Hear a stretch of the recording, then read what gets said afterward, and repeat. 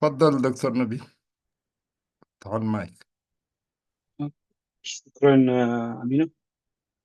مجمريا خمية مشيكم كلاتكم كدحمكم خصوصا تسفى قبر. لما أنتي استنا خمتي لمد فليز بلتيا قاشانا بوزح من الله يزد لي أيقونا جن خمتي لمد بعلون سوخ فالت عن إشتي عدومي ናይ ሎሚ ዓንቲ ርእስትና ሒዝና ቀሪቡ ዘሎ ዮ ኣየናይ ቁጠባዊ ስርዓት ንኤርትራ ይምረፅ ብዝብል ወይ which economic system is better for Eritrea ብዝብል እንግሊሽን ዋላ እኳ እቲ ክስታይ ብዙሕ ብትግርኛ እንተኾነ ሓደ ሓደ ተርሚኖሎጂ ብእንግሊሽ ክኸውን ይኽእል እዩ፣ ብዓረብ እውን ክትርጎም እዩ። ግን ዝኾነ ኮይኑ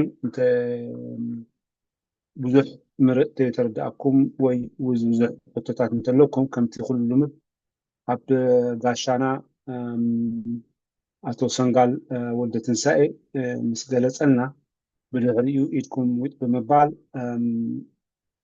ብዘለኩም ዓቕምን ብዘለኩም ተመክሮን ብስነ ስርዓትን ከምቲ ኩሉ ልሙድ ዋላ ኣብ ሶሻል ሚድያ እውን ክሕተት ስለ ዝኽእል በተኹም ክተቕርቡ ትኽእሉ ኢኹም። ገይዶም ጎኹ ኣቶ ሰንጋል እንኳዕ ድሓን መጻኻ እሞ የቐኒልና ቅድመና ኣኽቢርካ ኣብዚ በምጻኻ ከምቲ ልሙድ ኩላ ግዜ እኮ ከምቲ ዝበለኩ ዓንቲ ወይ ፍሉጥን ውሩይን ኣብ ተኾንካ ግን ሓደ ሓደ ሙሉቕ ዝበሉ ዘይፈልጡካ ከየሉ እስቲ ንእሽተይ ኣፋልጠና ባዕልካ ንስቲ። قبلها دكتور نبيل أعطي فرصة لجرماي اوكي جرماي كترجم لنا ايوه باي عشان يرحب ترحيب للضيوف والضيف. استاذ جرماي سمعنا هلا؟ في البداية أحيي كل الحضور في الغرفة، كما أحيي كل المتابعين على التواصل الاجتماعي، كما أحيي وأرحب بضيفنا أو متحدث لهذه السمينار السيد سنغال ولد تنسائي. وكلمة هذه الأمسية سوف تكون بعنوان ما هو النظام الاقتصادي الأفضل لإريتريا. فبعد أن يقدم لنا الأستاذ سنغال ولد تنسائي بطاقته الشخصية مباشرة سوف نبدأ الأمسية، فليتفضل الأستاذ نبيل، الدكتور نبيل. شكرا أستاذ. ومجمريا أتو سنغال بعلم كوس اليوم جن أتي أتو سنغال أبس مرا توليدهم عابيهم بدهري كمشتما بعسقاب عصرت تمودا أب أديس أبا خيرهم ينتماهرهم قدامي ديجري بأديس أبا غيرهم بدهري ون ماستر ديجري أب ساوث أفريكا أنت زي تلاقي ببيزنس مانجمنت غيرهم أب حجون أب أمريكا ألو بزي دلنا خلطات كلها بزي نمثل دكسبات مثل سرعات نحدن لو إرتاع أب زخونة ميداتات أب زخونة ناي مسألات ناي دكسبات نتطابقوا أب زخونة الرئيس لو زخونة بزح تمكرون لهم إذا تمكرون لما أنتي خبرينا إذا حجي بلت ولا نحجي وقت زي كونه نمسات إيرتراون بذا عينة سرار خسر راح اللي يقول أبتي تغرتو أنا خمس الرأني economic freedom كما يتحعز كم زخنون خدت حدنا أتوسن قال سكي نباكم كبكم عدل تبديلكم كأ يقرأ تلاقيت خير عاسي على أتوسن ما يكون مفتوح.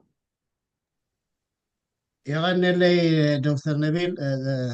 صبو جركا جليس كان لها من الباش كوسخلا أنت عقينة كمرتي ناي ماسترز ديجري أبز مهارة لزنو فوجزية بيزنس مانجمنت ليدرشيب يو MBL يو أو جزية جن أنت هايزلو ميكرو and macro economics ንፋይናንሻል ዝምልከቱን ኣፀቢቕካ ኢኻ ትመሃሩ ስለዚ ብዛዕባ ቁጠባሲ እዚ ዝዛረቦ ዘለኹ ሎሚ መበገሲየይ እቲ ዝዓበየ ኮንትሪቢዩት ዝገበርኮ ንማስተርስ ክመሃር ከለኹ ዝተመሃርክዎ እዩ እታ ካልኣይቲ ኣብ ድሕሪ ናፅነት ኣብ ኤሪትራ ስለ ዝነበርኩ ኣብ ሚኒስትሪ ንግድን ኢንዱስትሪን ናይ ፖሊሲ ኮሚቴ ትበሃል ስለ ዝነበረት ማክሮፖሊቲ ናይ ኤሪትራ ክሕንፀፅ ከሎ ኣብታ ዝዓበየት ናሽናል ቲም ኣብኣ ኮይነ ክሳተፍ ዕድል ረኺበ ነይረ ስለዚ ብዛዕባ ማክሮፖሊቲ ከመይ ጌርካ ከም ዝሕንፀፅ ኣብኡ ተማሂረ ክብል ይኽእል ኣብ ዘበርከትክዎ ንላዕሊ ዝተምሃርኮ ይበልፅ ይኸውን ብግብሪ ከዓኒ ንዝሓለፈ ዓመታት ዳርጋ ኣብ ስራሕ ዓለም ካብ ዝኣቱ ኣብ ቁጠባዊ ሴክተር እየ ሰሪሐ ብፍላይ ከዓኒ ካብ 1991 92 ክሳብ 2023 ኣብ ሚኒስትሪ ንግድን ኢንዱስትሪን ናይ ኢንዱስትሪ ዳይሬክተር ናይ ኢንዱስትሪያል ዲቨሎፕመንት ኮይነ ስለ ዝነበርኩ ምስ ወርልድ ባንክ ክመፁ ምስ ገለ እቲ ማክሮ ፖሊሲ ኣብ ኢምፕሊሜንቴሽን ናቱ ንሱ ከዓ እቲ ባይታ ከዓ ኣፀቢቑ ብዙሕ ንክፈልጥ ብዛዕባ ማክሮ ፖሊሲ ሓጊዙኒ ስለዚ ካብቲ ዝተምሃርኮ እዚኣቶም እዮም እቶም ኣገደስቲ ዝብሎም ብፍላይ ከዓኒ መንግስቲ ኤሪትራ ንሓሙሽተ ሰባት እዘን ናይ ኤስያ ሃገራት ኢስት ኤሽያን ካንትሪስ ንብለን ኣናብስ እንዳተባህላ ድራጎንስ ተባሂለን ዝግለፃ ሃገራት ናተን ፖሊሲ ከነፅንዕ ንሓሙሽተ ሰባት ብገንዘቡ ሰዲዱና ነይሩ ካብኣቶም ሓደ ዕድል ረኺበ ዝኸድኩ ስለ ዝኾንኩ ከዓኒ ናይዚአን ሓሙሽተ ዓድታት ፖሊሲ ከዓ ንክመሃር ክኢለ ብግብሪ ብቲ ዓዲ ከይደ ከዓ ክሪኦ ክኢለ ስለዚ ንሱ ከዓኒ ተወሳኺ ዕድል ሂቡኒ ዕድል ገይረ እውን ኣብ 1996 ናይ ኣሜሪካ ናይ ፖሊሲ ከነፅንዕ ኣብ 9 ናይ ኣፍሪቃ ሃገራት ንኤርትራ ወኪለ ንወርሒ ዝመፅእ ከዓ ተማሂረ ስለዚ እዚ ፍሪ ማርኬት ኢኮኖሚ ከመይ ገይሩ ከም ዝሰርሕ ከዓ ዝያዳ ትምህርቲ ወሲደ ኣብ ብዙሕ ኢንተርናሽናል ኮንፈረንስስ እውን ስለ ዝተሳተፍኩ ዕድል ረኺበ ብዛዕባ እዚ ኢኮኖሚክ ማክሮ ኢኮኖሚክ ሲስተም ፈልጥ እሞ ዝፈልጣስ ምስ ብሕዋተይ ሼር ክገብራ ኢለ መፅየ ዘለኹ ገፊሒት ርእስቲ ንኩሉ ይፈልጦኒ ኣባይ ንላዕሊ ዝፈልጥዎ ሰባት ኣለው ስለዚ ዓደምኩምኒ ግን እታ ተመክሮይን እታ ዝፈልጣን ከካፍል ኢለ መፅየ ዘለኹ የቐኒየለይ يغني لنا تسنقال نبقى اوكي طبعا الاستاذ سنغال ولد التنساي هو ولد في أسمرة وتلقى تعليمه الأولي والثانوي في أسمرة ثم بكالوريوس في جامعة أديس أبابا بعد ذلك بعث إلى جنوب أفريقيا فحصل من جامعة جنوب أفريقيا ماجستير في وكل تعليمه أكثر تعليمه سواء كان العملي والأكاديمي كان في الاقتصاد الكلي فهو طبعا شارك في اللجنة العليا التي أعدت للاقتصاد الكلي لإريتريا فبالتالي هذا أكسبه تجربة غنية أكثر من التعليم الأكاديمي أيضا بعد ذلك بعث مع 5 من الإريتريين إلى دول آسيا لدراسة أو لدراسة تجربة النمور الآسيوية إلى الدول الآسيوية فبالتالي رأوا عن قرب ماذا تعني تجربة هذه الدول وما وصلت إليه من التطور الاقتصادي فأيضا أنه باعتباره أنه كان في اللجنة العليا التي وضعت الاقتصاد الكلي لإريتريا هذه أكسبته تجربة غنية أكثر مما حصل عليها من الدراسة الأكاديمية أيضا عمل في جهاز التطوير الاقتصادي بالنسبة لإريتريا من عام 1991 إلى 2023 أيضا هذه كانت تجربة إضافية وبعد ذلك أيضا بعث مع بعد من ابتعثوا من دول أخرى إلى أمريكا لدراسة الاقتصاد الأمريكي، أو بمعنى آخر لدراسة أو لأخذ بعض التجارب من الاقتصاد الحر بالنسبة لأمريكا. فهذه كل التجارب التي حصلت عليها، سواء كان من خلال عملي في تطوير في لجنة الاقتصاد الكلي والتطوير الاقتصادي، أيضا الابتعاثات التي تمت إلى دول سواء كانت إلى جنوب شرق آسيا للتعرف عن كسب لتجربة نمور شرق آسيا، وأيضا إلى الغرب لمعرفة الاقتصاد الحر. كل هذه يعني أقول أنه أنا هذه يعني صقلت تجربتي، فبالتالي أود أن أشارك ما تعلمته وما من خلال التجارب ومن خلال التعليم الأكاديمي اليوم. وأنا يعني مسرور أن أكون فيما بينكم لمشاركة ما لدي من معرفة، وخاصة في مجال الاقتصاد الكلي. شكرا أستاذ جرماي. ومحجي خافتا بروغرامنا خنقاتفينا أستاذ ولدت سنغال سلايد تقام سوزلو مستي زاربو من تان فلوخت كبرو أفت سلايد ون بروجكم تغبركم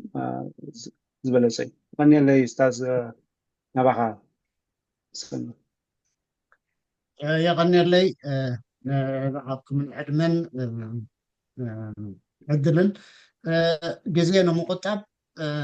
بزعبا قطبا سرعته قطبا فتزارب كلناسي بزعبا نفهمتم علاماتات ماكروبوليس كل جزء فوكس زغبرلهم أفكر زهوبهم بزعبا ناشونال أوتبوت إذا اعتقادي هاجراو أوتوت نبلا كمالتي هاجراو أوتوت إندستري يفريا حرشة تفري أجرجلوتات هذلك كل فرياتنا هاجر يدمرمو نابنسي مستلوته أعتقادي هاجراو أوتوت نبلا. ስለዚህ ኩሉ ግዜ ብዛዕባ ቁጠባዊ ስርዓት ክትዛረብ ከለካ ነዚኻ ኣብ ግምት ተእቱ። እዛ ካልኣይቲ ነጥቢ ኣብ ግምት ተእትዋ ብዛዕባ ማክሮ ፖሊሲ ክትዛረብ ከለካ ብዛዕባ ሽቕለት እዩ። ኩሉ ኤሪትራዊ ወይ ድማ ኩሉ ዜጋ ናይታ ሃገር ኣብ ሽቕለት ክዋፈር ክኽእል ኣሎ። ሽቕለት ተደኣ ዘይረኺቡ ግን ድኽነት ማለት እዩ። ስለዚ ብቁጠባ ዓብይና ኣይዓበናን ክንብል ክንደሊ ከለና እዞም ክልተ መለክዒታት እዚኣቶም ኣገደስቲ እዮም። ኣጠቃላሊ ሃገራዊ እቶት ንብሎም ሽቕለት ክንደይ ዝኣክል ሽቕለት ሳልሰይቲ ኢንፍሌሽን ናይ ዋጋታት ኣቑሑት ክንደይ በብእዋኑ እንዳወስኸ ይኸይድ ኣሎ። እዛ ዝቕባበብልዋ መንሓር ዋጋታት ናይ ኣቑሑት ይብልዋ እዚአን ሰለስቲአን እየን እዚአን መለክዒታት ጌርና ብዙሕ ግዜ ብዛዕባ ቁጠባ ሓንቲ ሃገር ክንዛረብ ተኮይና እዚአን ሰለስተ ኣገደስቲ እየን። ንምንታይ እዩ ዘድልየና ግን እንታይ ከነድምዕ ስለ ዝደለና ኢና ንዝብል ከዓኒ ቁጠባዊ ግስጋሴ እዩ። ቁጠባዊ ግስጋሴ እንተደኣ ኣረጋጊፅካ ኣብ ኢዱ ዝኣቱ ሰብ እቲ ገንዘብ ኣብ ጅባኻ ዝኣቱ ሰሪሕካስ ኣብ ጅባኻ ተእትዎ ይበዝሕ እሞ እቲ ሂወት ዓይነት መነባብሮ ንምምሕያሽካ ይጠቕመካ። ቁጠባ እንተደኣ ዘየለ ግን እቶት ኣብ ጅባኻ ዝኣቱ ሰሊ ይውሕድ። ስለዚ ጥራሕ እዩ ዘጋጥመካ ማለት እዩ። ስለዚ እቲ ዋጋታት ኢንፍሌሽን ከስለምንታይ ንግደስ እንተደኣ ኢልና ዋጋታት እንተደኣ በብእዋኑ ካብቲ ግብኦም ንላዕሊ እንዳናሃሩ እንተደኣ ከይዶም እቲ ስኻ ተእትዎስ ባዕላቶም ይበልዕዎ። ስለዚ ኣብ ሂወት ለውጢ ናይ ሂወት መነባብሮ ናይ ዓይነት ክትገብር ኣይትኽእልን ኢኻ። ሓደ ግዜ እንድሕር ደኣ ፀቢቑ ኢንፍሌሽን ዓቢሞ ነቲ ካብቲ ቅድም ዝነበርካዮስ ንሓተ ቁልቁል እንድፈትክእካ ትኸይድ። ስለዚ ንኣብነት ቁጠባ ብ5% እንድሕር ዝዓቢ ኣሎ ኮይኑ ምናልባሽ 5% ደሞዝካ እንተደኣ ተወሲካ እቲ ዋጋ ናይ ኣቑሑት ግን 10% እንድሕር ዓብዩ ዓሚይ ሓይሽ ካብ ሎሚ ኢኻ ትብል። ምክንያቱ በተን እቲ ናይ ምግዛዕ ዓቕሙ ናይቲ ሰሊ ይደክም ኣሎ ማለት እዩ። እቲ ኣቑሑት ብጣዕሚ ዋግኡ ይበዝሕ። ስለዚ ነዚኣጠጠው ከነብል ክውድአን እዚአን ሰለስቲአን እዚኣተን እየን ኣገደስቲ። ነዚአን ዕላማታት ኢና ንሰርሕ ክብል ኢለ ሓራይ። ኦኬ عندما نتحدث عن الاقتصاد دائما نتحدث عن 3 أشياء مهمة، وهذه 3 أشياء يجب أن نأخذها في الحسبان. أولا نتحدث عن البطالة. إذا كان هنالك بطالة فبالتالي هنالك فقر ولم يكن أي دخل لدى الفرد، فتكون في مشكلة. أيضا عندما نتحدث عن ماكرو بوليسي نتحدث عن إجمالي الإنتاج المحلي، أي ما أنتجناه من خلال الصناعة والتجارة والزراعة وإلى آخره وكل الأشياء. فبالتالي عندما نتحدث عن ماكرو بوليسي نتحدث عن هذه الأشياء، أي عن الإنتاج. فبعد ذلك أيضا هذا الإنتاج يجب النقطة التالية التي نتحدث عندما نتحدث عن الاقتصاد هو التضخم. التضخم، لأنه إذا كان هنالك تضخم فبالتالي لا يمكن أن يكون هنالك تطور اقتصادي، وإذا لم يكن في تطور اقتصادي فبالتالي حيكون أنه مشكلة في دخل الفرد أو في الدخل العام. فبالتالي عندما نتحدث عن التضخم، فمثلا إذا كان في الماكرو بوليسي أنتج أنه في إنتاج، ولكن إذا كان هنالك أصبح في تضخم فما أنتجته تأكله التضخم، أي أنت تعمل وعندما يعني تدخل يعني إيدك إلى جيبك لكي تفتش عن ماذا يوجد في جيبك من نقود فبالتالي لا تجد شيء. هذه في البداية. وإذا كان التدخل بقى كبير يعني أكثر مما يطاق فبالتالي يحصل الانحدار الاقتصادي وبالتالي يحصل الفقر. فبالتالي هي هذه ال3 أشياء اللي دائما عندما نتحدث عن الاقتصاد يجب أن نتحدث عن، يعني نحن نتحدث عن هذه ال3 أشياء اللي هي البطالة، الإنتاج المحلي أي هو الذي ما يعنيه الماكرو بوليسي، أيضا أو الاقتصاد أو السياسة أو السياسة الكلي. النقطة الثالثة هي التضخم اللي هو إنه غلاء يكون في المنتجات بحيث لا يمكنه الفرد أن يحصل ما يعني احتياجاته من دخله، لأنه الدخل والتضخم يعني تختلف المسألة. فبالتالي التضخم دائما تأكل ما أنتجه الفرد أو دخل الفرد. ስለዚህ በሃገር ደረጃ ንሓስብ እንተደኣ ኮይና ማክሮ ፖሊሲ መንግስቲ ኸ ኣብ ቁጠባሲ እንታይ ታርኡ ዝብል ሕቶ እዩ ዝመፅእ። ከም ልሙድ ኣብ ሙሉእ ዓለም ዳርጋ መንግስቲ ነቲ ቁጠባ ከበራብር ክፃወት ኣለዎ ዝብል ዳርጋ ሕጂ ኣብ ዓለም ርዒሙ ተቐቢልና ኣለና። መንግስቲ ቁጠባ ከበራብር፣ ምክንያቱ መንግስቲ ንዓይነት ህይወት መነባብሮ ናይ ደቂ ሰባት ኣብ ምምሕያሽ ክፃወት የብሉን ዝብል ዳርጋ ሎሚ የለን። ትሕቶ ግን እንታይ እዩ? ከመይ ገይሩ ይፃወት፣ ከመይ ገይሩ እንታይ ተጠቂሙ ነቲ ቁጠባ ከበራብር ዝኽእል ዝብል ብዙሕ ዓይነት እዩ ዘሎ። ብዙሓት ሃገራት ዝተፈላለየ ይጥቀማ። እዘን ክልቲአን ዝብለን ዘለኹ ኣብዛ ኣቐሚጠየን ዘለኹ ግን ኣብ ዓለም ሕጂ ነዚአን ከምኡ ክገብር የብሉን መንግስቲ ዝብል የለን። ኩሉ ሰብ ነዚአን ርዒሙ ተቐቢሎን እዩ። ካብዚአን ወፃኢ ተወሳኺ እንተደኣልየን ኮይኑ ጥራሕ እዩ ዘዛርብ ኣብ ክትዕ ዘእቱ ፅቡቅ ዲ ሕማቅ ኢልካ ክትዛረበሉ ትኽእል። ነዘን ክልቲአን እዚአን መሳርሒታት እዚኣተን ግን ዓለም ርዒሙ ተቐቢልዎን ዘሎ እዩ። ተቐዳመይቲ ሞኒታሪ ፖሊሲ ኢና ንብሎ፣ ተኻልኣይቲ ፊስካል ፖሊሲ ኢና ንብሎ። ሞኒታሪ ፖሊሲ ማለት እዩ መንግስቲ ገንዘብ ይሓትም እዩ። እቲ ዝሓተሞ ገንዘብ ኣብ ዕዳጋ ክንደይ ዝኣክል ኣብ ዕዳጋ ይዝርግሖ እዩ። ሕጂ ነቲ ቁጠባ ከበራብር ነቲ ገንዘብ ክንደይ ዝኣክል ናብኡ ይዘግሕ። እቲ ቁጠባ እንተደኣ ፀቢቑ ክቃፀል ጀሚሩ ክነድድ ጀሚሩ ሕሙቕ ጀሚሩ ኸ ነቲ ሰልዲ ኣብ ዕዳጋ ዘሎ ከመይ ገይሩ ይስሕቦ መንግስቲ? ናቱ ሜላታት ኣለዎ። ብዛዕባ እዚ ክልቲኡ እንዳገበረ መንግስቲ ነቲ ቁጠባ ከይሓርርን ከይድስክልን በቲ ናይ ገንዘብ ሳፕላይ ናይ ገንዘብ ዝውውር ብኡ ገይሩ እዩ ዝቆፃፀሮ። ዝርዝሩ ምናልባሽ ድሓር ምስ ሓተትኩምኒ ይምልሸልኩም። ተኻልኣይቲ ከዓኒ ናይ ባንክ ናይ ወለድ ኢንተረስት ሬት ወለድ ናይ ባንክ ከኣኒ ናይ ወለድ ናይ ባንክ እቲ ሃገራዊ ባንክ የልዕላን የትሕታን ክትልዕል ከላ እንታይ ማለት እዩ ወለድ ብዙሕ ስለ ዝረክብ ሰባት ገንዘቦም ኣብ ባንክ ክዋህልሉ ይግደዱ ማለት ይደፋፍኦም ሕጂ እቲ ናይ ባንክ ወለድ እንተደኣ ዓብዩ ካብኡ መክሰብ ክረክብ የሄዱ ሰብ ኩሉ ሰብ ኣብ ባንክ የቐመጥ እቶም ዝልቅሑ ሰባት ከኣኒ ገንዘብ ካፒታል ክረክቡ ይኽእሉ ብኡ ገይሮም ከኣኒ ወፍሪ የካይዱ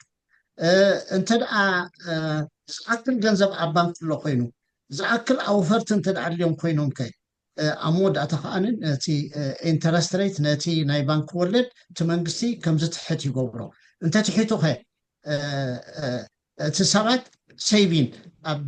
ውህላለ እንዳናኣሰ ይኸይድ ስለዚ ነቲ ቁጠባ ሓሽዑ ተደስኩሎ ኣለካ ማለት እዩ ከተደስኩሎ ሕጂ እቲ ቁጠባ እንተደኣ ቀርበካ ኮይኑ ተደስኩሎ ኣለካ እንተደስኪሉ ከኣኒ ተጠምቆ ኣለካ ዝብል በዚ ናይ ገንዘብ ፀወታ እንዳገበረ እቲ መንግስቲ ክፃወት ይኽእል እዚኣት ሓንቲ ኣገባብ ሜላ في السياسة الكلية الحكومة يعني تلعب دور كبير ودور الحكومة هو هنا تنشيط الاقتصاد كيف يتم تنشيط الاقتصاد من قبل الدولة هذا طبعا الكل يتفق أن الدولة يجب أن تلعب دور كبير في تنشيط الاقتصاد ولكن الطريقة التي تنشط بها الاقتصاد يعني تختلف من دولة لدولة وتتبع طرق مختلفة ومن الطرق التي يعني المتبعة هي السياسة النقدية والسياسة المالية في السياسة النقدية الدولة طبعا تطبع النقود أو التي تتداول في داخل الدولة فبالتالي من خلال ما تطبعه ومن خلال ما تضخه في الأسواق هي تتحكم على السوق بحيث أنه هنالك يكون توازن النقطة الثانية هي السياسة المالية أيضا عن طريق السياسة المالية أيضا الدولة تتحكم على السوق حتى لا يكون هناك تضخم أو حتى لا يكون هناك ركود فعندما يكون يعني سعر الفائدة يعني يرتفع فكل الناس يعني تقوم بإيداع يعني ما لها من أموال في داخل في البنوك أو في مؤسسات المالية بدلا من أن تدخل بها في السوق وتعمل بها في السوق ففي هذه الحالة عندما يرى أنه هنالك ركود فبالتالي تقوم الدولة برفع بإعطاء سعر فائدة برفع سعر الفائدة ففي هذه الحالة بدلا ما أن تكون في الأموال تكون في البنوك فبالتالي تخرج برا ناس الأعمال فتقوم بالأنشطة التجارية فعندما تصل هذه الأنشطة التجارية إلى درجة أن هنالك توجد تضخم فبالتالي يبدأ برفع الأسعار أي سعر الفائدة لأنه الكل حيأخذ من البنوك واللي عنده كل حيستثمرها فبالتالي يكون هنالك غلاء ومن جديد تبدأ الحكومة ترفع سعر الفائدة فبالتالي يبدأ أنه يتراجع التضخم بهذه الطريقة بالسياسة النقدية والسياسة المالية الحكومة تلعب دور في تنشيط الاقتصاد ምናልባሽ ኣብዚኣ እቲ መንግስቲ ብገንዘብ ናብ ዕዳጋ ብምእታውን ነቲ ሰሊ ብምስሓብን ነቲ ቁጠባ ከባራብሩን ከደስክሎን ይኽእል እዩ ይብል ስለ ዘለኹ እዚ ስርዓት ኢሳያስ ዝገብሮ ዘሎ ሕጂ ካብ ባንክ ክንዲዚ ከተውፅእ ትኽእልን ኣይትኽእልን ዝብሎ ዘሎ ፈፂሙ ምዝ ዝኸይድ ኣይኮነን ብከምኡ ከይትርድኡለ ብኸመይ እዩ ዝፃወት እቲ ሰሊ ናይ ውልቀ ሰብ ስለዝኾነ ኣብ ባንክ እቲ ሰብ ነፃነት ኣለዎ ክእቱ ከውፅእ እታ መፃወቲቱ ንመንግስቲ ግን ጀነራል ሪዘርቭ ዝበሃል ኣሎ ባንክ ቤት ነተን ናይ ኮመርሻል ባንክስ ነተን ዘለቅሓ ናይ ባንክ ልቃዕ ዝንቀሳቐሳ ኣብቲ ሒዘንኦ ዘለዋ 20 ካብ 100 ናሽናል ባንክ ከምዚ ተሓዝ ይገብር 10 15 20 ሕጂ 15 እንተደኣ ፀኒሓ ትሕቦ እንተደኣ ደልዩ ነታ ሕጊ ይልውጣ ጀነራል ሪዘርቭ 15% ዝነበረ ናይቲ ካፒታል ግን 10 ገይረ ኣለኹም ምስ በለን ንሳተን ነቲ ገንዘበን ናብ ናሽናል ባንክ ብግዜያዊ ሓደራ ይቐምጥዎ ሕጂ እንታይ ማለት እዩ እቲ ሰንዲ ኣብ ዕዳጋ ዝነበረ ኣብ ዙረት ዝነበረ ይጥፋስ ይእሰር ኣሎ ማለት እዩ ሕጂ መንግስቲ ምስተን ኮመርሻል ባንክ ዘለዎን ገንዘብ ኣይስሕበን እምበር ናይ ውልቀ ሰባት ይፍሕም ማለት ከም ዘይኮነት ግን ክትርድኡ ለይ ጥራሕ በዛ እግረ መንገዲ ኢለ عندما أقول هذا الكلام أنا لا أعني أنه مسألة أنه دخل أموال من عدمها في السوق من أجل التحكم على الاقتصاد لا أعني بهذا الكلام أنه هذه الحكومة الإريترية تلعب بهذه الطريقة بل بالعكس أنه مسألة إيداع وسحب النقود تلعب هي يعني طرق أخرى فبالتالي إذا كان يعني السحب المسموح إذا كان إنه 20% أو 15% فبالتالي عندما يرى أنه هنالك سحب لتحرك هذه الأموال في الأسواق فبالتالي يرفع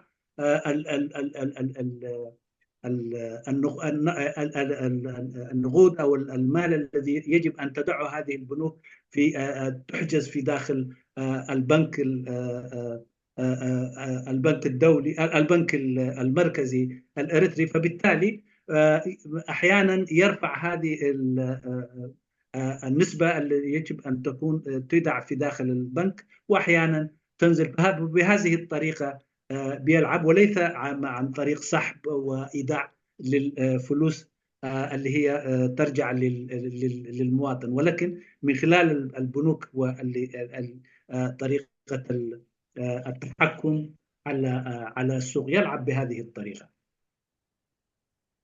እታ ካልኣይቲ መሳርሒት ናይ መንግስቲ ንቁጠባ ቋጣፀር መተን ተበራብሮ ወይ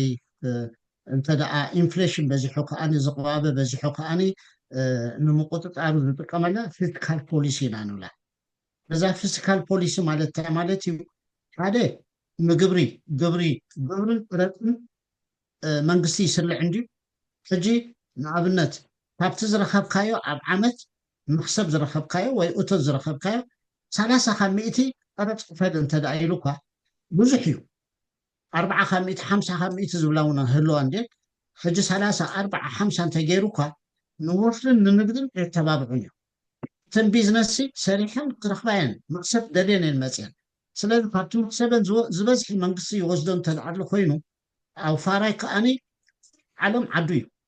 ኣብቲ ዝተሓተ ግብሪ ዘለዎ ከይዱ ክሰርሕ እዩ ዝደሊ ስለዚ ሓንቲ መጣወይት ኣብዚ ፊዚካል ፖሊሲ ንብሎ ዘለና እቲ ስምዒት እቲ ታሪፍ ናይ ኢንካም ታክስ ኤንድ ካስተምስ ዲቲ ሴልስ ታክስ ገለ ንብሎም ዞም ኩሎም ንወፍርን ንግድን ዘተባብዑ ከምኦም ገይሩ ይፃወት ስለዚ ብዝተኸኣለ መጠን እንዳተሓተ ክኸይድ ከሎ ቢዝነስ ተተባቢዐን ይኣትዋ معناته زبزح بروفيت كجبرين وحدي منقص قابتي مخسبن زوصلو سلازي نوفرن ننقدن كتبابع زت حتى تاكس ريت تجبر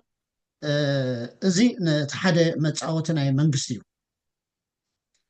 تاخل ايتي عبكن بتاكس تطرح ويتوسخ بستاكس لاي منقصتي وصعيتات كاني منقصتي ካብ ህዝቢ ዝረኽቦ ኣታዊታት ኣለዎ ካብ ታክስን ኣገልግሎትን ዝረኽቦ ኣሎ ድሓር ንሰን ጥራሕ እንድሕሪ የውፅኣሉ ኮይኑ መንግስቲ ናብቲ ዕዳጋ ኤክስፔንዲቸር ይገብር ኣሎ መንግስቲ ክንደአን ጥራሕ እንተደኣ ገይሩ ነቲ ቁጠባ ብክንደአን ዝኣክል ዓቐን ጥራሕ እዩ መንግስቲ ግን እንታይ ይገብር ካብ ደገ ተለቂሑ ወይ ካብ ናይ ውሽጢ ተለቂሑ ካብቲ ዘእተዎ ንላዕሊ እንተደኣ ዝያዳ ወጣዒታት ገይሩ ነቲ ቁጠባ ንግዜ የበራብሮ ከብሎ ይኽእል ስለዚ ሪሴሽን ኣብ ዘጋጥመካ ሰዓት ናይ ግድነት ኣይኮነን ኣብ መንጎ ናይ መንግስቲ ኣታዊታትን ወፃኢታትን ባላንስ ክትሕሉ ዘለካ ነቲ ቁጠባ መተን ከተበራብሮ መንግስቲ ዝያዳ ኢንቨስትመንት ይገብር ኣብ ትሕቲ ቅርፂ ክኾን ይኽእል ኣብ ቤት ትምህርቲ ኣብ ገለ መለ ይገብር ዋላ ከምዚ ቤል ኣውት ንብሎውን ቤል ኣውት ዝበሃል ፓርትናት እዩ ዝኮን ነቶም ኣውፈርቲ ንዓኦምን ናይ ምልጣፍ ዝያዳ ገንዘብ ንምሃብ ነቲ ተራ ህዝቢ ክሾ ገንዘብ ዝያዳ ጌርካ ነቲ ቁጠባ እንደገና ከም ዝበራበር ክትገብሮ ትኽእል። ስለዚ ብቀረፅን ብናይ መንግስቲ ወፃኢታትን ክልቲኡ ጌርካ ነቲ ቁጠባ እንተደስኪሉ እኳ ተበራብሮ ኣዝዩ እንተ ደኣ ንሂሩ ይሓርር ኣሎ ኮይኑ ከዓኒ ከምኡ ጌርካ ስሒብካ ከዓኒ ተደስክሎ። ስለዚ እዞም ክልተ መሳርሒታት እዚኣቶም እዮም መንግስቲ ነቲ ቁጠባ ከበራብሮን ከመሓይሾን ከም መሳርሒ ዝጥቀመሎም። النقطة الثانية التي تتحكم بها الحكومة أي على تنشيط الاقتصاد هي السياسة المالية. وفي السياسة المالية يستخدم طريقتين. الطريقة الأولى هي الضريبة، فأحيانا يرفع نسبة الضريبة، فبالتالي ممكن يعني سحب رأس مال. هو دائما يرى أنه أين هي يعني يحصل على ضريبة أقل، فبالتالي يستثمر فيها لكي يكون له مكسب كبير. فبالتالي في هذه الحالة إذا كان رأى أنه في يعني إنه الاستثمار أصبح ضئيل، فبالتالي يخفض الضريبة، وهنا يعني تبدأ تنشط الجهات الاستثمارية أو الشركات الاستثمارية بضخ أموالها ودخولها في السوق، فبالتالي يكون هنالك انتعاش أو تطور اقتصادي. أيضا الحكومة يعني يقوم بتنشيط. النقطة الثانية التي يقوم بها بتنشيط هو أن مصروفات الحكومة التي يتحصل عليها من الخدمات أو من الضرائب، فبالتالي يعيدها ويضخها في السوق. فبالتالي عندما يكون هنالك ركود، فهذا الركود يعني يواجه بهذه الطريقة. وطريقة أخرى هي يعني إذا كان إنه المصروف الحكومة أو مصروفات الحكومة المصروفات التي تتحصل عليها الحكومة من الخدمات التي تعطيها للمواطن داخل البلد ولم تكفي هذه لتواجه الركود اللي موجود، فيلجأ إلى الحصول على قروض من جهات خارج من جهات خاردة خارج الدولة. وأيضا يقوم أحيانا بتنشيط من خلال إعطاء يعني أموال إضافية في داخل القطر، ويقوم يعني باستثمارات. كل هذه هي الطريقة يعني من خلال هذه الطريقة المالية، سواء كان الضرائب وضخ الأموال والقروض، وهو يواجه الركود والتضخم ويتحكم على الركود والتضخم بهذه الطريقة. እዚኣ ክንዛዝማ መንግስቲ ግን ነቲ ቁጠባ ከበራብር ከመሓይሽ ግስጋሲኡ ንክቅፅል ኢደ ምትእትታው ይገብር እዩ። በዞም ክልተ መሳርሒታት ክንብል ከለና ስቂሉ ቆልኡ ከም ዝሃቦ ዊን ከም ዝበሎ ኣብቲ ዕዳጋ ኣትዩ ኣይሰርሕን እዩ። እታ መንግስቲ ኣብቲ ዕዳጋ ኣትዩ ከም ዝሰርሓለኩ ክብል ከሎሲ ነታ ማክሮ ኢኮኖሚ ስታቢሊቲ እቲ ቁጠባስ ቴብል እንዳኮነ ኮይኑ እንታይ ክኽእል ኣለዎ። ነዚ ጥራሕ እዩ ዕላማ፣ ሽዑ ጥራሕ እዩ ምክንያት ዘለዎ እምበር ኣብ ዝኾነ ሰዓት ዊን ኢልዎ ስሓቱ ኣይኮነን። እቲ ቁጠባ ግን ልዕልን ታሕትን ኣብ ዝብለሉ ሰዓት ግን ህዝቢ ውፃዕ ስለ ዝኾነ ሽዑ ጥራሕ እዩ ኢደ ምትእትታው ናይ መንግስቲ በዚኦም ክልቲኦም ኢንስትሩመንትስ ቅቡል ርትዓዊ ምክንያታዊ ተገይሩ ዘሎ። فهنا عندما نقول أن الحكومة تتدخل من خلال هذه النقطتين، أي السياسة المالية والسياسة النقدية، هذا لا يعني أن الحكومة تتدخل يعني متى ما رأت أن تتدخل أو متى يعني وفي كل وقت تتدخل. هذا لا يعني هذا الكلام. فقط هي تتدخل في حالة أن هنالك تذبذب أو مشاكل في الاقتصاد، فبالتالي لضبط والوضع الاقتصادي في داخل الوطن تتدخل من خلال النقطة الأولى اللي هي السياسة النقدية، والنقطة الثانية اللي هي السياسة المالية. وإلا وهذا بالتأكيد لا يعني أن الحكومة يعني تتدخل يعني كلما يعني رأت أن يعني كلما يطرأ في رأسها أن تتدخل، فبالتالي فقط تتدخل هنا عندما تكون هنالك مشاكل وفي الاقتصاد، وبالتالي يجب التدخل وضبط الوضع الاقتصادي في الوطن. لأن ليس لازم التدخل ليس هو مزاجي. أبيت لا ده قصد حرة arbitrary يكون أنا تاو يخبل ثاني حرة قلل بزبالة نتناسب بزردو غير قنقاي تتقيم مو يقرتا قبور لي قال معلتي بتينا قطبا قنقا غيرنا زيادة خنزارة نخير ذي أخذ مرد أتام سوسدنا أو حد بيج مهلاونا مسرق عجزنا. طبعا أنا حاولت يعني أتدخل بالمصطلحات الاقتصادية البسيطة والمبسطة، وهذه ممكن حتكون إنه يعني مدخل جيد في المستقبل. ممكن أن نتدخل بمصطلحات اقتصادية عميقة، وبالتالي هذه المصطلحات التي تتدخلنا بها اليوم سوف تساعدنا لفهم عميق لمفهوم الاقتصاد بمصطلحاته قد تكون صعبة، ولكن بالطريقة التي تحدثت فيها اليوم كانت مبسطة، ويكون إنه أعطتنا مبادئ أساسية لفهم الاقتصاد. هذا حجي بزعبا ما قطبا وعبيت كتزارب كلنا أستاذ أبيت سنقال أنت أبيت تقايلو تي مجلسي غروب دحنا أو حدنا بالكايخيد مقنياتو بحنت سلايد لعل فركس عذر قاهدنا لنا مثلا نقول هذا بصحوت جيزي مثلا كي شجركا تي هذا بحطون ملسن زيادة حتى برت خيلي حاج ثانك يو بو وزي أبو دحري أزل لانتايا قطبا وحرنتنا نزارب زلنا حج بزعبا قطبا وعبيت كتزارب تخينكا قطبا وقسقاسي كتزارب تخينكا قدامي قداي زمتي ورسان نجر انتايو قطبا وحرنت سليقاسي قطبا وحرنت حلو دوي قطبا وحرنت كتراجع انت الأخيرك እዞም ንብሎም ዘለና እዚ ሃገራዊ እቶት ናብ ነፍሲ ወከፍ ዜጋ ምስ ተኸፍለ ዓቢ ይኽእል ብትምህርቲ ዝሰልጠነ ህዝቢ ክትረክብ ትኽእል ኣካባቢኻ እቲ ኤንቫይሮንመንት ፐርፎርማንሱን ዓቢ ይኽእል ስለዚ እንታይ ኢና ንብል ዘለና ማእከል ስሕበት ናይ ኩሉ ቁጠባዊ ዕብየት ቁጠባዊ ሓርነት ናይ ዜጋታት እዩ ሕረስ ሓረስታይ ንገድ ነጋዳይ ዝብል እንተደኣ ዘየለ እዚኦም ክመፅእ ኣይክእልን እዩ ኣብዚኣ ትሪእዋ ዘለኹም እዚኦም ኣብ ቁጠባዊ ዕብየት ፍሪ ዘበ ፍሪየንት ነፃ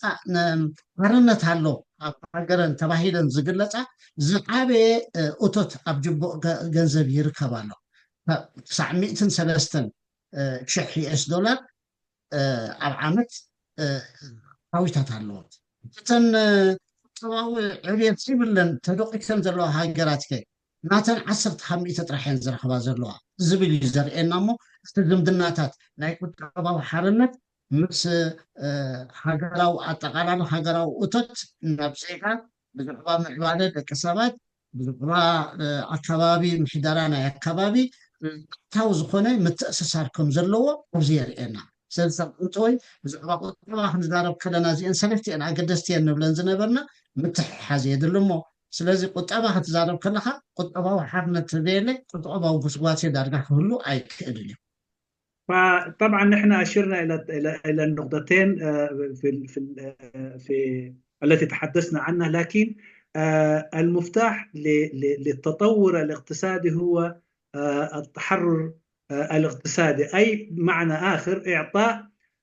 الأفراد الحرية لكي يفلحوا، لكي يتاجروا، لكي يعملوا فبالتالي كل الدول التي لها يعني اقتصاد حر أو تحرير، يعني التي حررت اقتصادها، نرى أنه دخل الفرد كما نراه هنا في أمامنا، أنه دخل الفرد تلقاه يعني مرتفع. فبالتالي بدون يعني اقتصاد حر لا يمكن هنالك أن يكون يعني نمو اقتصادي، وهذا يجب أن ندعه في الاعتبار. فبالتالي يجب أن يكون الارتباط بين يعني التحكم على الاقتصاد وبين الاقتصاد وتحرير الاقتصاد. فبالتالي الشيئين هذا عندما يرتبط هنالك يكون نمو بشري، هنالك يكون الدخل الإجمالي المحلي يكبر، وأيضا الدخل الفرد يكبر. ولكن هذا لا يمكن أن يتأتى دون اقتصاد حر أو تحرير الاقتصاد. ስለዚ ኤርትራ እንታይ ዓይነት ቁጠባዊ ስርዓት የድልያ ንዝብል ዝነበርና ማእከል ስሕበቱ ናይቲ ቁጠባዊ ስርዓትና ሲ ቁጠባዊ ሓርነት ዘረጋግፅ ክኸውን ክኽእል ኣለዎ እዩ። እሱ ከይረጋገፅካ ኣብ ጅቦካ ዝኣቱ መብዛሕትኡ ዜጋ ዝረብሓሉ ነገር ዋላ ሓንቲ ነገር የለን። ስለዚ ብሕማታ ነተኣሳስር ኣለና ምስ ተርእስቲ እንታይ እዩ ምርጫና ንዝብሎ ቁጠባዊ ስርዓትና ቁጠባዊ ሓርነት ዘውሕስ ክኸውን ኣለዎ። عليه هنا يعني من هنا ننتقل إلى نقطة أخرى. بعد أن رأينا هذه، ماذا كيف يجب أن يكون الاقتصاد الإريتري؟ الاقتصاد الإريتري إذا كان هو حيستفيد المواطن الإريتري، قبل كل شيء إنه الاقتصاد الإريتري أن يكون اقتصاد حر يحقق حرية السوق، وبالتالي هذه هي الطريقة الوحيدة اللي ممكن يستفيد منها المواطن الإريتري. ما لم يكن الاقتصاد حر فبالتالي لا يمكن هنالك نمو في الاقتصاد، وإذا لم يكن نمو في الاقتصاد فتأثر كل النمو التي ممكن أن نتحدث عنها، سواء كان النمو البشري أو الدخل السنوي للفرد. كل هذه سوف تكون يعني خبر فقط، وبالتالي لا يكون شيء من التطور ومن النمو ما لم يكن هنالك اقتصاد حر أو التحرر الاقتصادي. እዚ መበገሲ ጌርና ሕጂ ነቲ ኣብ ኤርትራ ዘሎ ሕጂ ኣብ እዋን እዚ ናይ 2023 2024 መለክዕታት እንዳገበርና ኣብ ኤርትራ ዘሎ ቁጠባዊ ስርዓት ከመይ ይግምገም ንዝብል ፍፅር ኢልና እዚኣ ቅልጥፍ ኢልና ክንቅንተዋ ኢና። እዚኦም እዮም እቶም መለክዕታት። 6 መለክዕታት ኣምፅእ ኣለኹ። በዞም 6 መለክዕታት እቲ ቁጠባ ናይ ኤርትራ ውሩብ እዩ። እንታይ እተን መለክዕታት? ዴሞክራቲክ ኢንዴክስ ትብላላ ኤርትራስ መበል 52 152 ካብ 167 እያ ውድቕቲ። ኢኮኖሚክ ፍሪዶም ኢልናዮ ቁጠባዊ ሓርነት መሰረት ይኹን ብሎ ፀኒሕና ኤርትራ ኣብ ሰዓት እዚ መበል ካብ ሃገራት ካብቲ መፅንዕቲ ዝኣተዋ 170 ካብ 175 ንርባዕተ ሃገራት ጥራሕ ትቕድም ኣብ ጭራ እያ ዘላ። ጂዲፒ ፐር ካፒታ ኣብ ጅባና ዝኣቱ ገንዘብ ምስ ተን 191 ሃገራት ክንወዳደር ከለና መበል 186 ኢና ዘለና ኣዝዩ ጭራ። ምምዕባል ዓቕሚ ሰብ ንጥዕናን ሕክምናን ንትምህርትን ገለን ዝምልከት ካብ 193 ሃገራት መበል 175 ጭራ። ኤንቫይሮንመንታል ፐርፎርማንስ ኢንዲኬተርስ 173 ካብ 179 ጭራ። እዚኣ ዩኒቨርሲቲ እያ BTI ትብል። እዛ BTI ሕጂ እንታይ ትገልፅ? ፖለቲካል ትራንስፎርሜሽን ኣብቲ ዓድኻሲ ኣካይድካ ዶ ካብ ክንደይ ተኻይዱ ንዝብል 0 192 ካብ 135 ሃርድ ላይን ኣውቶክራሲ ዘሎ ኣብ ኤርትራ ብለካ ኣሎ። ሃርድ ላይን ኣውቶክራሲ ማለት ቶታሊታርያን ከም ማለት ኩሉ ገባቲ እዩ ዝብል ዘሎ። ኢኮኖሚክ ትራንስፎርሜሽን ከ ቁጠባውቲ ትራንስፎርም ከመይ ጌርናዮ ካብ ክንደይ ተኻይድና ምስ ኣብ ዓለም ዘለዋ ሃገራት ኣብቲ መፅናዕቲ ዝኣተዋ 136 ካብ 137 ጭራ። እቲ ቁጠባናትና ከዓኒ ሪዲመንታሪ እዩ። ትራንስፎርም ክኾን ኣይኮነስ ሪዲመንታሪ ብጣዕሚ ንድሕሪት እንታይ ዝበሃል ድሑር ዝኾነ ቁጠባዊ ስርዓት እዩ እቲ ምሕደራ ናይ ሃገር ከ ምክንያቱ መንግስቲ እቲ ነቲ ቁጠባ ከዓ ይሰርሕ እንዲና ንብል ዘለና ምሕደራ ናይ ሃገር ከ እዛ ገቨርነንስ እዚኣ ኢንዴክስ ንሳ ከዓ 137 ካብ 137 ስለዚ ከም ጋቨርነንስ ፌይል ጌርካ ኢኻ እዩ ዝብል ናተይ ኣይኮነን እዚ ካብቶም ኢንዴክስ ገይሮም ቲንክ ታንክ ዝገበርዎ እዩ ስለዚ በዞም ኩሉ መለክዒታት እዚ ኣብ ኤርትራ ዘሎ ኣብ ጭራ ናይ ጭራሽ ጭራ እዩ ዘሎ اوكي الان بعد ان نظرنا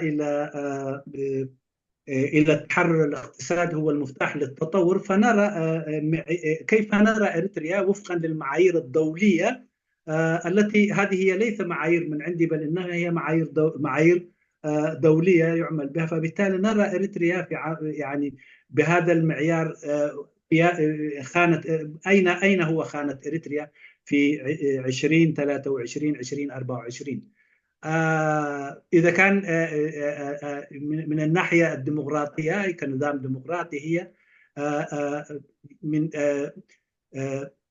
هي في الدرجة 152 من أصل 176 التحرر الاقتصادي هي في الدرجة 170 من 100 من أصل 175 الدخل الإجمالي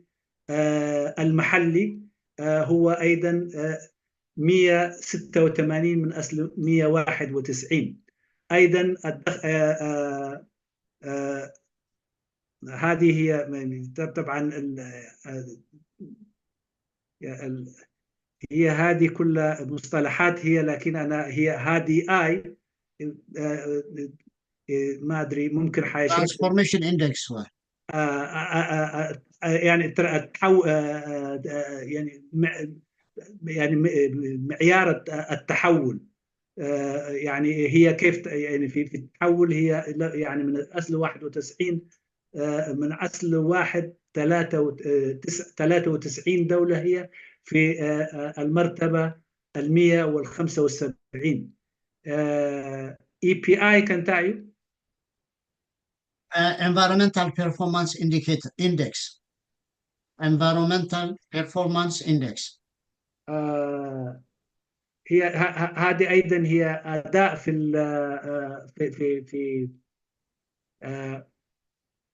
اقول environmental بيئة في البيئة اداء التحول في البيئه هي ايضا في المرتبه 135 من اصل 137 التحول السياسي هي في المرتبه 132 من اصل 137 التحول الاقتصادي هي يعني 136 من اصل 137 نظام الحكم تقريبا هو يعني نظام شمولي فهي 137 من اصل 137 هي في الحديد في النهايه هذا يؤدي الى انه هي دوله فاشله فهي هذه المعيار وهذه المعايير نرى اريتريا في كل هذه المعايير هي في المراتب الدنيا او في المراتب النهائيه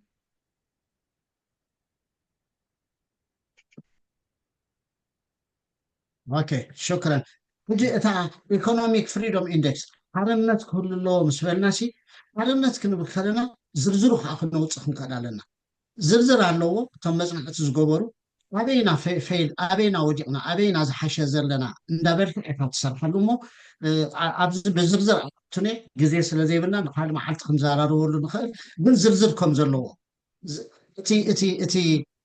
ዝምድናታት cause and effect አበይካ ስገበርካ ድሓርክካ ንዝብል ትሕግዘካ መተን ናብ ሶሉሽን ክትኸይድ እንተደኣ ደሊኻ እዚኦም ኣገደስቲ እዮም እታ ድሓረወይቲ ዘለካ ኣኒ ቢዝነስ ክትገብር ኣብ ኤርትራስ በቃ ዘይከኣል ምዃኑ ይገልፅ ኣሎ ናይ ወርልድ ባንክ ሪፖርት እዩ እዚ እውን ዝርዝራት ኣለዎ ኣበይ ኣበይ እዩ ዜሮ ዝረኸብናሉ ቦታ ኣሎ ሓደ ሰብሲ ኣብ ኤርትራ ቢዝነስ ክገብር እንተደልዩስ ኮንስትራክሽን ፐርሚት ንኣብነት ክሃንፅ ተደልዩስ ዜሮ የለን ሊቸንሳ የለን ትሃንፅ ኣይትኽእል ኢኻ ትበሃል ኣለኻ كو اندا بلا زرد اكاي سلاز ابينا فيل غيرنا صبحنا كو خن ارم تدلينا خي ابينا نرم صيد خاطر حافش اس اب اريترا وانين كتكايد ايتخليني خا كتبل ايتخليني خا اوكي نزي ان كلتين زرزراتكم زلو طرح قديسنا حنحلف. اوكي، انا هنا ايضا في مساله مؤشر حريه الاقتصاد واضع هنا يعني امامكم ايضا موجود. فبالتالي هنا طبعا في مؤشر حريه الاقتصاد اذا كان راينا انه ممكن ان نعرف اين نحن فشلنا واين هنا اين هي مشاكلنا من إطلاق حرية الأعمال والاستثمار. فبالتالي هنا يعني كل الأرقام تؤشر إلى أنه لا يوجد مؤشر يطمئن أو يكون حافز للاستثمار وإطلاق وانطلاق الأعمال الحرة. فبالتالي معرفتنا لهذه المسألة وقراءتنا لهذه المسألة ممكن أن تعطينا فكرة أين هي المشكلة، أين تقع المشكلة. فبالتالي غدا تسهل مهمة تصحيحها وإزالتها. الجمع عليكس كناتاتنا حما يزلمو لوط علنا ندينا نقول زلنا ايناي فيلوزوفي ناي قطبا إنا نختار እዚኣቶም ቶም ዓበይቲ ዝበሃሉ ናይ ቁጠባ ፊሎዞፈርስ እዮም ክኢላታት ሊቃውንቲ እዮም ስለዚ ምርጫ ኣብ ኤርትራ እዚ ዘለናይ ሕማቅ ካብ ኮነስ ኣበይና ንኸይድ ክንብል ተኮይና ኣብዚኦም ንመን ኢና ንኽተል ኢና ንብል ዘለና ማለት እዩ ንምጅማሩ ዝኣክል ኣዳም ስሚስ ናይ ቀደም እዩ ቅድሚ 300 ዓመት ዝነበረ እዩ ንሱ እዩ ብዕዳጋ ብቀረብን ጠለብን ዕዳጋ ክትምራሕ ዘለዋ መንግስቲ يكون كارثة إذا متأتتاو كجبر يبلون على عداقاسي لنفسه عندها محرارة تخيلها ولا تأجم تجات أما على ياتم محرارة جزء وصدر لا يكون بل تنتفي بالله سأزمان جست يدخل أطيبولون تنعطي كلت إنسترومنتس بلوكم زنوركم مونيتري بوليسي فيزيكال بوليسي فتشيمو خجبر يبلون يلوز أمن زنبرة زق مثلا استميت عمل زنبرة سلزخونة على أزراروا لزفير ኢኮኖሚክ ሲስተም ተባሂሉ ይጽዋዕ እዚኣ ሓንቲ ኣማራጺት ኣላትና ማለት እዩ ምርጫ ክንወስድ እቲ ኢኮኖሚክ ሲስተም ለዘፌር ኦኬ ፍሪ ማርኬት ኢኮኖሚ ለዘፌር ኢልና ንጽውዖ ስለዚ እንታይ ተፍሪ ከመይ ተፍሪ መን ከይህልኮት ዘፍረኻዮ ንዝብል ዕዳጋ ጥርሒ ዝውስኖ ውልቀ ሰባት ጥርሕም ዝውስኖ መንግስቲ ኢለ ምትእታው ክገብር የብሉን ዝብል እዩ እዚ ግን ናይ ቅድሚ 300 ዓመት ዝነበረ መበገሲ ብዛዕባ እዚ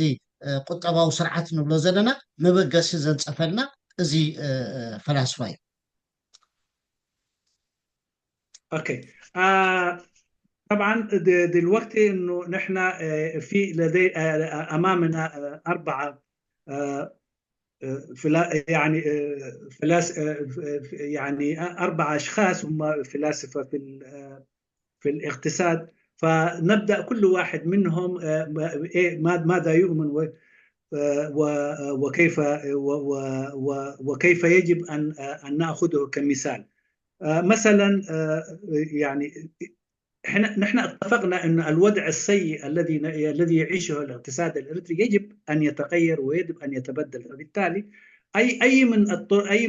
من الطرق الأربعة ممكن نحن أن نرى هو الأفضل. فبالتالي آدم سميث لو أخذناه هو فيلسوف اقتصادي كان قبل 300 سنة وهو يؤمن أنه السوق يجب أن يخضع للعرض والطلب فيجب أن لا تتدخل الحكومة سواء كان بالنقد المالية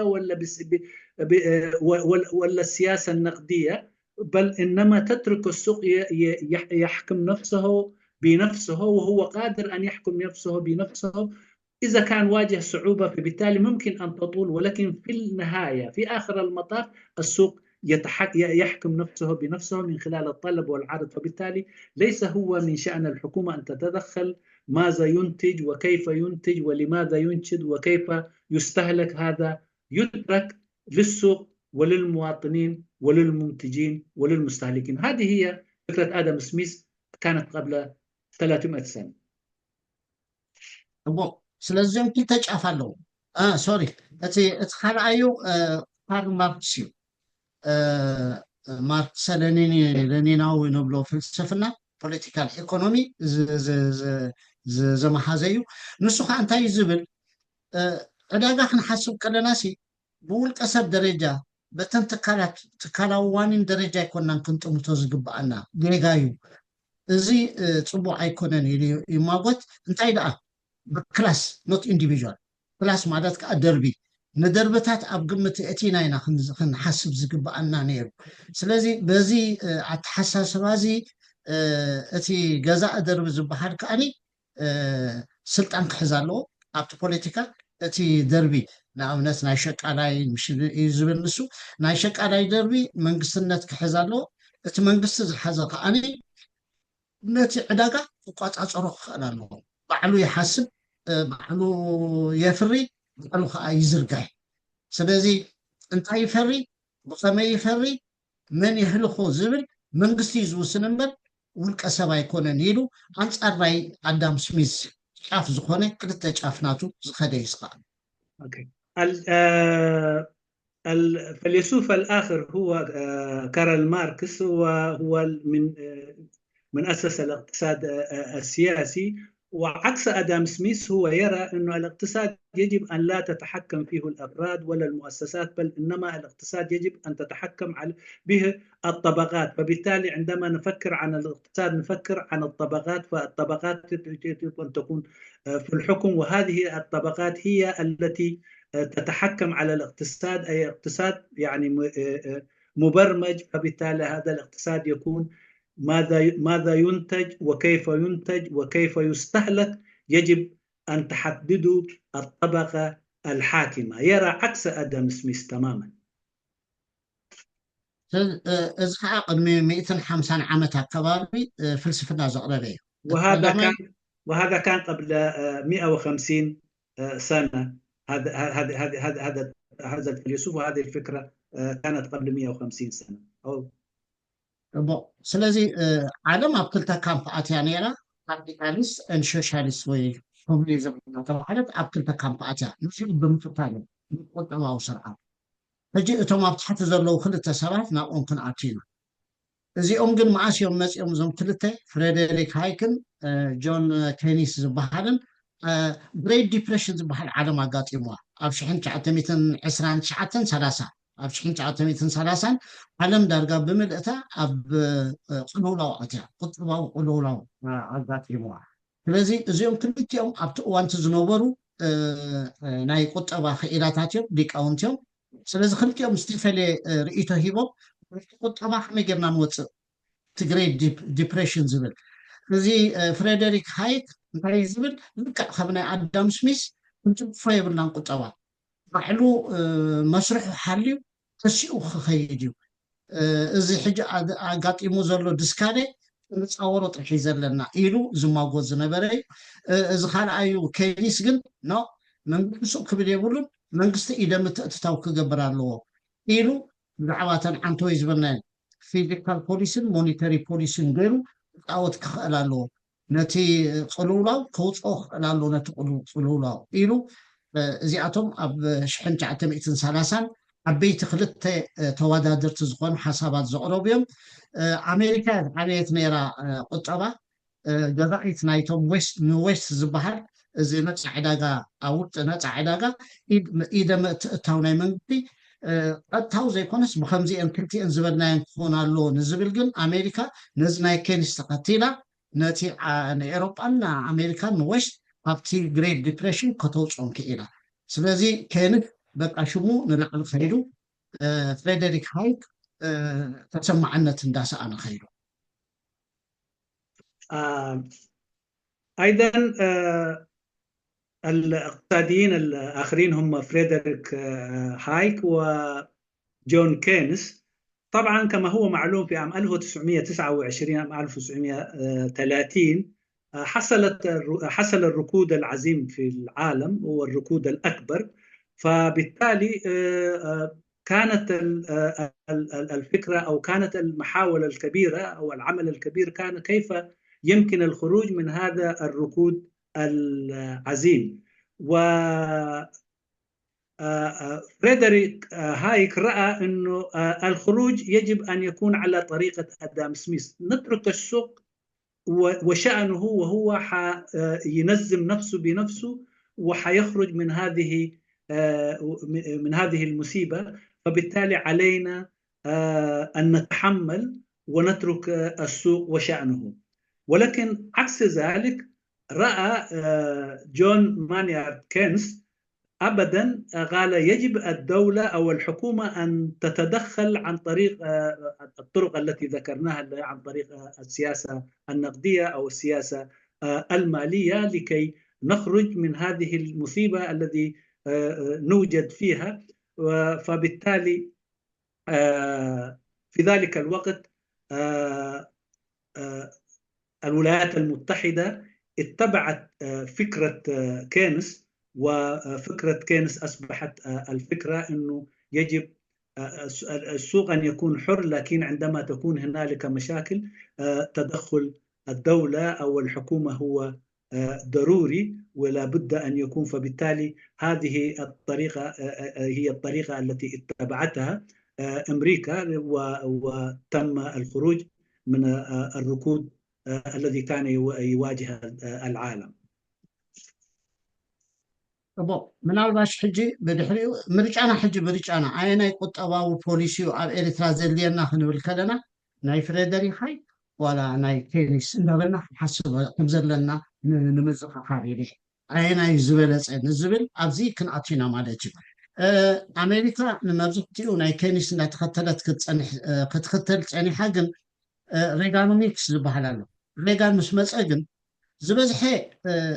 ቁጠባዊ ፅልውላው ኣጋጢሞም ነይሩ ኣብ ስርዓታት እዚ ናይ ኦይል ኤምባርጎ ምስተካየደ። ስለዚ ዝበዝሐ ክፋሉ ናይ ኬኒት እንዳተኸተለ ገለ ክፋሉ ከዓኒ ናይ ፍሬደሪክ ሃይክ ተኸቲሉ ሬጋን ነቲ ቁጠባ ግን ኣበራቢርዎ። ጆርጅ ዳብሊው ቡሽ ምስ መፅ ግን ንሬጋን ከረክቦ ኩሎ ቁጠባ ጣዋ ይቢልዎ፣ ናይ ፍሬደሪክ ሃይክ ዝያዳ ናብኡ ገፁ ክኸይድ ጀሚሩ። ስለዚ ነዚኦም ክልቲኦም እተን ፖለቲካ ፓርቲ ኣብ ስልጣን ክመፅእ ከለዋ ሕሪአን ይወስዳ እሞ ነቲ ቁጠባ ከምኡ እንዳገበረ ልዕሊ ታሕትን ክብል ንሪኦ። ስለዚ ናይዚኦም እዮም እቶም ቀንዲ እቲ መሰረት ናይቲ ፖለቲካ። ኣብ ውሽጡ ካልኦት ንኣሽቱ ኣለው፣ ንሎሚ ግን ኣብኡ ዲቴይል ኣይንኣቱን። ስለዚኦም ክልቲኦም እዮም ዓለም ዳርጋ ሕጂ ኣየናይ ምርጫ ኣየናይ ካት ስርዓተ ቁጠባ ትደሊ እንተይልካስ ኣብዞም ክልቲኦም ምውዳቕካ ኣይተርፈካን እዩ። طبعا هنا يمكننا أن نقول أن ما هي اختيارنا نحن كإريتريا أو كحكومة إريتريا من هذه الطرق الاثنين، أي طرق هو الذي يجب أن نختاره؟ ممكن أن نفكر بهذه الطريقة. فبالتالي نحن لو رأينا في السبعينات حدثت أنه هنالك أزمة اقتصادية في العالم، وكان في ذلك الوقت ريغان في الإدارة الأمريكية. فللخروج من المأزق الاقتصادي التي واجهه في عام 1970 بدأ يأخذ طريقة كينس في فترة، وفي فترة أخرى أيضا طريقة هايك. فبالتالي كانوا يستخدموا الطريقة الازدواجية بين الفلسفتين، فلسفة كينس وفلسفة هايك. فأيضا فهي هذه الطرق اليوم في عالمنا الموجودة هي ترك الاقتصاد حر من جانب، أو السوق أن ينظم نفسه، وأيضا في وقت ما أيضا التدخل الدولة أو الحكومة لكي تنظم وتأمن استقرار السوق. هذه هي الطريقتين المتبعتين. أحيانا تتبع بازدواجية، وأحيانا تتبع كل على حدة. ኣብዚ ሓንቲ ከምርዶ ገለ ዝወሰድኳ ካርል ማርክስ ከም ፊሎዞፈር 1989 ናቱ ተሓሳስባ ገኒኑ ነይሩ እዩ። ኣብ ብዙሓት ዝምዕበላ ዝነበራ ሃገራት ናብ ኮሙኒዝም ናብ ሶሻሊዝም ተለዊጠን ናይ ኤውሮጳ ሃገራት ከዓኒ ኣብ ትሕቲ ሶቪየት ሕብረት ዝነበራ ነይረን ኣብ 1989 ግን ኩለን ነቲ ፍልስፍና ናቱ ደርቤንኦም ክጅብኡ ሙሉዕን ኣብዚ ናይዞም ክልቲኦም ወይዘር ናይ ኤዘር ናይ ፍሬደሪክ ሃይክ ኦር ናይ ኬንያን ዝኸዳ ዘለዋ እሞ ኣብ 1989 ንድሓር እዚኦም ኣብቲ ዓለም ቀንዲ ተዋሳእቲ ከም ፊሎዞፈርስ ኮይኖም ዘለዉ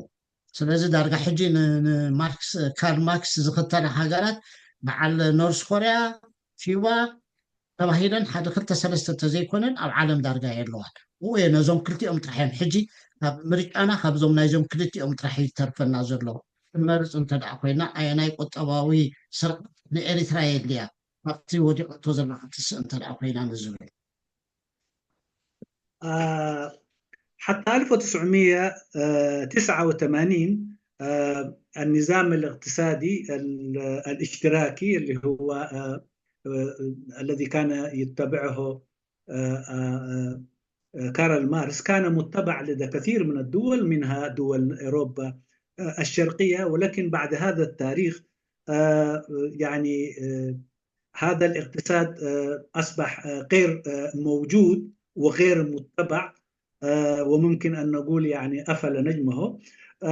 فما عدا أنه اليوم ممكن من يتبعوا النظام الاشتراكي أو النظام الذي كان الذي وضعه كارل ماركس ممكن جنوب شمال كوريا الشمالية وكيوبا ما تبقى حتى الدول الأوروبية التي كانت تدور في فلك الاتحاد السوفيتي أو ثم تتبع الاقتصاد الماركسي أو هذه الدول كلها تحولت وأصبحت تتبع النظام الاقتصادي الذي وضعه فريدريك هايك أو الذي وضعه جون كينز فنحن أيضا كإريتريين خيارنا سوف لا يخرج من هذا الخيارين اللي هو خيار الذي يرى أنه يجب أن تتدخل الدولة عند اللزوم وخيار الذي يرى أيضا أنه نترك السوق مهما كان الأمر أن ينظم نفسه بنفسه وأن يخرج من المشاكل التي تواجهه ونعطيه الوقت الكافي فهو كفيل بأن يخرج من هذا من المآزق الاقتصادية التي تواجهه فخيارنا هو أحد هذه الخيارين نزار استجاع عن ممعصاونا متجن أقدس نتوتات هالو تقيتنا مترح نحلف لحراب حتى متان كيلعب هذا التراديشنال ايكونوميك سيستمز بحالو ياتاوي ياتاوي نايك أدميو بياتا ببحري بلمدي خاتخدو سلازي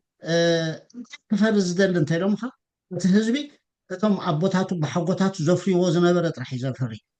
بخما يفر نزبل أبوتاتو بحقوتاتو بخما يجرو ميفريو نيرو نعات رح تختيلو يزخيد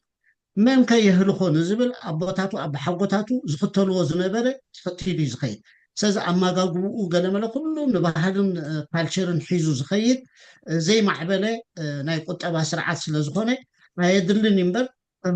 نزكارو جن أقداشيو نحناون فبرتسب نزبط حقوق فالناتنا أبدت أرزنبر زي traditional economic system يزلومو ونمقولن عيزل النمبر فنزلنوجن recognize نقبرو نحو تقبلنا تحت مساء نزلينا زي أحانتي تاخل ايتي اسلاميك ايكونوميك موديل كازو بحالالو اسلاميك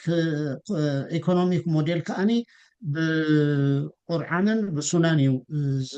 زمرح سلازي نعود تختيلنا إنا خنسرح زلنا زبليو زيادة نزز معبلو بعد بروفيسور حسن أسكار أب ناي جورجيا واشنطن يونيفرسيتي بزح مصنعتي غيرو زصنعيو كم حدا قطباوي سرعتون يريو أمود داتا مبزحتي أن زن بحيمانة تأساسر سلازخوني تناتو فايندينغ سنتايزر إيكا زن حيمانة مسلمنا زتتلا منزلت نساتنسي نتناي مسلم ايكونوميك موديل اي خطلون على زبل بتناتو ملكعي تنقدموت 25 سي هابز ويست بتناي ناي اسلاميك ايكونوميك سيستم زبحالسي زياده تستوقو زلوو تن ويست يقتلو وقتن تي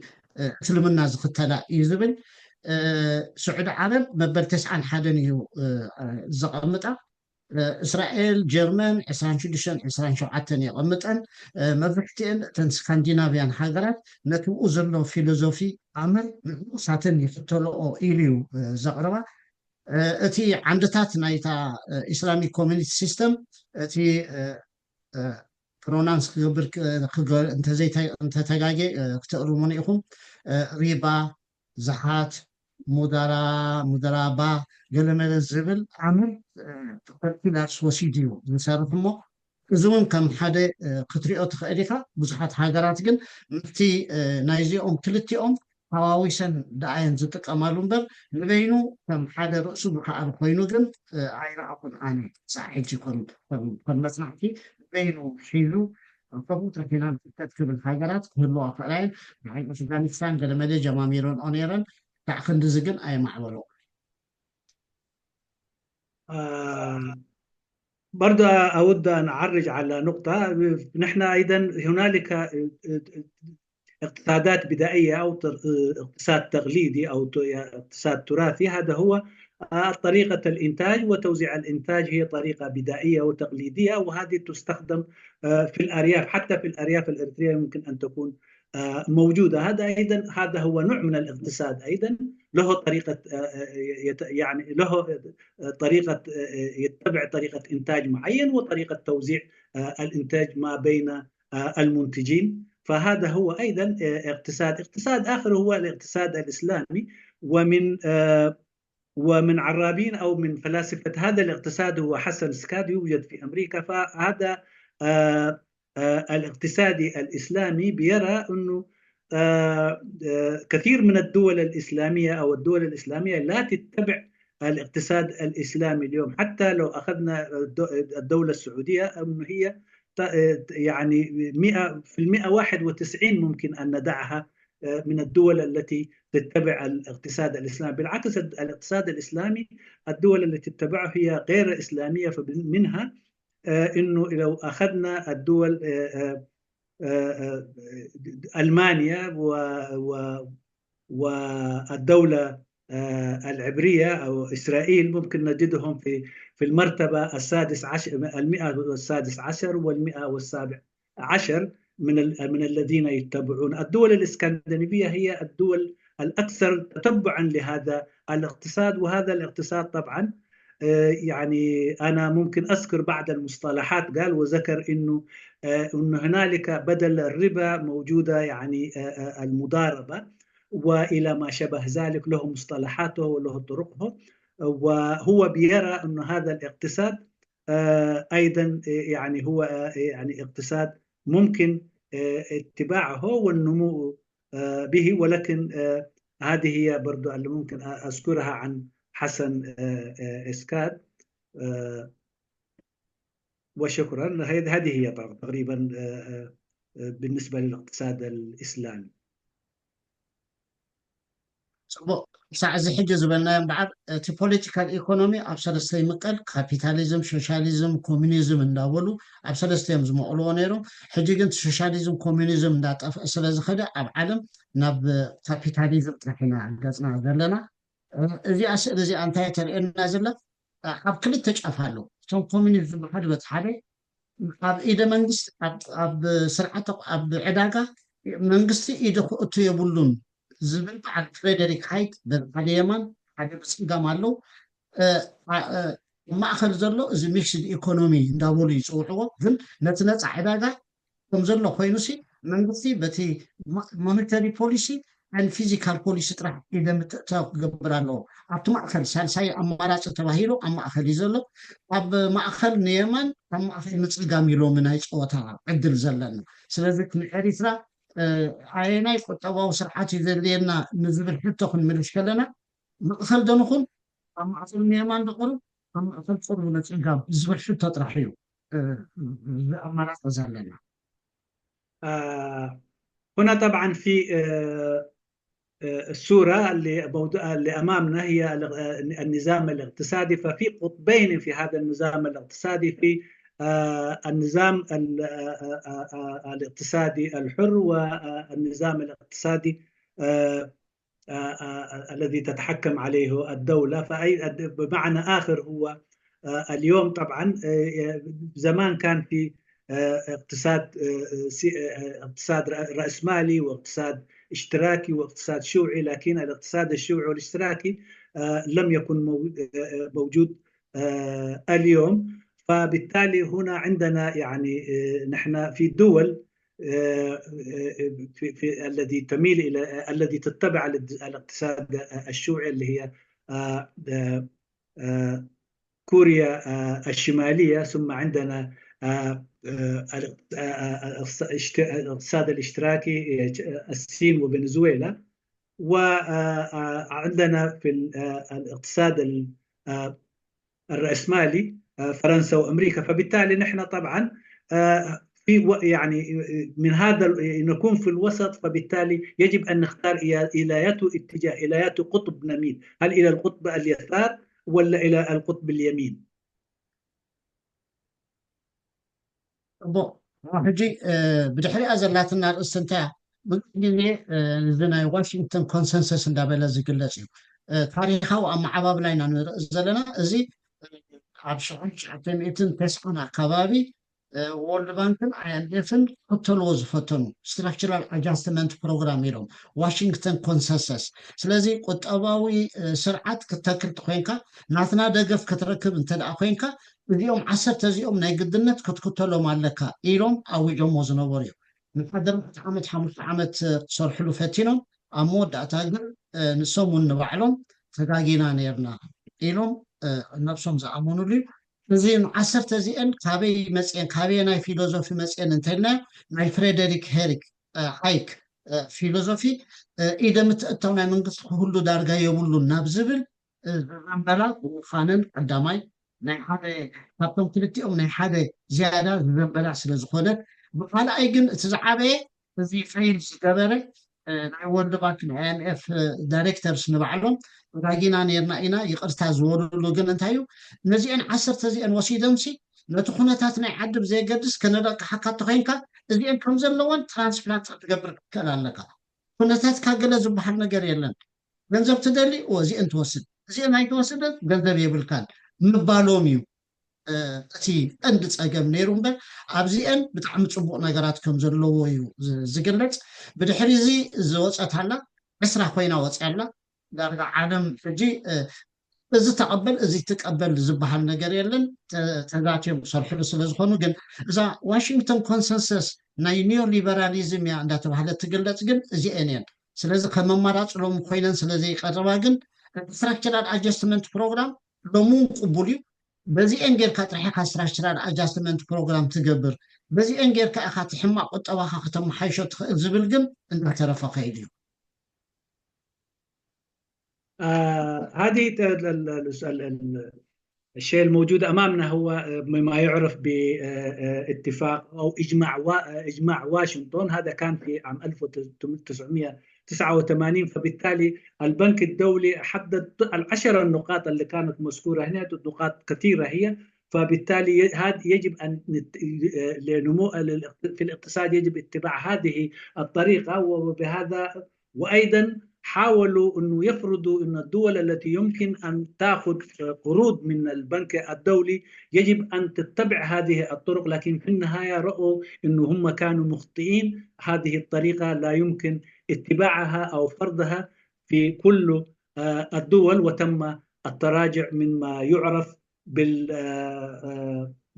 بإجماع واشنطن. ዘን ኢስት ኤሽያን ኢኮኖሚክ ሞዴል ዝበሃል ኣሎ። ሕጂ ስትራቴጂው ኢኮኖሚክ ሞዴል እናበለና ንፅውዖ ሲስተም ኣይኮነን። እንተን ተጠቂመን ከም ስትራቴጂ ንምዕወት ተጠቅማሉ ዘን ኢስት ኤሽያን ኢኮኖሚክ ሞዴል ዝበሃል ንሕና ከም ኤሪትራ እዚ ኩነታትና ወዲቕና ኢና ዘለና ሞ ነመሓይሸ እንተደኣ ኮይና ከም ኣብነት ኮይነን እዚአን ከገልግላና ይኽእላ ዶ ንዝብል ናብኡ ክንኣቱ ምርጫ ንገብር ስለ ዘለና ኣየናይ ቁጠባዊ ስርዓት እዩ ንዝብል እዚአን ዝተጠቕማሉ ሞዴል እንታይ እዩ መቅድምኩም ትፈልጦ መንግስቲ ኢደ ምትእትታው ኣብ መንግስቲ ብዙሕን ተጠቒመን ስለዚ ኢዱስ ኣፀቢቑ የእቲ እዩ ግን ቀጥታዊ ይኮነን ባዕሉ ፋብሪካታት ብምትካል ነቲ ብሕታዊ ክፋል ቁጠባዊ ሓርነት ከልኪሉ ኣይኮነን ነቲ ብሕታዊ ክፋል ደገፍ እንዳሃባ ዓይነት ደገፍ እንዳሃባ ነቲ ቁጠባ ከም ዝበራበር ገይሩ ኣለዎ ብሓነ ንሰን እውን ኢንቨስትመንት ይገብራ ንኣብነት ኣብ እቲ ናይ ተኽእሎ ዕብየት ኢለን ዘጋጥ ዝሓሰብኦ ንኣብነት ጃፓን ካብዚኣተን ተወሲድክናሲ ታይዋን እንተ ደኣ ወሲድካ ኣብ ሴሚኮንዳክተር ኣብ ኤሌክትሮኒክስ ኣብ ገለያ ኮርያ እንተ ደኣ ወሲድካ ኣብ ኣውቶሞቢል ኣብ ቱሪዝም ኣብ ኮንስትራክሽን እንዳበለት ሕጂ ነቲ ዘገልግሎ ነቲ ሓብያ ገይረኖ ኣብዚ ክንምዕብል ኢና ዝበላ ግን ዓይነት ደገፍ ይገብራ ኣሎ ሃይሊ ሰብ ኣሰልጢነን ከም ዝሰርሕ ይገብራ ናይ ገንዘብ ልቃሕ ከም ዝረኽቡ ይገብሮም እቶም ኣብቲንሰን ናይ ዕብየት ጎደና እዩ ኣብቲ ሮድማፕ ዝገበሮ ኣብኡ ተሳተፍቲ ኮይንካ ደገፍ ናይ መንግስቲ ኣለካ ነፃ ኢኻ ኣብኡ ወፃ እውን ትሰርሕ ትኽእል ኢኻ ወፃ እንተ ደኣ ኮይንካ ናይ መንግስቲ ደገፍ ኣይትረክብን ስለዚ እዚ ኢንዳይሬክት ኢንተርቬንሽን ኢና ንብሎ ብቐጥታ መንግስቲ ባዕሉ ኣውፊሩ ኣይሰርሕን እዩ ኣየፍርን እዩ ነተን ዘፍርየን ነተን ከተባብዐን ዝደሊ ግን ኩሉ ዓይነት መተባብዒ ይገብረለን ሕጂ እተን ዓድታት ሲንጋፖር ሳውስ ኮርያ ታይዋን ሃንኮንግ እንደንዘን ኢስት ኤሽያን ታይገርስ ንብለን ኩለን ዝተፈላለየ ሞዴልን ተጠቒመን ግን እቲ ሓሳባት ግን እንታይ እዩ መንግስቲ ግን ጠቢቑ ኢዱን እግሩን ኣዋእትዩ ብቐጥታ ዘይኮነ ግን ነቶም ዝሰርሑ ዘለው ጥራሕ እንዳተባብዐ ንዕኦም ዘድሊ ኩሉ ነገራት እንዳገበረ ግን ነቲ ቁጠባ ኣፀቢቑ ከም ዝዘልል ገይርዎ ዝላ ከም ዘምፅእ ገይርዎ ኣብ ስለዚ ኢንዳስትሪያል ፖሊሲ ዝብል ትሬድ ፖሊሲ ዝብል እንዳውፁ ነቲ ቁጠባ ኣፀቢቑ ከም ዝምህር ከም ዝዓቢ ኣብ ዝሓፀረ ግዜ ልዑል ዝኾነ ደረጃ ቁጠባዊ ዕብየት ንምምፅእ ዝኽኣሉ ኣናብር ድራጎንስ ተባሂሎም ዝፅውዑ እዚኣቶም ኣርባዕቲኦም ሃገራት እዮም أيضا هنالك يعني اقتصاد دول شرق آسيا ليس هو نظام اقتصاد بل إنما هو نموذج دول ممكن تسميته نموذج شرق آسيا هذا هو يعني فيه تدخل حكومي أو تدخل الدولة ولكن هذا التدخل هو إيجابي وليس هو أيضا تدخل مباشر بل إنما التدخل عن طريق إعطاء حوافز فبالتالي لو رأينا أن هذه الدول هي سنغافورة وتايوان وجنوب كوريا الجنوبية وهونغ كونغ هذا النموذج هو نموذج اليوم نراه ويعرف بنموذج دول نمور آسيا لأنه يعني انطلاق واضح بالاقتصاد هذه الدول ولكن هذه الدول تتدخل ولكن تدخلها هو من خلال إعطاء قروض تدخلها من خلال خلق فرص تدخلها هو من خلال إعطاء حوافز فهذه تدخل الدولة بنراه هي تدخل إيجابية وليس هي تدخل مباشر بل إنما تدخل غير مباشر من خلال خلق فرص وإعطاء قروض وتشجيع والتهيئ لكل ما يلزم لانطلاق السوق الحر. ስለዚ ነዚ ቁጠባ ከመይ ገይሩ ይዓቢ ብኢድ ኣዙር ኢንዳይሬክት ንብሎ ዘለና ሲንጋፖር ኢኮኖሚክ ዴቨሎፕመንት ቦርድ ዝበሃል ጌራ ከም ሓደ ኢንስቲትዩሽን ጌራ ነቲ ቁጠባ ከመይ ክኸይድ ከም ዘለዎ ክምዕብል ከም ዘለዎ ትሰርሕ ሳውስ ኮርያ ሚኒስትሪ ኦፍ ትሬድ ኤንድ ኢንዳስትሪ ኤንድ ኤነርጂ ዝብል ጌራ ንዕኡ ሓላፍነት ሂባቶ ነቲ ቁጠባ ከመይ ገይሩ ካብ ዘለዎ ናህሪ የምፅእ ታይዋን እንተ ደኣ ርኢናያ ከምኡ ዝብል ዳርጋ የብላ ንሳ ኣብ ናእሽቱ እያ ዝያዳ ትሰርሕ እተን ሆንግ ኮንግ ኣለዋ እንታይ ዝበሃል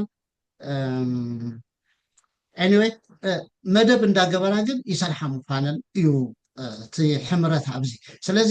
ካብቲ ናይ ኬኒስ ከዓ እንታይ ዝፈልዮ ኬኒስ በተን ክልቲአን ምትእትታው ጥራሕ ሞኒተሪንግ ፊዚካል ፖሊሲን ጌርካ ጥራሕ ነቲ ቁጠባ ከተቋፃፀሮ ከተማዕብሎ ፍትን ንዝብል ዝነበረ እዚኣትን ግን ኢኮኖሚክ ፕላኒንግ ጌርካ ተወሳኺ ብዘይ ክልቲኡ ኢኮኖሚክ ፕላኒንግ ጌርካ እውን ስራሕ ክትከኣል ኣለካ ኢለን ነቲ ቁጠባ ዘምፅኦ እዩ እዚአን ስለምንታይ ሚራክል እንዳተባህላ ዝግለፃ እቲ ቁጠባ ናተን ትሑት እንዲ ነይሩ ከም ኣፍሪቃ ማዕረ ኣፍሪቃ እየን ነይረን ኣብ 1960 ኣከባቢ ኣብ ውሽጢ 10 ዓመት ኣብ ነፍሲ ወከፍ 10 ዓመት ነቲ ቁጠባ ዕፅፍ እንዳገበርኦ መፅአን ብድሕሪኡ ዘሎ 10 ዓመት ዕፅፍ ገይረንኦ ብድሕሪኡ ዘሎ ዕፅፍ እንዳገበርኦ ኸይደን ስለዚ ኣብ ውሽጢ 10 ዓመት ነቲ ቁጠባዊ ዕብየት ዕፅፍ እንዳገበራ ክኸዳ ክኢለን ሕጂ እሞ እንታይ ሚራክል ዘብለን ደኣኒ ዕፅፍ ብምግባርን ንብል ኣለና ምሽ ኣሜሪካ 35 ዓመት ወሲዱላ ነቲ ቁጠባኣ ካብቲ ዝነበረቶ ዕፅፍ ክትገብር ዓዲ እንግሊዝ ዩኬ 30 ዓመት ወሲዱላ ሓደን 30 ሓደን 35 ዓመት እዚአን ግን ንኣሜሪካን እንግሊዝን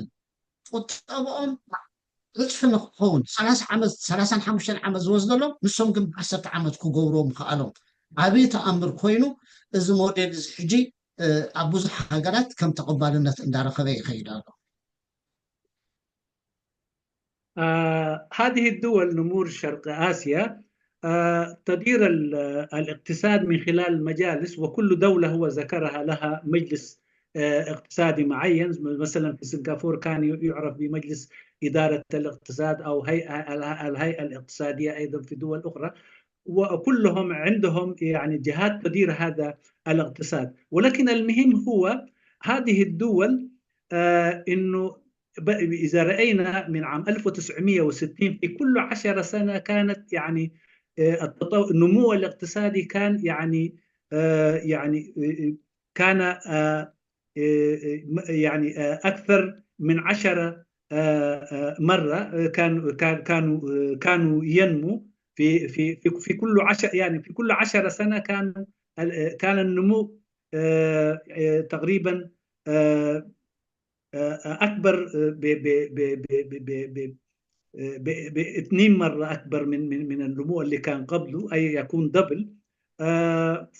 وهم طبعا كيف حصل هذا التطور الرهيب لأنه لو رأينا أنه أمريكا يمكن في كل 35 سنة بريطانيا أيضا في كل 30 سنة أو ممكن الرقم بيختلف منهم 30 ومنهم 35 لا أدري أنا فالنمو عندما يقاس ولكن هذه الدول كان يقاس نموها في كل 10 سنة كان وثبة يعني كبيرة وكيف تم هذا ليس باتباع طريقة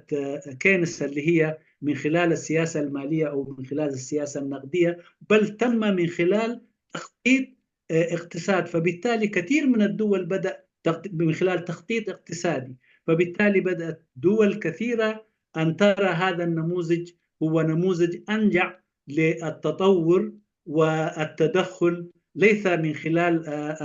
السياسة المالية أو السياسة النقدية بل من خلال تخطيط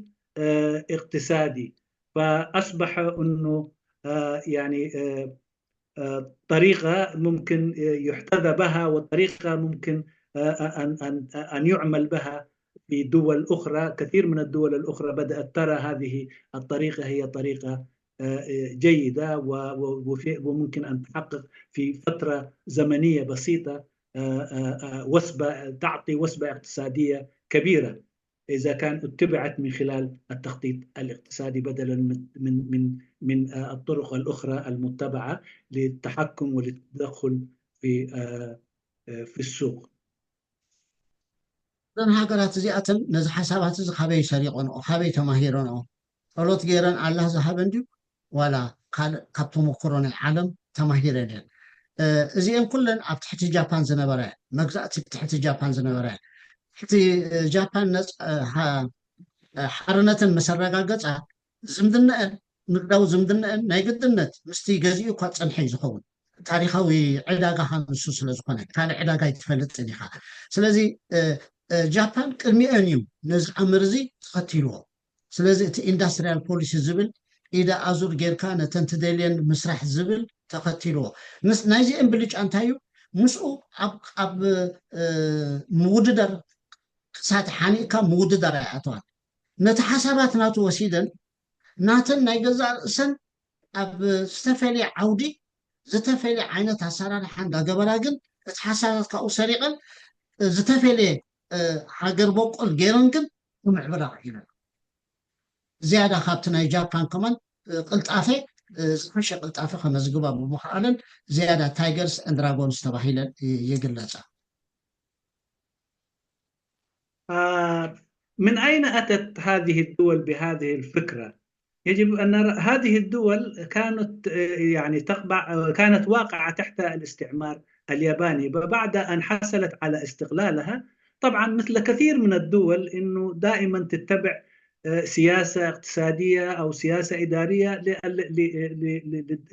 للدولة التي كانت تستعمرها، فبالتالي هم اتبعوا هذه السياسة سياسة التخطيط الاقتصادي من اليابانيين، ولكن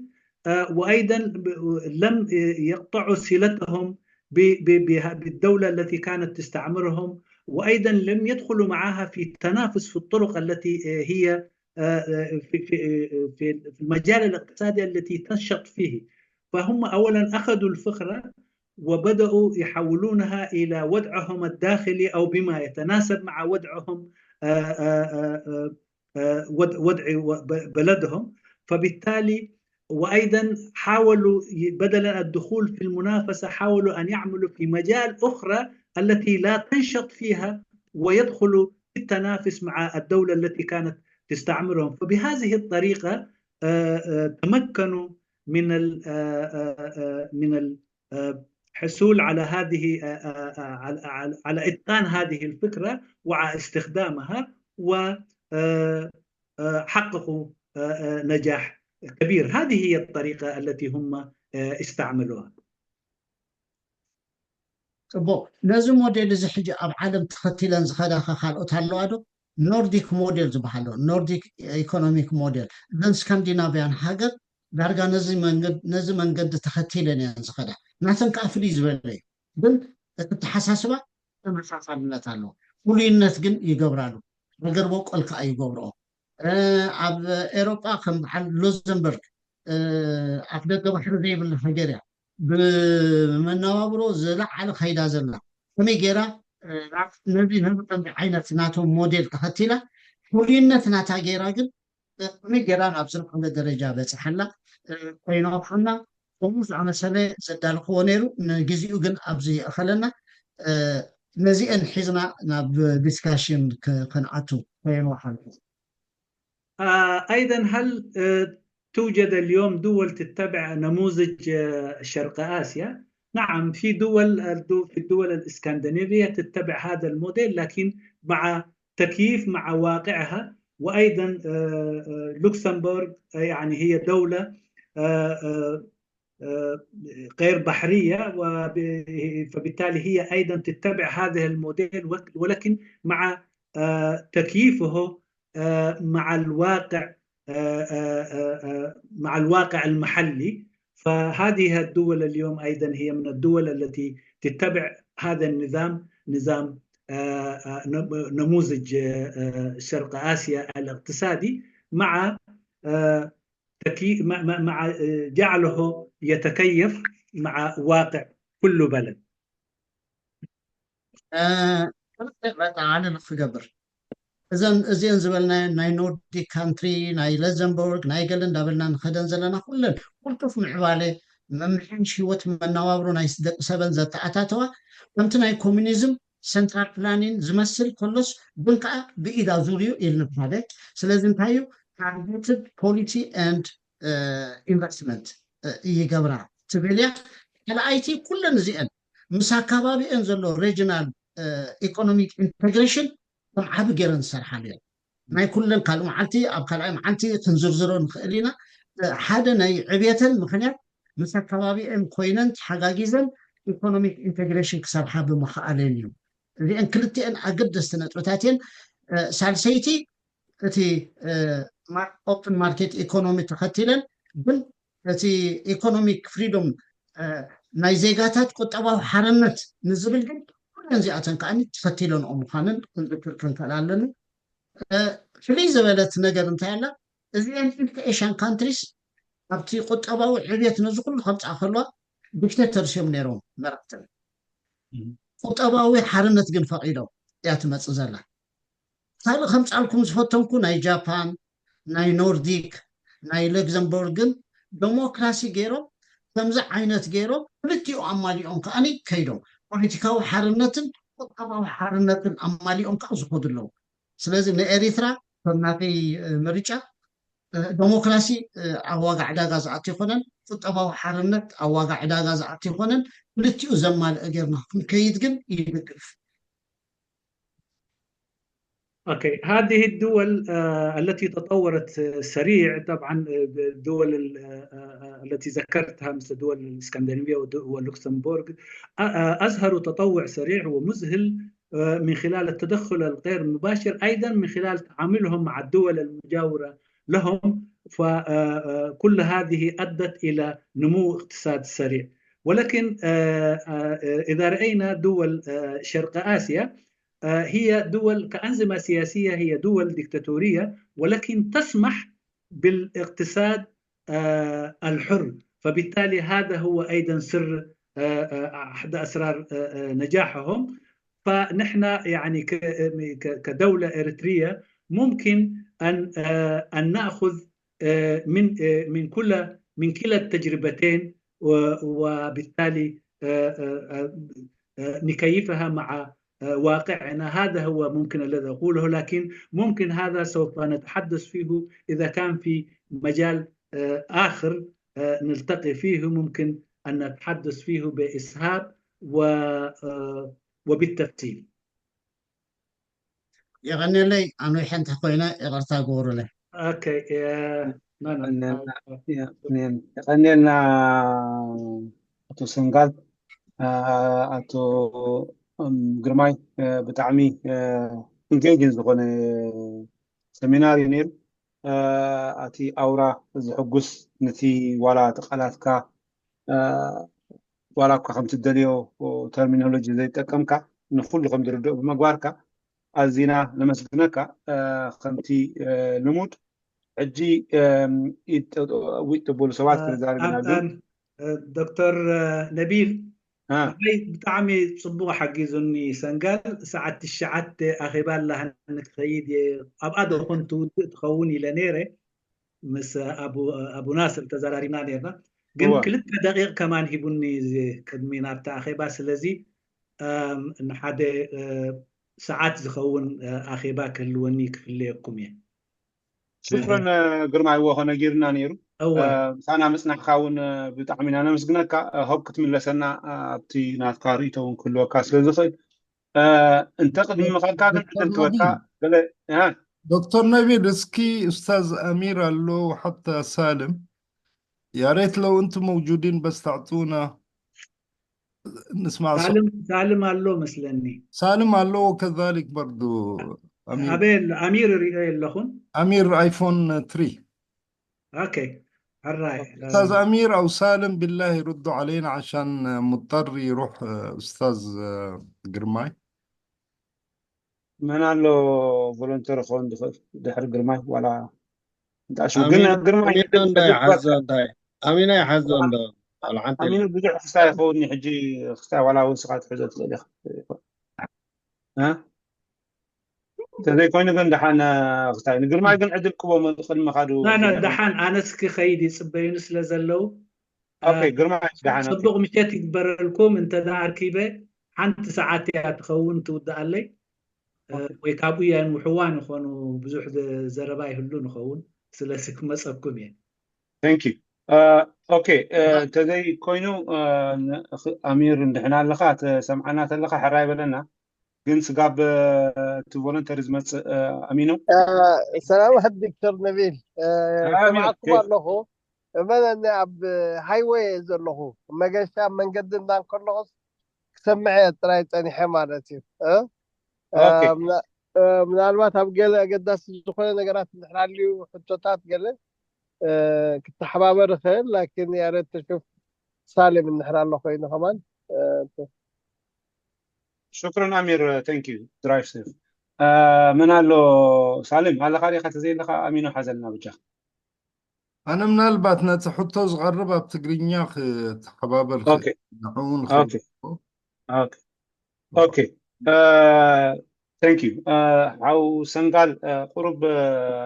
كم تقول كوت وبوغندي تقاب إيدهم على لو خلتلو جن أفتي ناي قالال صحة كمزي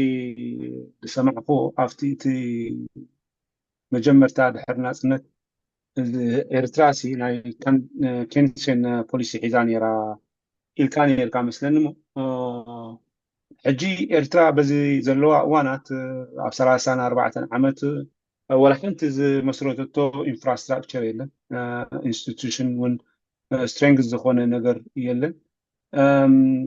حجي تي زخون دلو أزناي موديل كمتي حيزاتو زنبرت جامرا جميرة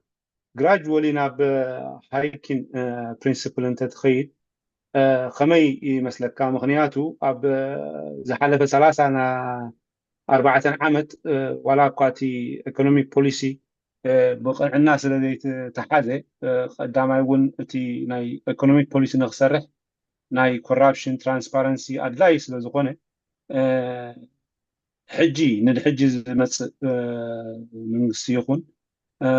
ولا سرعات انترا غير كوينسي كما يجرون مستي زلو infrastructure تكل كنترا يخلني ناب هايكين مغنياتو private sector سنتي infrastructure كتخلال كخلوها بفلا حدا infrastructure energy water قلمنتات كون كله نتي دخا هزبقا معلت هزبنا بخلو exploit progress لزخلاسي كما يكامي شورتي دخا خي وسع دي وسع economic principle قبر economic model كنت خمزة خدمة جلسة أنا حاول أب ناي إيست إيشيا بوزحات دخاتات علوهم بوزح corruption ون challenge جيرومي نوع حالفهم كابد خودسي أبي سغا ناتكا بناتكا قمس نابي تتأمد نحاش هايبريد متكاملو يحشنا جن كمت عنتو يزولكو تي transparency and careful planning which كمون انت أشمو خلو نالو zero corruption انتاي من مغر كاين زمس حدش governance وي مرحنا منغستي يغني لي دكتور لك على أقداسيو أنا نتايم بولكم مجمريا كلنا انت نبي له هالوت يا مصنع عملنا هالوت انترناشونال ثينك تانك مصنع عملنا نفنا خم إريتراويان قدم أبتنسو مصنع عملنا زلو تبراو مربدا نفكر زلن فاينش معاني قدامين أنا أنت ريكومنديشن تهابكوت حدا ريكومنديشن تهابي أمود داتا إريترا تكبر هيك إلي زي مردات رايحين نفكر سلذي زي أتقدميتها معناها تعنتو إذا يزنوركو أنا حدا ديمقراطي قطباو عبيت بحبر كخدلو الكونتات كتفتر مثل أخوينكو هذا ديمقراطيكو حبراو مرددا فتيركا تسانيخا كتصنح كتكأر لك بس أنت زي تمتعجن تقطباو عبيت زبحلون كمتعي كلي سلذي أنتي مبولكو أنا كم ناتي ناي ولكي ناي بيني بصح ترقم كله يكألنيو تيج كان أسمعهم زهابنا معمول زخونة تنتانات علمو وفينا معقو تذاتينا the cause and effect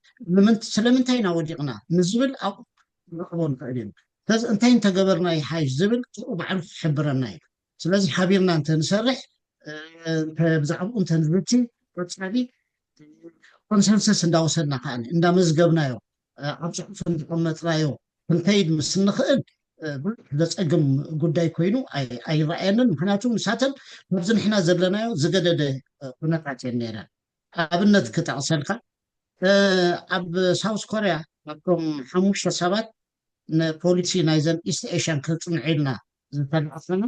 ካብኣቶም ነይረ ኢለካ እንዴ ኣብ ዝኸድናሉ እዋን ኣብ መን ተቐቢሉና ብሚኒስተራት ደረጃ ስለ ዝነበሩ ሓጎስ ክሻ ከዓኒ ናይ ሲኤፍዲጄ ናይ ቁጠባ ሓላፊ ስለ ዝነበረ ምሳና ነይሩ ባንኪሙን እዚ ናይ ዩናይትድ ኔሽን ጀነራል ሰክረታሪ ድሓር ዝኾነ ንሱ እዩ ተቐቢሉና ንምሸቱ ድራር ጋቢዙና ኣብ ዓብ ሆቴል እንታይ ኢሉና ኣነ ተምሃራይ ከለኹስ ኢሉ ኣነ ተምሃራይ ከለኹ እዚ ትሪእዎ ዘለኹም ምዕባለ ይመፂኖ ዓብ ምዕባለ እዮም ገይሮም እዚ ትሪእዎ ዘለኹም ምዕባለ ሲ ውሽ 35 ዓመት ይመፂ ኣነ ተምሃራይ ከለኹሲ ሃይ ስኩል ከለኹስ ሰብ ይበልዖ ተባሂሉ እዩ ዝግለፅ ነይሩ ህድራናሲ ሰብ ከይሓዝካ ከይትንቀሳቀሱ እዮም ዝብሉ ክብልዑ ከ ዝብላዕ ተሳኢኑ ሰብሲ ሰብ ንሰብ ተሓቢኡ ይበልዕ ነይሩ ተባሂሉ ዝግለፀሉ ዝነበረ እዩ ኣነ ሃይ ስኩል ከለኹ ሳእኒ ነበረትንን ኣቦይ ግን ሓንቲ ሳእኒ ገዚኡለይሲ ከይትውድኣኒ ደስ ኣብ ገዛ ምስ ኣቐመጥኳስ ድሓር ፀቢባትኒ ሕጂ ገዛይ ክጋብዘኩም እሞ ክትሪእዋ ኩማኡስ ከም ኣንቲ ኮይና ኣቐሚጠ ያሉ ከይሉ ከምዚ ሓሊፎም እዮም ኣብ ውሽጢ 30 ዓመት ተቐምር ዝኾነ ስራሕ ሰሪሖም ስለዚ ምንም ኣይነበሮምን ባህርያዊ ሃብቲ ዝበሃላ ዘን ኤሽያን ካንትሪስ የብለንን ንሕና ግዳ ኤሪትራ መዓት ሪሶርስ ዘለና መዓት ኣብ ደገ ዲያስፖራ ከይዱ ዘሎ ሬሚተንስ ክንረክብ ንኽእል ሃገር እንተ ደኣ ኣዋዳዲረዮ ነብሰይ ምዘን ናይ ኤሽያን ታይገርስ ዝበሃላ ዘሎ ዋላ ዝለኦሲ ንሕና ፀቢቕና ዝሓሸ መንጠሪ ባይታ ዘለና ኮይኑ ስማዕኒ እሞ ኣነ ከም ዓብዪ ቻለንጅ ኣይረኣየንን ምሕደራ ሃቢርና ምርድዳእ ግን ወሳኒ እዩ ተናዳዲ ኣዘይ ከይትካ ኣብ መወዳእታ ዕንክልል ኮይንካ ንተበለስቲ ጥራሕካ ተዓዲ ሂብካ ትተርፍ እዚአን እንተን ምናልባሽ ናይ መጨረሽታ ኣብ ኤሪትራ ኣብ 94 ዝተሓንፀፀ ማክሮፖሊስ ኣሎ እቲ ማክሮፖሊሲ ኣነ ብወገነይ ሕጂ ዘለኒ ሬቪው ክኸውን ኣሎ ሬቪው ክኸውን ዘይብሉ ነገር 30 ዓመት ዝተሰርሐስ ሎሚ ብኡ ኢና ንኸይድ ዝብል ፅሉል ጥራሕ ክኸውን ክኽእል ኣሎ ከም መበገሲ ኮይኑ ከኺደና ዝኽእል ምዚ ኩሉ ተመክሮታት ናይ ዓለም ኣብ ግምት እንዳእተና ንዕኡ ከም ምንፃፍ ጌርና ንዕኡ እንዳመሓየሽናዮ እንዳተዓራረናዮ ግን ትንተይድ ከዓኒ ኣድቫንቴጅ ከዓ ዝሃበና ኮይኑ ከዓ ይስምዓኒ ስለዚ እዞም ድምር ናይዞም ኩሎም እዚኦም ሲ ምንም ብዙሕ ዘፀግመና ኮይኑ ኣይስምዓንን ሓደ ካብቲ ዝዓበየ ፀገም ናትና እንታይ እዩ ኮይኑ ዝረኣየኒ ዝቕባብ ኣለዋ ዕዳ ኣለዋ ዕዳ ናይ መንግስቲ ብጣዕሚ ብዙሕ እዩ ዘሎ ካብ ውሽጢ ባንክታትን ናይ ደገን ሕጂ ምስ ሕብረተሰብ ዓለም ተሰማሚዕና ነዚ ዕዳ ዝስረዘሉ ኩነታት ንምግባር ብቕዓት ናይ ሰባት ብቕዓት ናይ ዲፕሎማሲ ብቕዓት ናይ ኩሉ የድልየና ካብ ኩሉ ከዓኒ ኣብ መወዳእታ ከዓኒ ተስፋ ዘለዎ ኣሰራርሓ ተስፋ ዘለዎ ኣካይዳ እንተዳርዮም ሳቶም እውን ከተባብዑ ካኢሎም ፍርጥነትን ካልኦት ሃገራት ዝገበሩለን ናይ ዴት ሪሊፍ ዝበሃል መስርሕ ኣሎ ንዕኡ ተኸቲልና ግን ክንከይድ ክንክእል ኣለና ካብ ሎሚ ግን ክንፈልጦ ክንክእል ኣለና ዕዳኻ ስኢሉ ዝስርዘልካ የለን ፓሪስ ክለብ ዝበሃል ኣሎ ካልእ ዓይነት መንገድታት ኣሎ ንኩሎም ነዚኦም ሲ ከመይ ጌርካ ኢኻ ከመይ ጌርካ ዕዳ ተሰርዞ ከመይ ጌርካ ሓድሽ ደገፍ ትረክብ ዝብል ብዙሕ ነገራት ኣሎ ዩናይትድ ኔሽን ንባዕላ ኤልሲዲ the least developed countries ከመይ ጌረን ይወፃ ብዝብል ኣብ 10 ዓመት ትገብሮ ኣለዋ ንዕኡ መሰረት ጌራ ሚሌኒየም ዲቨሎፕመንት ጎል ዝበሃል ነይሩ which is sustainable development goal ዝበሃል ኣሎ እተን ለገስቲ ሃገራት ንሳስተይናብል ዲቨሎፕመንት ጎል ጥራሒና ንሕግዝ ኢለን ምስተን ሊስት ዲቨሎፕድ ካንትሪስ ተሰማሚዐን እየን ዘለዋ ስለዚ ናትካ ሒዝካ እንተመፂኻ ሎሚ ብዙሕ ሃብቲ ዕዳጋ ርክብ ኣይትኽእልን ኢኻ ዓድኻ ከም ዝለኣኸተካ ዘይኮነስ ዕዳጋ ከም ዝፀንሓካ እዩ ከመይ ጌርና ንዕኡ ከዓኒ ኣብቲ መደብና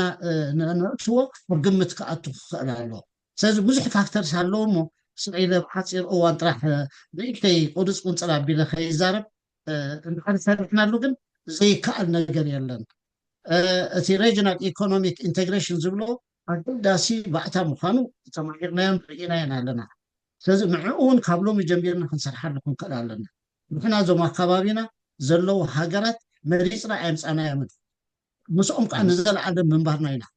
ፈቲና ፀሊእና ምስኦም ተሰማሚዕና ጥራሒና ክንከይድ ንኽእል ስለዚ ህዝቢ ንህዝቢ ዲፕሎማሲ ምስ ኩለን እየ ዝብል ዘለኹ ብየማን ይሃለዋ ብፀጋም ብቅድሚት ይሃለዋ ብድሕሪት ምስ ኩለን ኣብ ሓቢርና ጥራሒና ክንምዕብል ንኽእል ዊን ዊን ሲትዌሽን ኩልና ካብቲ ዘለና ዓዘቕቲ ክንወፅእ التحساسات صنحة معه لويتنا هبناي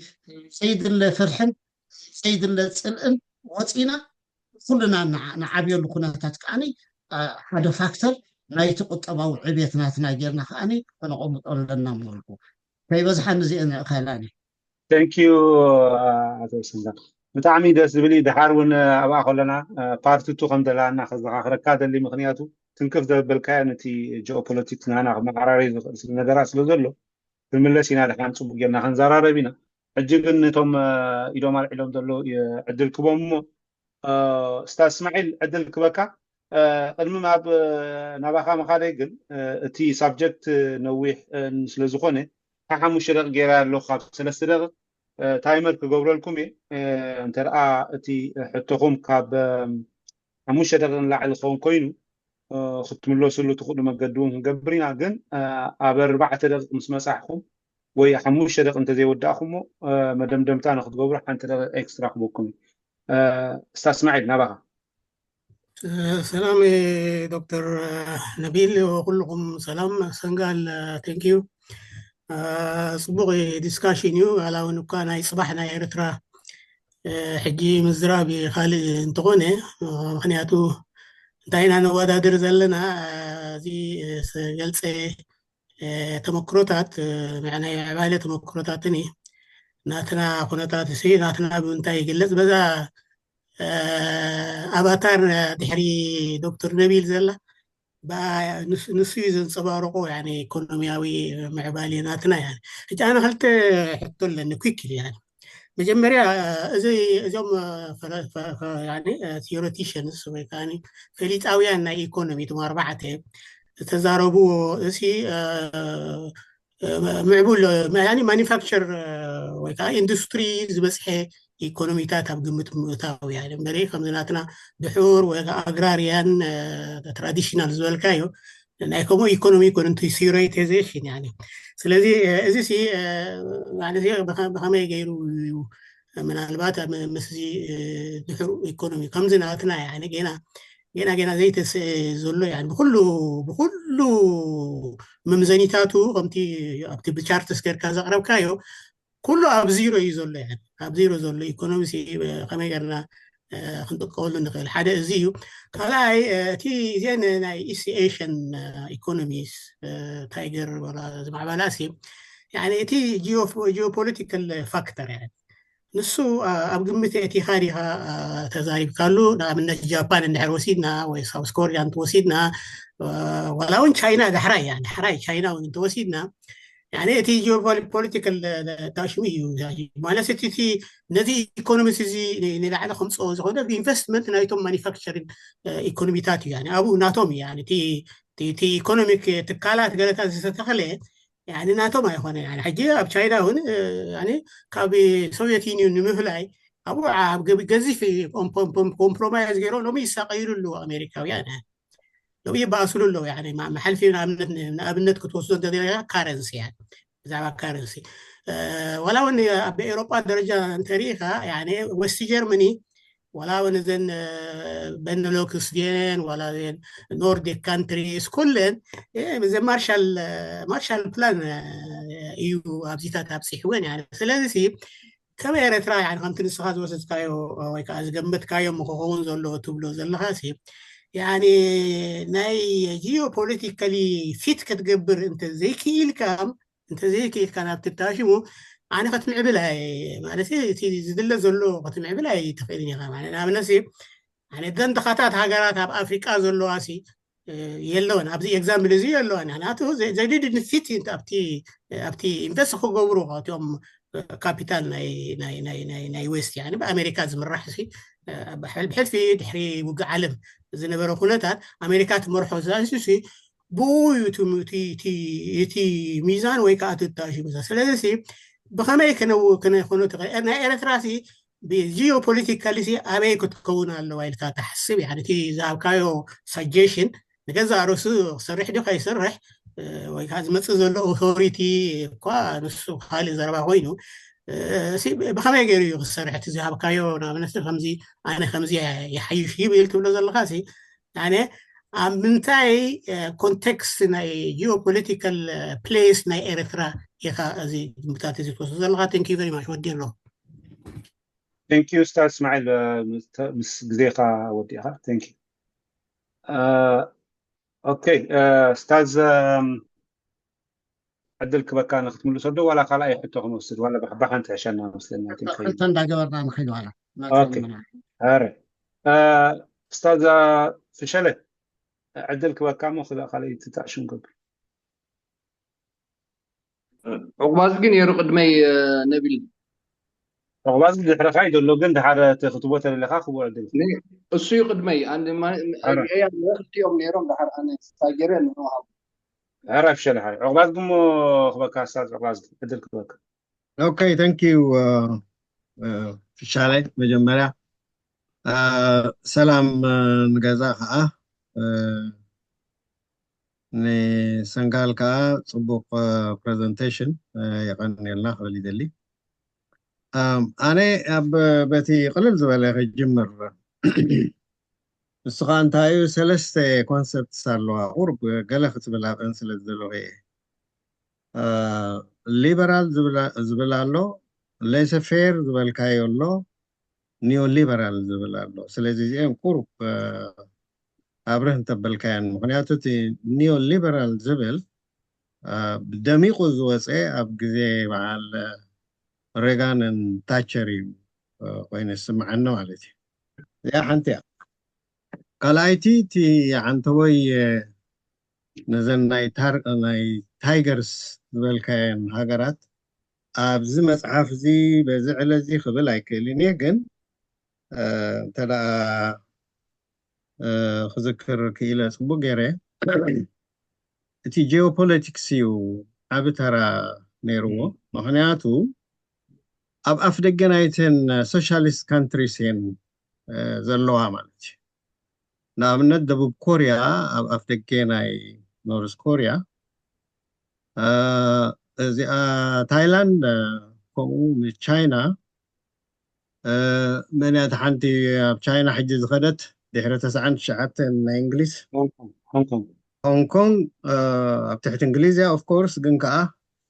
أب أفدقي تشاينا دلا ولا جرمن ونتوسدنا إيست جرماني وويست جرماني سلاز نوري أتن ويسترن كانتريز بوليسيس ناتاتن بزح إنفست جيريني نابزي بزح حاجزاتين جيران زبل أب حادي أم بيبانيري سلازي بزعبا زي سي كم حدا فاكتور كرأي كالدو خبل يدلي سأل سيتن دايما جرشان أنا زي كونتاتنا أنا إيرترا كونتاتي كنت اسماعيل وس زبلو أو حدا أوان جنزب زي الرأيلو نجر بنجر لو تزقبرو الكونتات له حبرة سبنا بقمت كساب 8 غميت زخون مس مريت تتحازينا ومس بتعمل تراديشنال زخونة حرشان موغاسن كابوتانا بوتا مخادن زلو كونتات سل زخونة مومس جنزب ليلون بزح كمتي كم تنكالوت كم زن تايجرز كنا بلن زلنا بزح سل زي كونه أزي بوليسيتاتنا عالم يجي خطكات صنحي بخمي جرو مسو خساني خيلي اللي كتحسب زيرنا بهاجرنا إلى مغنياتو تي عداقة بسرعات كساته بزغ الأكل أزي وحدي أبتي لا نقدي مس عالموني إيز بزلكم مالتي تي أوش تهاجر زلو تزبزحي كفالنا هزبناس مس جنزب زلو ليلاون بتعم واحد أنا ذكرني أب ساتات حدا كنتال عفون 3-4 تقال لوتي نبر الجزء ذكر مالتي سلازي زي مزحجي تيوريس بهال زلوس كقاطمي خيل دو قبل يدلي بصرفه يغني لي ودي له ثانك يو استاذ عواز استاذ سنغال نابقا نغلطين أتن حمتويتن سلست زبالكو ان كونسبت زبالكاية بناي عقواز خجمر تا ليبرال نيو ليبرال لزفير زبحلاسي انتهي في الليان زبالكاني تا لزفير آدم سميث مسمسة زت تعتاتوها نعم لزفير لهم تصور انت مالتي لزفير فري ماركت ايكونوم مالتي كل جزيس بمتى يتحسب على لها زشمت بقول كسب تحسب بقول كزيجا زفري بقول كتكال سأزخلت أمشي معناتهم اتحداقة قربت رحسي يمالو أي سلازم منجستي إذا تاوناي زقوني أقل عيد اللينيو تبل آدم سميث قد مثلا 300 عامت يو أمتي وانا زهت حساسو وازيا حجي زي أنتي مالتها لزفير مالت بك أسخات قد فلو بعلو يخيد تقطوان نعبنت أباقي انت عداقة بزيحن لو معتي شماتين توحيدو واقعني حسر حجي مس حسره شماتي يتقب أفرايا يقول يقول لحر أتي أفرايا انت يكون ديسكاريج يكونوا مو أي تبابعن مفراي سجا يقدر مس قدله تناباقي عزمات على حرام عن قسم دابله يحصره شماتي يقول يبز حبته أنتي شو واقعن كايلعب واقعن مسرع على خامديسو تحرستاي كامديسو حجة صبو خينا لايلو مفرنا نايسقا يجمر حجي خمون دابله بعلوسي اب اند داون دخده زم عراري ايت توقفو زبل امر انتحر تقتل لها لزا فيري خاتلو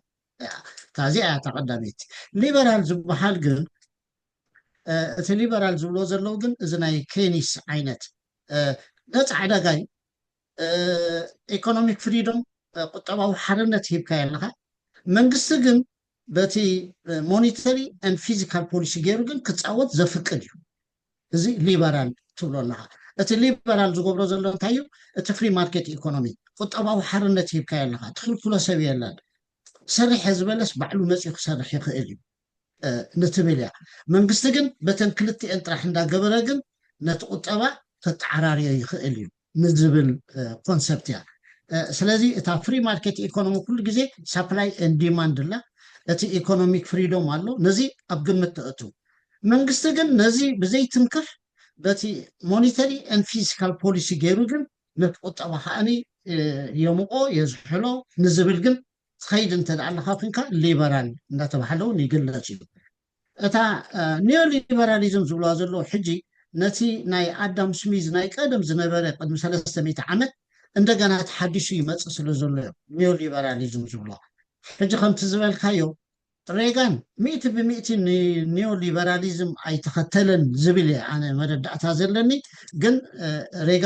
ሬጋኖሜትሪክ ኢላ ዓንቶ ይገሊፅ እያ እንታይ ገይሩ ንሱ ሞኒተሪ ኤንድ ፊዚካል ፖሊሲ ተኸቲሉ ኣብ ርእሲኡ ግን ናይ መንግስቲ ቁፅፅር ዝነበረ ከዓ ከውድሎ ጀሚሩ 100% ኣየውደሎን معناته تالي زفير 100% أقدر لا تبر نايت أوت حقسي منقص هو تقبلون معلوت عداقة نايت أوت حق ناتو حقتها تالو نايت فترة حق اللو تبليا سازي ريغان أقدير ويو نفس حتى جن نايت أوت حق جن نيرو ويو سلازي ريغان أبي يزخيد نتبل متى حجتها تقرا خرزلا لزفير نيرو تبل أي كلن ኒዮ ሊበራሊዝም እንዳበሉ ክገልጾ ይኽእሉ ይኾኑ በት ኤኒዌይ ኒዮ ሊበራሊዝም ግን ነታ ናይ ቀደም መንግስቲ ኢደምትእትተው የጥፍእ ትብል ኮንሰፕት እያ ዝያዳ ኤክሰስ ዝገብሮ እሞ ዴፊኒሽን ናይ ዴፊኒሽን ፖለቲክስ እዩ ከመይ ጌርካ ዲፋይን ትገብራ ነታ ኒዮ ሊበራሊዝም እያ ትገልጽ ሓቂ ኢኻ ሬጋንን ታቸርን ናይ መንግስቲ ኣብ ቁጠባ ዝነበረ ኢድ ክብሕል ኣለዎ ኢሎም ብሕልፊ ታቸር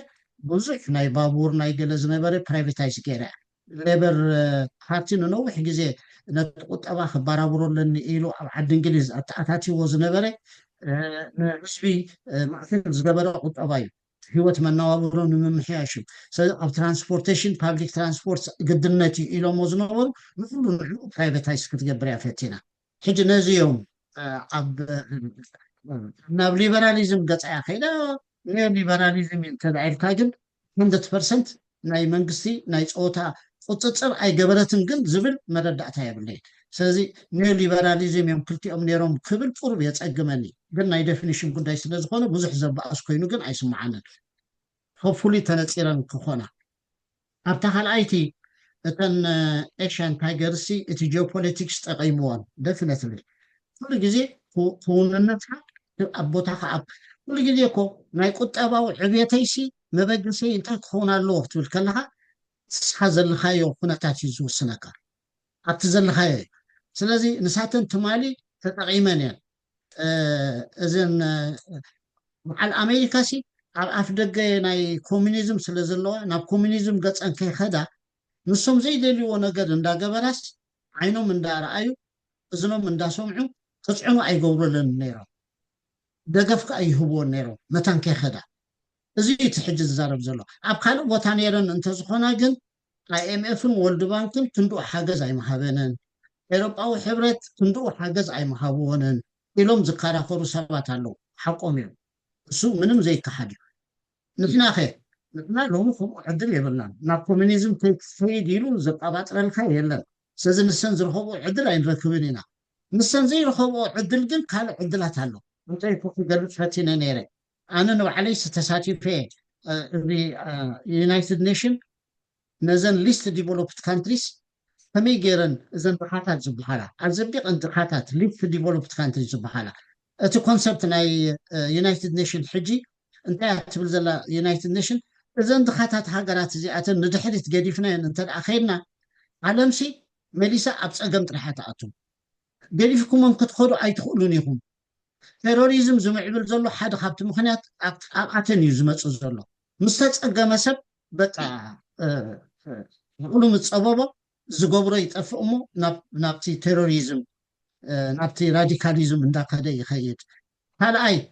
እዚአን ሒበን ንኩሉና ስሒበን ኣብ ደማ ክትሕላና እየን ስለዚ ደጊፍና ከነውፅአን ጥራሕ እዩ ዘለና ዝብል ኣምር እዩ ስለዚ እዚ ኣምር እዚ ከዓ ሓድሽ እዩ ንሳተን ዘይረኸብዎ ዕድል ኣብ 1990 ዝመፀ ሓድሽ ዕድል እዩ ስለዚ ንሳተን እዘን ኤሽያን ታይገርስ ዘይነበረን ዕድል እና ግን ሕጂ ካብ 1990 ጀሚሩ ዩናይትድ ኔሽን ዘበገሶ ኤልዲሲ ዝምልከት ፎረም ኣሎ ኤቭሪ የር ይእከቡ ፓሪስ 1 ፓሪስ 2 እንዳበለ ኣነ ኣብ ብራስልስ የተሳቲፈ ነይረ ኤሪትራ ዴሊጌሽን ኮይነ ኣብ 2011 ኢስታንቡል እንዳተባህለ ዝኸይድ ኣሎ ስለዚ እዚ ሚሌኒየም ዲቨሎፕመንት ጎል ዝብል ነይሩ እተን ሃብታማት ሃገራት ኩለን ተኣኪበን እተን ሊስት ዲቨሎፕድ ካንትሪዝ ዝበሃላ ድሓታት ናይ ድኽነት ብድኽነት ጠዋዕዋዕ ኢለን ዘለዋ ካብ ድኽነት ክወፃ ኣይክእላን እየን ተባሂሉ ተገሚቱ ዘሎ ከመይ ጌርና እነዚአን ነውፀን እነዚአን ምውፃእ ሲ ነተን ዝማዕበላ ሃገራት ንዓርሱ ተመን ረብሓ እዩ ለኪመናኽን ክጠፍኣየን ጥራሕ ዘይኮነ ከማንሲ ዕዳጋ ትረኽቡ ነዚአን ተውፂኹመን ጥራሕኩም ዕዳጋ ትረኽቡ ስለዚ ቀደም ኮንሰፕት እንታይ ነይሩ እተን ዝማዕበላ ሃገራት ንሰን ማዕቢለን እተን ጠልኦት እንተደፍአየን ኣይፅገመንን ኣይግድሰንን ነይሩ ሎሚ ግን ካብቲ መን እንድንሰን ቁጠባዊ ዕብየት በፂሐንኦ ዘለዋ ጠጠው ክብል ጀሚሩ ሕጂ እኮ ኤሮጳ ኣሜሪካ እኮ ካብ ሓደ ካብ ሚእቲ ካብ ሚእቲ ንላዕሊ ቁጠባዊ ዕብየት ብዓመቱ የለን ዝሽምተሎም የብሎምን ዛስዋይ እኮ ንኣፍሪቃ ሕጂ ኩሉ ዝጎየ ዘሎ ኣፍሪቃ ቻይና ሪሌሽንሽፕ ራሽያ ኣፍሪቃ ሪሌሽንሽፕ ኮኦፐሬቲቭ ፓርትነርሽፕ እንዳበሉ ዝመፁ ዘሎ ዕዳጋ ንክረኽቡ እዮም ዕዳጋ ንክትረክብ ትኸይንካ ነቲ መነባብሮ ናይቶም ኣፍሪቃውያን ሓፍ ከተብሎ እንተኽኢልካ ወተድንዶ ኣሜሪካ ሲ ኢንተል ቺፕስ ትሰርሕ ኮምፒውተር ኣፍሪቃ ዘሎ ህዝቢ እንተደኣ ኩሉ ኮምፒውተር ክጥቀም ጀሚሩ ኢንተል ዝበዝሐ ኣታዊታት ክትረክብ እያ ቦዊን ትሰርሕ ኣሜሪካ ኣብ ኣፍሪቃ ዘሎ ህዝቢ ኩሉ ምኻድ ገዲፉ ብነፋሪት ክጓዓዝ ተጀሚሩ ኣሜሪካ ዝያዳ ነፋሪት ክትሸይጥ እያ እዚ ኮንሰፕት እዚ እንዳተረድኦም ይኸይዱ ቻይና ሲ ስለዚ ዓብየት ኣሜሪካ መዲሳ ምስ ዓብያ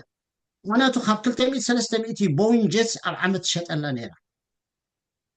እቲ ኢንተል ኮምፒውተራት እዞም ኩለን ክምዕብላ ክደልያ ከለዋ ኢንተል ንሳ ትሸይጥ ስለዚ ሲ ሎሚ ብከምኡ እዩ እቲ ኢኮኖሚክስ እንዳተለወጠ ይኸይዱ ኩልካ ትጥቀም ስለዚ ናይዚአን ሃገራት እዚኣተን ዕልማት ይዕድለን ዝብል ኣነ የብለይ ማለት ካብ ኮፍ ኢልና ዝረኣኽዎ እተን ዘይማዕበላ ሃገራት ምስተን ዝማዕበላ ሃገራት ኮፍ ኢለን ክዛረባ ከለዋ ኣብ ብራስልስ ነይረ እንታይ ዝብሉ ዘለው እቶም ዝማዕበሉ كل جزء حجزناكم طب شحن تعتميتن سوسان كسع شحن تعتميتن تسعة 3 بليون دولار حجزناكم ما راح تكون بلعمو جزاكم أصريو ينزلوا زلوا جزاكم أصريو نحن خنحجزكم دلوقتينا جزاكم جنا أصريو جزء زي تصري متعررين أي قطبان أي جل زي قبل أنا عين حجزوني نقول سلازم نحن خنتينا نقول زلنا ما بقسينا نحن خنلوط إنا نقول لنا نلوط سلفنا نلوط بدالي زي قبل يعني نلوط حجي نخلن كأي يحجزون له هابتي ليست ديفلوبد كانتريز زنبلا زوج عيلو عندن شو عتشو منتحقرات كوبس إحنا الله إذا أنت صحيح بلن ندخل حج خوات أخو أي كلام ينزل بحاله أفريقيا أزل وايز بلا كازل له تي جيوبوليتكس راح يتقيموا خن بس عين خلينا نعم نقول كم عندنا تقسم زلقة بوتسوانا وزيا أبو فيردي وزيا كيب فيردي زبلاز نوبل سيأتون كلهم قابليس ديفلوبد كانتريز وزيا سلام أنت بتعدل تتقيمنا عنه ناتن ناوشتي متعرراي جيرن نتبدجز ملو عدلات تتقيما ناي كلتي ودمر كاتمست ديفلوبد كانتريز እንዳወጣ ይፈዳልዋ ማውሪሸስ እንደራያ አው አፍሪካ ዘለ ከሜላ ማህቢላል ሲሽልስ ማህቢላል ዘለ ስለዚህ እዚኣተንከ ኣይናይ ጂኦ ፖለቲክስ ዳይ ጠቂምዎን ናብ ዝብል ሕቶስ ክመልሰናዮ ለግዘምበርግ እንደወሰዳ ንፍቲ ፍርቂ ሚልዮን ዘለዋ ህዝቢ እሞ ላንድ ሎክድ ዝኾነት ናታት ሓሳስባ ኩሉ ግን ለዊጣቶም ፍሉይ መገርገራ ምክንያቱ ላንድ ሎክድ ኣነ ሎው ኮሞዲቲ ببابور بمنقدي تصعينو بودب جيرو زخيت نعي عوات أنا نيلا نتدا اب نولج انتنسيف زبزح صراحة خي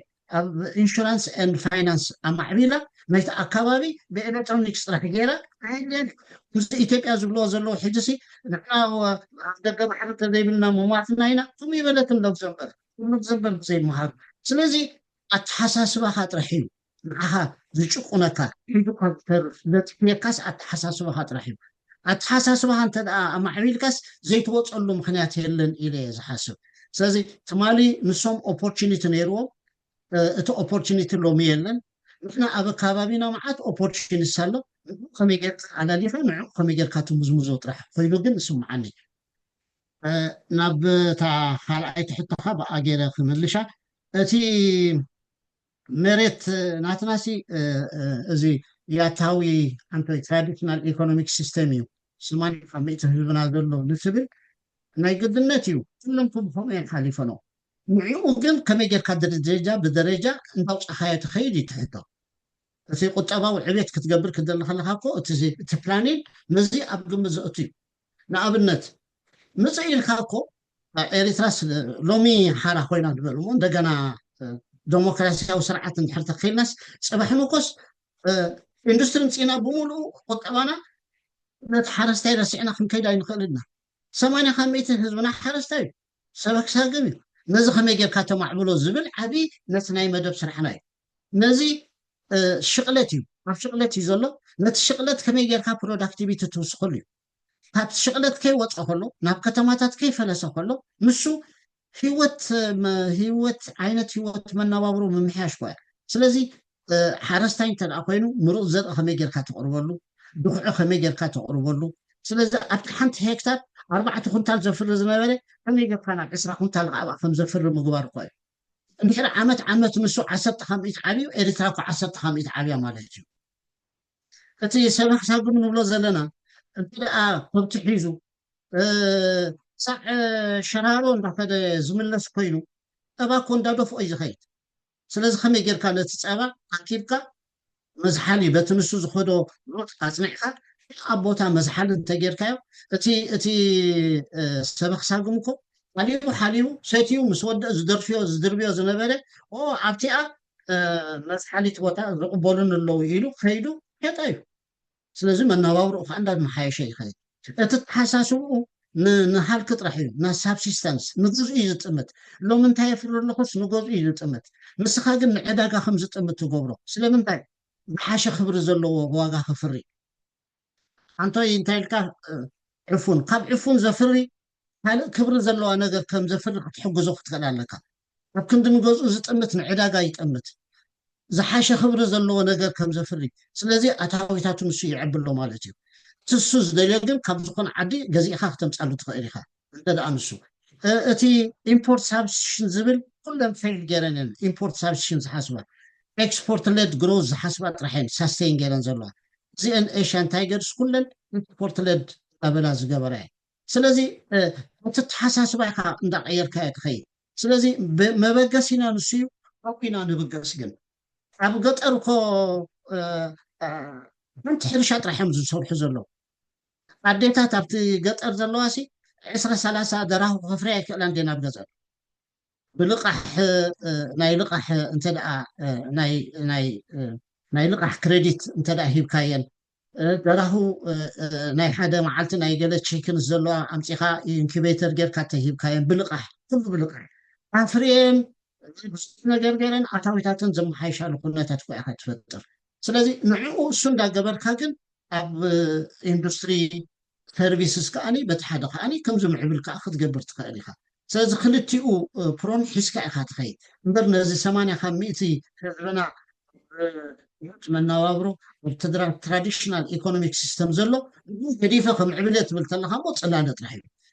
ስለዚ ሲ ሜላታት ኣለዎ ንዕኡ ከመይ ጌርካ ክተማዕብሎ ከም ትኽእል ክብል የደልየ እሞ እታ ሕጡቓ ኣገዳሲት እያ ንኦም ኣብ ግምት ዘእተወ ግን ኣይከውንን ዓለም ብምሉኡ ንሳቶም ኩሎም ከማና እዮም ነይሮም ኣብ ሕርሻ ከማንሲ ዝጠቅም ሕርሻ ከማን ኣይነበሮምን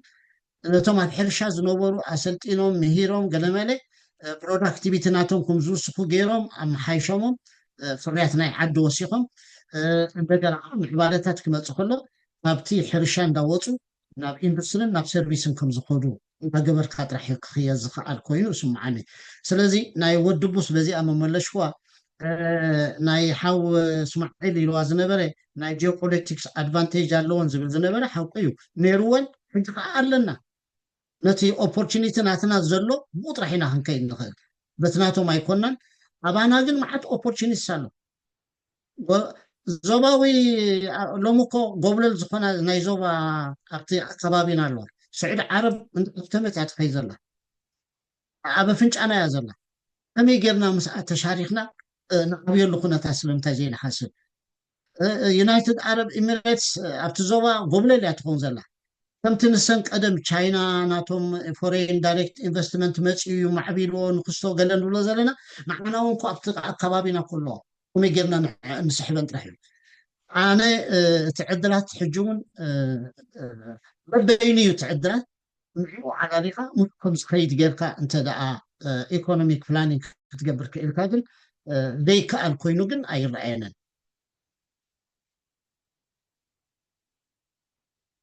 شكرا ثانك يو ممر سنغا مو خلته روسينا حاجه ممر شاله عدل كواكات ثانك يو تصبحنا اوكي يغني اللي نبيل بتاع سنغال كا يمسكن تحجي سنغال استمرنا زلو مدلاو نغبريو مدلاو ስለዚህ ገበርና ኢና ፈሽልና ስለኒ ስለዚ እዚ ብሓቂ ኣገዳሲ ዓቢ ኣገዳሲ ዘለዎ እዩ ግን ኣብዚ ምድላው ክንገብር ምክንያቱ ብህዝቢ ደረጃ ክንዳለወሉ ስለ ዘለና ሲ ከመይ ጌርና ኢና ንህዝብና ክንዳለዎ ንኽእል ወይ ቶም ኤሊትስ ከመይ ጌሮም እዮም ክዳለዉ ዝኽእሉ እዚ ሓደ ሕቶ እዩ كلا يحطو بتي مالت خاطر كواوس زبالة خون يخليو نحنا أبقال سلنا في حد النت قال أنت زي قبرنا نقال سينا زبالة لكن كم دي سكياتنا هو نزلوا قداي قطباي أبصورة كلنا شكر نيرنا جينا أوز حاش نيرو حجين دارجا يبلنا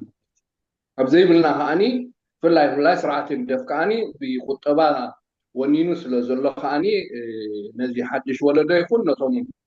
كان نويح نقال سنحنا كمان يساقينا له قلقلوين كابت قال سنا زقت أنا زلو كم زوم دكنا هنكسسينا كاب زبل وين بصح ندحريت من الله صار لهم كم يجرنا وطبعا أنا مع عبل نخل نزي خالسي ناب نعدق أشوف خيد زلو خالسي بزعباز في انتاي ክትምህረና ትኽእል ክብል እዚአን ተንሕቶታተይ ብጣዕሚ እናመስገንኩ የቀኒየለይ ثانك يو መምህር ፍሸለ ዋላ ካብ ውፅእ ዝኾነት እታ ካልአይቲ ሕቶኻ ካብ ርእስ ግን ምስቲ ናይ ቁጠባት ሓደ ስለ ዝኾነ እንድሕን ፀገም ደይብሉ ሰምተት ክምልሰልካ እዩ ግን ኣብ ካልአይ ተኸይደ ኣብ እዋኑ ከዓ ብምምላስካ دكتور نبيل نيرة قال هم قال لي وريدة نيرة دحري والله يا را اخوان صنع إلكا قلنا عدل كوكا دحر داني إلا بتاعد دحر زيا اوكي حراي لا تقليت سيت اب اوكي اوكي استاذ دانيال بين عدل كوكا مشعو دحر امير تقرب للدحر زيا عدل كوكا للدحر دانيال Thank you, Doctor, and thank you to my two rooms. I get that sort of one بزعوا أنا air economy. أفتنا air economy تساتف نسنجال أمسكهم seminars لز جبركم لا. ناتي حتى حسب جبلتها. أتي حنت توتلاتني. أتي micro economy or micro policy بالكاين أبيد western سيتي خا مقعد طعم اللودي أتي حدد له سرعات نعودي مقبارو بقدينا نبلو. دحراي عدل دحرتوها منكن في ناي geopolitics and مصايب تيرترا economy انتاك خونا لو دبل او حسابات كا حتى كاي نبي حتى حتى تقدر حتى thank you Sengal and everybody thank you Daniel good to see you وما قلت حسر زبلان اتو سنقل عن نفشالي كما قلنا نتأساسر مستوشت تبل نتا بوليتيكا وغانا قديفة مستقطبات ححزنا فمزخ نزارب تسامع مناكو هزبنا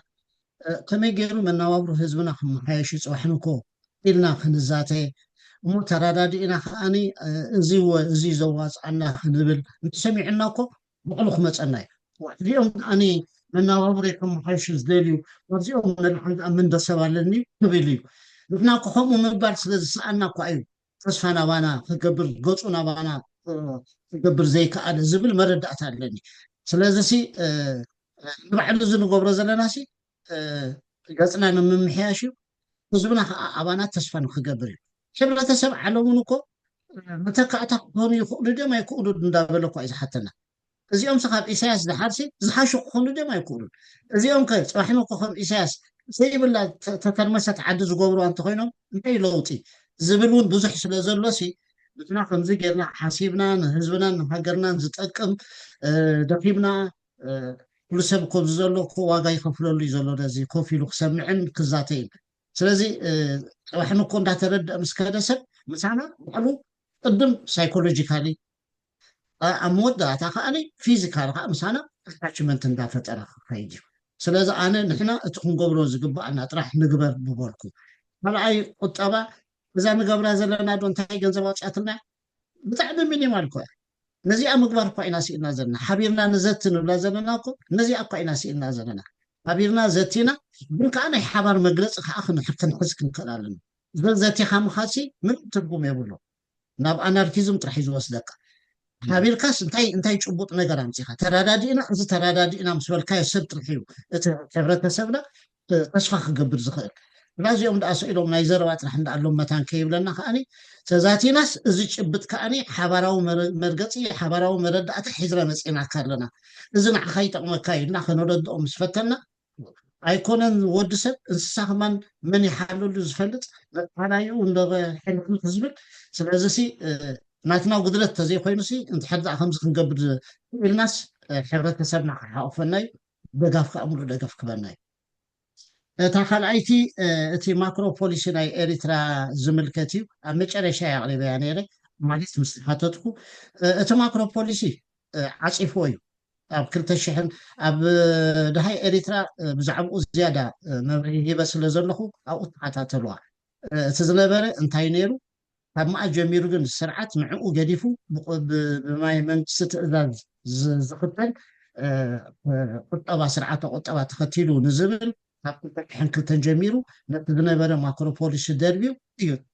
فايدومو مساس كما بقاسي تقلقلنا مساقن منو ما يتقمنا ريفيو كتكون كتخلالوا مخناتو نوح عمل زقبالاتيا يزول زلخمو ما تنسو زقوبرو زلو يكونن فابتنسو زقوبرو زلو خنم محارينا معناته تعامتي زقرب كوكو ኩሉ ወዲቁ ንብል ዘለናስ እንታይ ወዲቁ ንዝብል እንታይ እቲ ምክንያት ንዝብል ፈሊጥና ነቲ ምክንያት ንምዕዛብ እንታይ ክንገብር ኣለና ክንብገስ ስለ ዝኾነ ስለዚ እታ ማክሮ ፖሊሲ ዝብላ ዘለኹ ሕጂ ኢሳያስ ማክሮ ፖሊሲ ዝበሃል የብሉ ካብ ጀሚሩ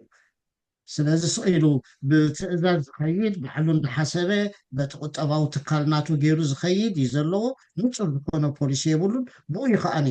ንወፍሪ ይኹን ንምግቢ ዘተባብዕ ስለዘየለ ወይ እዞም ኢላታት ዘጥምዕዎ ዕራ ምህላው ክንርኢ ኢልና በዚአን ዶ ንዕረአን መስለኒ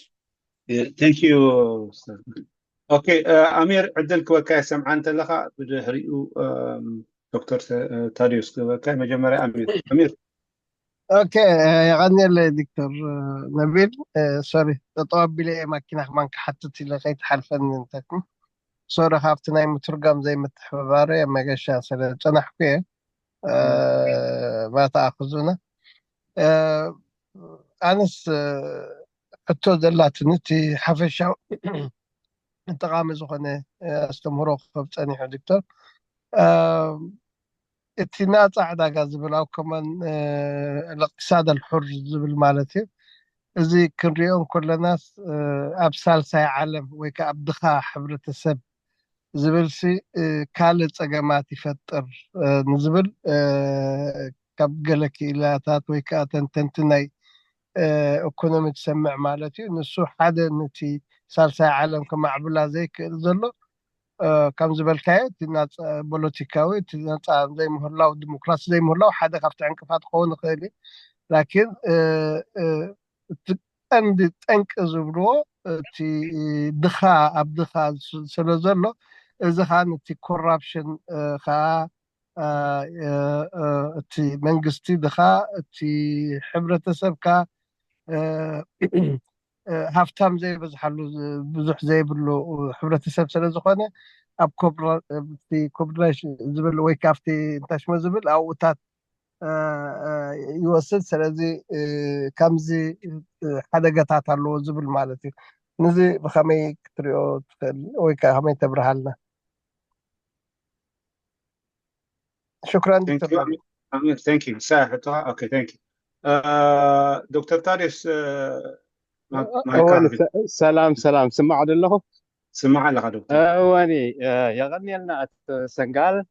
نزي انسايتفول دخل ليكتشر زهقنا نمدرناتك ويل ابز غزا ابز حني بوليتيكا دزرب سنا حبيتنا نيرنا حجي ايكونومي مصيخه خمزي اوارح عدس كنبلع سني حنا سقادر هبنا خاين تسمعنا ماشي مزي حتتات اوارخ بخا زلنا ناي ديسكاشن ايشو خون زخل توديو ማለት ቆፂሩ ክውዳእ ኣይከኣልን ምክንያቱ ብዙሕ ሕቶታት ኣለና ብዙሕ ድማ ምሳኻ ክንረዳድኣሉ ዘለና ነገራት ግን ኣይ ሆፕ ወላ ሓደ ክልተ መዓልቲ ንሕቶታት ክትምልስ ኢልካ ክትመፅእ ተስፋ ንገብር ጌርና ክንረዳዳእ ንኽእል ከምቲ ዝበልካዮ ስለዚ እንታይ ክብል ዝደሊ መጨረሽቱ እንቋዕ ተወለድካ እዚ ክንሰምዖ ደምሰና ወይ ደስ ተምሃርካና ነመስግነካ ንማልባት ከም ንሓፈሻዊ ፍልጠት ክኾነና እሱ እንድዩ እዚ ናይ ዝገዛ ዕላማ እቶም 4 ኢኮኖሚስት ዝሃብካዮም ሓዶም ኣይጠቐስካዮምን ኣገዳሲ እዩ ድማ እሱ ማርክስ ጀርመናዊ እዩ ኣደም ስሚዝ ድማ ስኮትላንድ ሃይክስ ስኩል ኦፍ ኢኮኖሚክስ ናይ ቪየና ወይ ድማ ኣውስትራያ ኬንስ ድማ እውን ኬምብሪጅ እዩ ሕጂ ብዙሕ ሓንቲ ሕቶ ነይራ ካብ 2-3 ሰባት እቲ ሕብረተሰብና እንታሽሙ ስለዝኾነ ሓረስታይ ስለዝኾነ ከመይ ክኸውን እንዳኣሉና እዚኣቶም ዶ ማች ይገብር ምስ ክስታይ ገለ ንማልባት ምስኡ ኢንተረስቲን ኣብቲ ግዜ ናይ ወይ ድማ ምስኡ ተወዳዳሪ ምስ ኣዳም ስሚዝ ናይ ዴቪድ ሪካርድ እንታሽሙ ቲዮሪ ነይሩ መይቢ ካልእ መዓልቲ ትሓስበሉ ገለመታት ምድር መፂኻ ኣብዚ ምክንያቱ ብዚ ዘለናዮ ናይ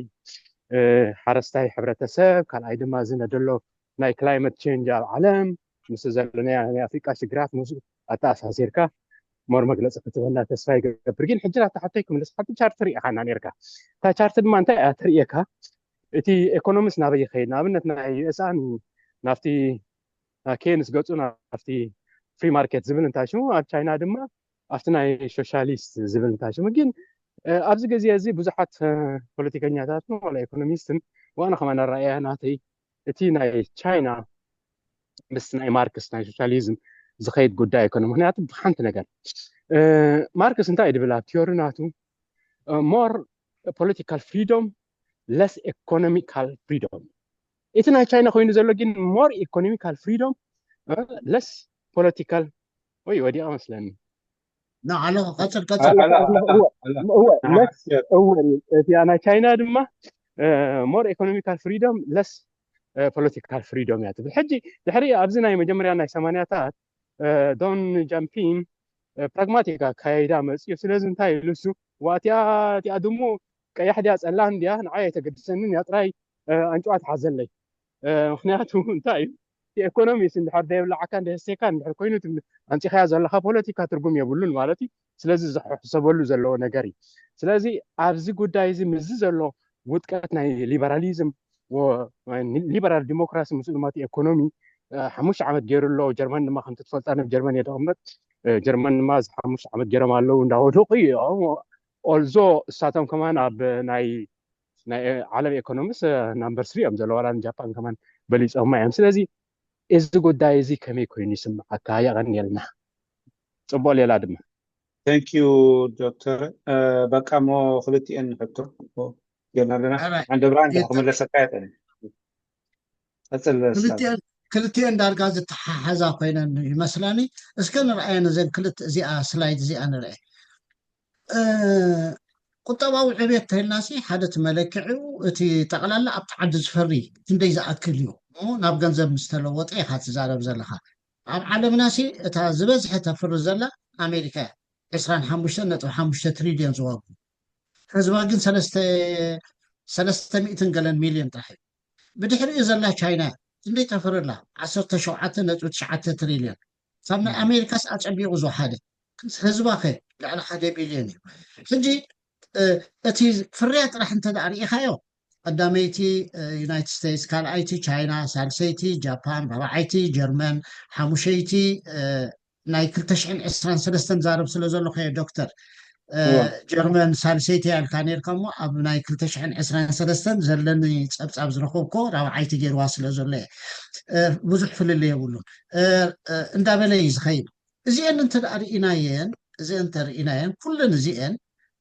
ራሽያ ጣልያን ገለ እንዳበልካ ይስርት ኣለዋ እዚ እቲ ዝፈሪ ዘሎ እዩ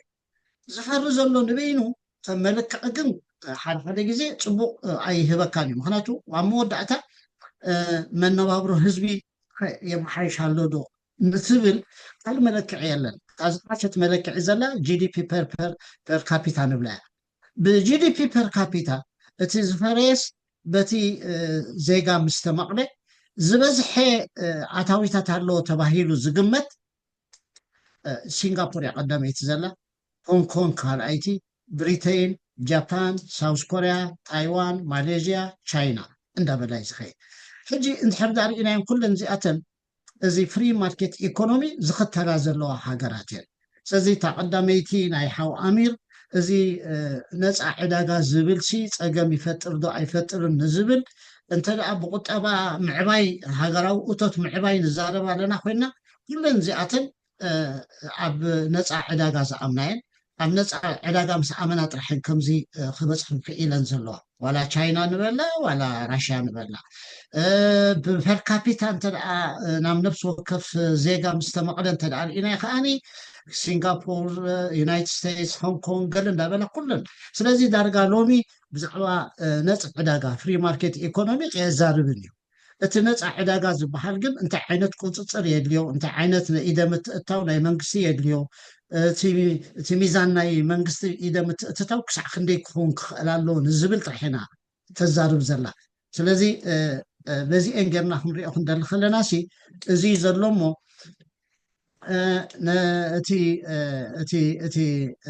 ፍሪ ማርኬት ኢኮኖሚ ዝብል ሎምስ ዳርጋ ዘየዛርብ እንዳኮነ ይኸይድ ከም ዘሎ እዚኣ ፅብቕቲ መረዳእታ ኮይና ትስማዓኒ ናይ ነዊሕ ዝበለ ዓመታት እንተደኣ ከይድና ግን እዛ ግራፍ እዚኣ ኣላትና ምክንያቱ ብጭቡጥ መታን ክንዛረብ ከለናስ ክንረዳእ ኢለ ኣሜሪካ ቅድሚ 1000 ዓመት ክንደይ ነይሩዋ ክንደይ ተፍሪ ነይራ ድሓር ከመይ እንዳገበረት ከይዳ ብዛዕባ ክሳዕ 2023 ኤሮጳ ኸ ቻይና ኸ ህንዲ ኸ ገለ እንዳበልካ ከምዚ ጌርካ ክትሪኦ ትኽእል ኢኻ ትሪእዎ እንተደኣለኩም ከምዚ እንዳተጋላበጠ እዩ ዝኸይድ ዘሎ ስለዚ ዓለም እንዳተጋላበጠት ትኸይድ ኣላ ስለዚ ቁኑዕ ቁጠባዊ ፖሊሲ እንዳገበርካ ምስከትካ ግን ኩለን ይምዕበላ ከም ዘለዋ የርእየካ ቁኑዕ ቁጠባዊ ፖሊሲ ተኸቲለ ኣለኹ እንዳበለ ግን ፀገማት ከዓ የጋጥሞ እዩ ከምቲ ሓንተወይ ዝበልናዮ ግሬት ዲፕሬሽን ነይሩ ናይ 1970 ናይ ኦይል ክራይሲስ ዝበሃል መፅኡ ናይ 2007 ናይ 2008 ፋይናንሻል ክራይሲስ ዝበሃል ኣሎ ስለዚ እቲ ፋይናንሻል ኢንስትሩመንትስ ብጣዕሚ እንዳበዝሑ ስለ ዝኸዱ ኣብ ስፔኩሌሽን ይኣምኑ እሞ ብሓራይ ዘይተሓስበ ፀገማት ከዓ የጋጥሞም ግን ይምለሱ ከዓ ይትስኡ ስለዚ ከምኡ እንዳበለ እዩ ዘርእየና እሞ እዘን ክልቲአን ነተን ዝሓተትኩምኒ ዝምልሽአን ኮይነን ስምዓኒ እንተደኣበይ መልሸነአን ይቕርታ ግበሩለይ ተመሊስኩም ክትሓቱኒ ቴንኪዩ ኣቶ ሰንጋ እቲ መልስታት ድሓን ቁሩብ ሕፅር ክነብሎ ኢና ምክንያቱ ግዜ ሕቶታት ዝበዝሕ ስለ ዘሎ ኣብ ካልኣይ ክፋል እውን ድሓር ሓደ ዓይነት ተመሲሉ ግድነት ኣይኮነን በብሓደ ክምልሰን ሕውስ ኣቢልካ ሕፅር ኣቢልካ ጌርካሉ ፅቡቅ ሓደ ሓደ ግዜ መብዛሕትኡ ስለዝገለፅካ ግን ኣብዚኣ ንዓንደ ብርሃን ዕድል ሃበኒ ምክንያቱ ዶክተር ብርሃነ ክኸዱ ስለ ዝደለዩ ዕድል ክቦም ቅድሚ ምኻዶም ምእንታን ከይሓተቱ ከይኸዱ ሽዑ ዓንደ ብርሃን ድሓር ስታዝ ባሻይ ክመፃካ ዶክተር ብርሃነ ዕድል ክበኩም ሕራይ ነቢል ሓዊ የቐኒየልና ሓው ሰጋል ፅቡቕ ኣስተምህሮ ሂብካና ሓፃርያ ሕቶይ ምዕባለ ሓደ ሃገር ካብ ካልእ ሃገር ተለቂሕካ ወይ ካልእ ሞዴል ሒሽካ መፂኻ ተተግብሮ ዝኸውን ኣይመስለንን ኦፍኮርስ ክትመሃረሉ ትኽእል ኢኻ ግን ሞዴላት ኣምፂኻ ናብ ካልእ ሃገር ትጥቀመሉ ይኮነን ኣብቲ ሪያሊቲ ናህና ኣብቲ መጀመርያ ዝጠቐስካዩ ብኩሉ ዝወደቐት ሃገር ዘዳተና ብኩሉ ሕጅስ እቲ ሪያሊቲ ናህና ዝፅበየና ዘሎሲ ብኸመይ ትግምቶ ምዝ ዘለና ፀገም ኩሉ ኣብ ግምት እቲኻ እቲ ናይ ስራሕ ዘለናካ ንፈልጦ ኢና እቲ ዝውድቀት ዘሎ እቲ ዝጠቐስካዮ ቀዲምካ እዩ ኣነስ ይፅልምተን ሓደ ግዜ ዋላ ዝወፃእ ዘሎ ህዝብና ውን ተስፋ ጌርካ ድሕሪ እዚ ስርዓት እዚ ውን ከምዚ ኢኻ ጌርካ ዝብል ረኣይ ድሰኣነሉ ግዜ ስለ ዝኾነስ እንታይ እዩ እቲ ናህና ዘሎ ዕጫ ንሓዋሩ ምናልባት ምስቲ ኩሉ ዝበልካዮ ሲ ትንክፍ እንተበልካዮ እቲ ቻሌንጅ ዝፅበየና ዘሎ ውን እንተተጠቕሰ ፅቡቕ መስለኒ እሞ ይቐኒልና ብሓፈሽኡ ኣዝዩ ዝናኣድ ኣቀራርባ ታንኪዩ ነቢል ታንኪዩ ዶክተር ካልአይቲ ክንወስድ ኢና ዓንደ ብርሃን ስታዝ ዓንደ ብርሃን ዕድካ ሳይኮት ሰላም ዶክተር ነቢል ሰላም ዓንደ ብርሃን ከመይ ኢኹም ናተይ ኮሜንት እዩ እቲ ኣቀራርባ ናይ ሓው ሰንጋል ዝሃቦ ኣይሰማዕኩን ስለዚ ኣብኡ ክዛረብ ስለ ዘይደሊ ኣብቲ ናይ ኢኮኖሚ ናይ ሊበራል ዲሞክራሲ ዝብልን ምስ ናይ ሃገርና ተሓሒዘ ኮሜንት ክህብ ስለ ዝደሊ እዩ ኣብ ኮሜንት ግዜ እንተኮይኑ ክትሓልፈኒ ትኽእል ኢኻ ድሓን ጀሚርካ ካብለካ ወዳእ ተንዕ ግዜካ ኣለካ ምሽለ ኮይኑ ታንኪዩ ኣነ እንታይ ዝብል ናይ ሓው ሰንጋል ትንታነ ኣብዚ ጉዳይ እዚ ኣይ ስለ ዘይሰማዕኩ ኮሜንት ክህብ ኣይክእልን እየ ግን ሓፈሻዊ ኣብ ዓለምና ዘሎ እንታይ እዩ ምስ ኤርትራ ኸ ብኸመይ ነተኣሳስሮ ዝብል ግን ቁሩብ ሕፅር ዝበለ ኮሜንት ክህብ ይደሊ ንሱ እንታይ እዩ ማርኬት ኢኮኖሚ ወይ ከዓ ናይ ዕዳጋ ኢኮኖሚ ዝብል ብወገን ምዕራባውያን ዘሎ ብፍላይ ሓው ዕቑባ ዝግድቡስ ዝገለጾ ኣብ ናይ ታቸርን ናይ ሬጋንን ግዜ ብሰብዓታታት 80ታትን ዝመፀ ኒዮሊበራሊዝም ወይ ከዓ ዋሽንግተን ኮንሰንሰስ ተባሂሉ ዝፅዋዕ መንግስቲ ስርዓትን ሕግን ጥራይ እዩ ከረጋግፅ ዘለዎ እምበር እቲ ናይ ኢኮኖሚ ሴክተር ብምሉኡ ንብሕታዊ ክህልው ኣለዎ ዝብል ሓደ ኣረኣእያ ኣሎ እቲ ኒዮሊበራሊዝም ንብሎ ማለት እዩ ንዕኡ ዝቃወሙ ናይ ኢኮኖሚ ሓያላት ኣብ ዓለምና ዘለው ከም በዓል ኣብ ተፈላለየ ኣብ ምዕራብን ኣብ ምብራቅን ናይ ኢኮኖሚ ኣድቫይዘር ዝነበረ ፕሮፌሰር ጄፍሪ ሳክስ ዝቃወሙ እዩ ከምኡ እውን መንዚ ጆሴፍ ስቲግሌትስ ናይ ክሊንተን ኣማኻሪ ናይ ኢኮኖሚ ዝነበረ ናይ ወርልድ ባንክ ሲኦኤ ዝነበረ ንሱን ኣፀቢቑ ዝቃወሙ እዩ ኢኮኖሚ ጥራይ ናይ ማለት እዚ ናይ ማርኬት ኢኮኖሚ ሲ ባዕሉ ኢኮኖሚ ጥራይ ለኹኑ ነገር ክፈትሕ ስለዘይክእል መንግስቲ ክትኣታተው ኣለዎ እዩ ዝብል እንዳውም ሕጂ ሓድሽ ኣተሓሳስባ ምስኡ ዘሎ እዚ ፕሮግሬሲቭ ካፒታሊዝም ኢሉ እዩ ዝገልጾ ንሱ መንግስትን ናይ ብሕታውን ብሓሳብ ክሰርሑ ከለው እዩ ስለዚ ኒዮሊበራሊዝም ንሃገራት ዘዕነወ እዩ ብፍላይ ኣብ ናይ 70-80ታትን ናይ ኒዮሊበራሊዝም ኢሉ ኣተኣታትዮሞ ዝነበሩ ስትራክቸራል ኣጀስትመንት ፕሮግራም ዝበሃል ዝነበረ ኣብ ኣፍሪካ ይኹን ኣብ ላቲን ኣሜሪካ ካልኦት ሃገራት ነቲ ሕብረተሰብ ነቲ ሃገር ዘውደቀ እዩ ስለዚ መንግስቲ እውን ክትኣታተው ኣለዎ ኣብ ኢኮኖሚ ሴክተር ኢኮኖሚ ክምልሶ ዘይክእል መንግስቲ ተኣታትዩ ነቲ ዕዳጋ ከረጋግእ ኣለዎ ዝብል ናይዞም ክልተ ዓበይቲ ናይ ኢኮኖሚ ፍሉጣት ኣብ ዓለምና ዝፀሓፍዎ እዩ ብፍላይ ጆሴፍ መኒዮ እዚ ጄፍሪ ሳክስ The End of Poverty ኣብ ዝብል መፅሓፉ ብዝርዝር ይገልጾ እዩ ኣብ ኤርትራ ብኸመይ እዩ ክረጋ እቲ ሊበራሊዝም ዝብል ኢኮኖሚ ዘይኮነ ኣብ ኢንዲቪዥዋል ራይትስ ዝትንትን ኣተሓሳስባ እዩ ሊበራል ዲሞክራሲ ክበሃል ከሎ ክልተ ነገር እዩ እቲ ሓደ ብዛዕባ ኢንዲቪዥዋል ራይትስ ዝጠቅስ ናይ ሊበራል ኣተሓሳስባ ክኸውን ከሎ እቲ ዲሞክራሲ ከዓ ናይ ህዝቢ ምርጫ ብህዝቢ ገይሩ ብምርጫ ገይሩ ናይ መንግስቲ ናይ ምትካል ኣተሓሳስባ እዩ ስለዚ ናይ ኣሜሪካ ዓብይ ፀገም ሕጂ ኮይኑ ዘሎ ኣብ ምዕራብ ዓለምና ናይ ሊበራል ዲሞክራሲን ዋላ እኳ ንኣሜሪካ እንተጠቐመ ናይ ኣሜሪካ ናይ ወፃኢ ፖሊሲ ሊበራል ዲሞክራሲ ኣብ ዓለም ክህልው ኣለዎ ካብ ዝብል ዝብገሱ እቲ ፖሊሲቲ ግን ጌጋ ኢሎም ከም በዓል ጆን ሚንሻይመር ዝገልጽዎ ዓበይቲ ናይ ኣሜሪካውያን ምሁራት ናይ ፖለቲካል ሳይንስ ኣለው ስለዚ ንሕና ነዚ ብኸመይ ኢና ኣብ ኤርትራ ንሪኦ እንተልና ግን ኒዮሊበራሊዝም ንሃገርና ኣይጠቅምን ማርኬት ኢኮኖሚ ናይ ዕዳጋ ክበሃል ከሎ እቲ ዕዳጋ ግን መንግስቲ እተውዎ ዝብል ኣገላልፃ እዩ ዘሎ ኖት ኦንሊ ማርኬት ኢኮኖሚ ብፕራይቬታይዜሽን ጥራይ ዝተኣሳሰር ዘይኮነ ሰዓትካ ኺላላ ሓደ ተወካ ይጠቕለላ ዕፅወት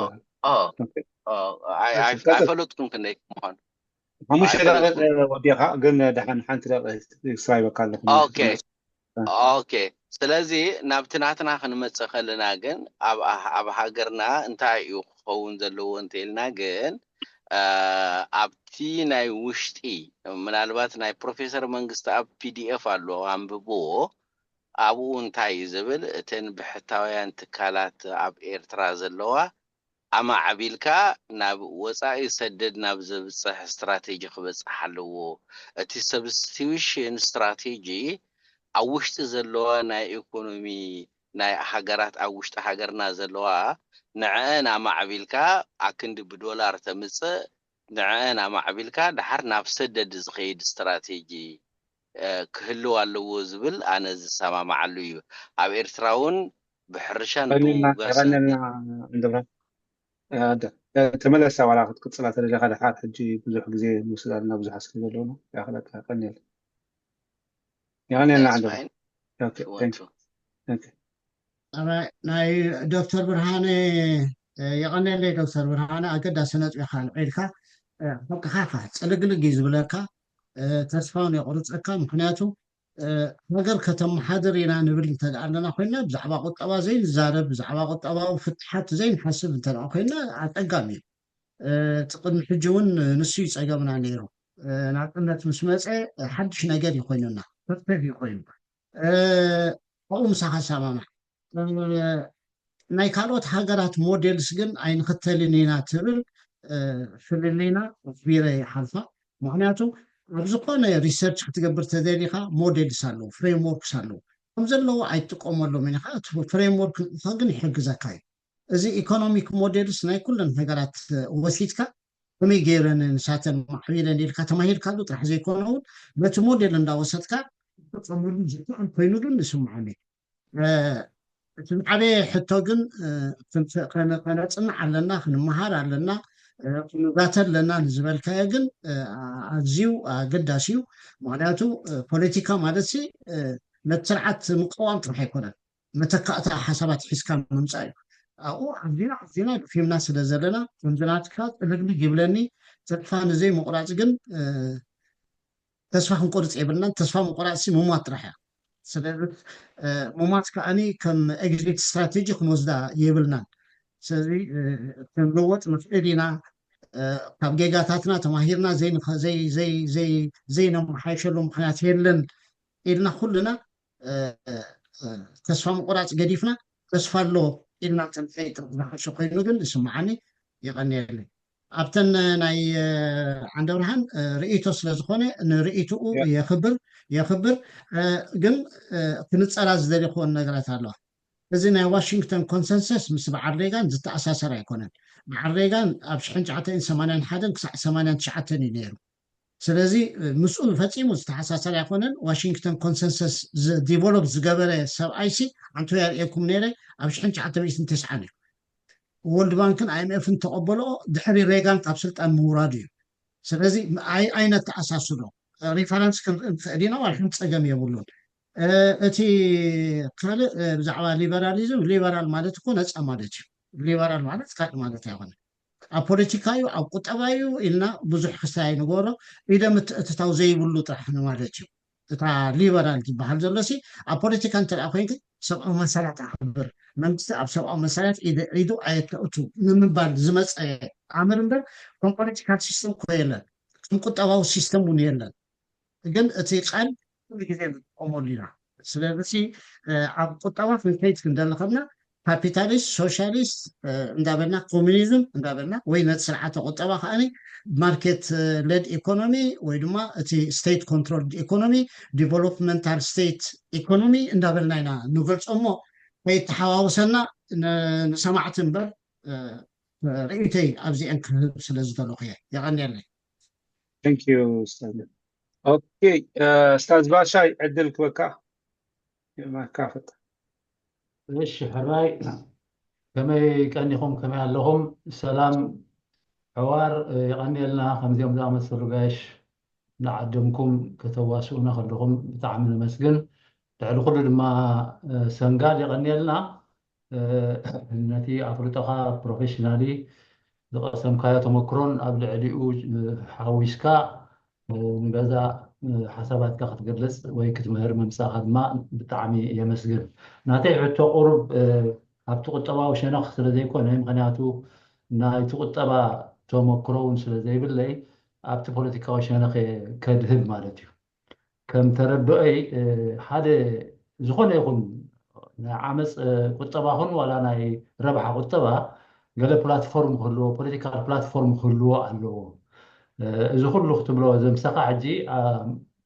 ስቴት ሞኖፖሊ ካፒታሊዝም ምስ ኮርፖሬት ካፒታሊዝም ተሓዋዊሱ ዝኸይድ ቁጠባ ኢኻ ክትንግረና ፀኒሕካ ብሓፈሻዊ ዘራርባ እዚኦም ኩሎም ከዓኒ ኣብ ትሕቲ እዛ ዌስተርን ኢኮኖሚ ዘሎ ወይ ከዓ ኣብ ትሕቲ ሞኖፖሊ ካፒታሊዝም ናይ በዓል ኣሜሪካን ኢምፔሪያሊዝም ዝኸይድ ዘሎ ጉዳይ እዩ ወይ ከዓ ኣብ ህልውና ዝሕጂ ዘላ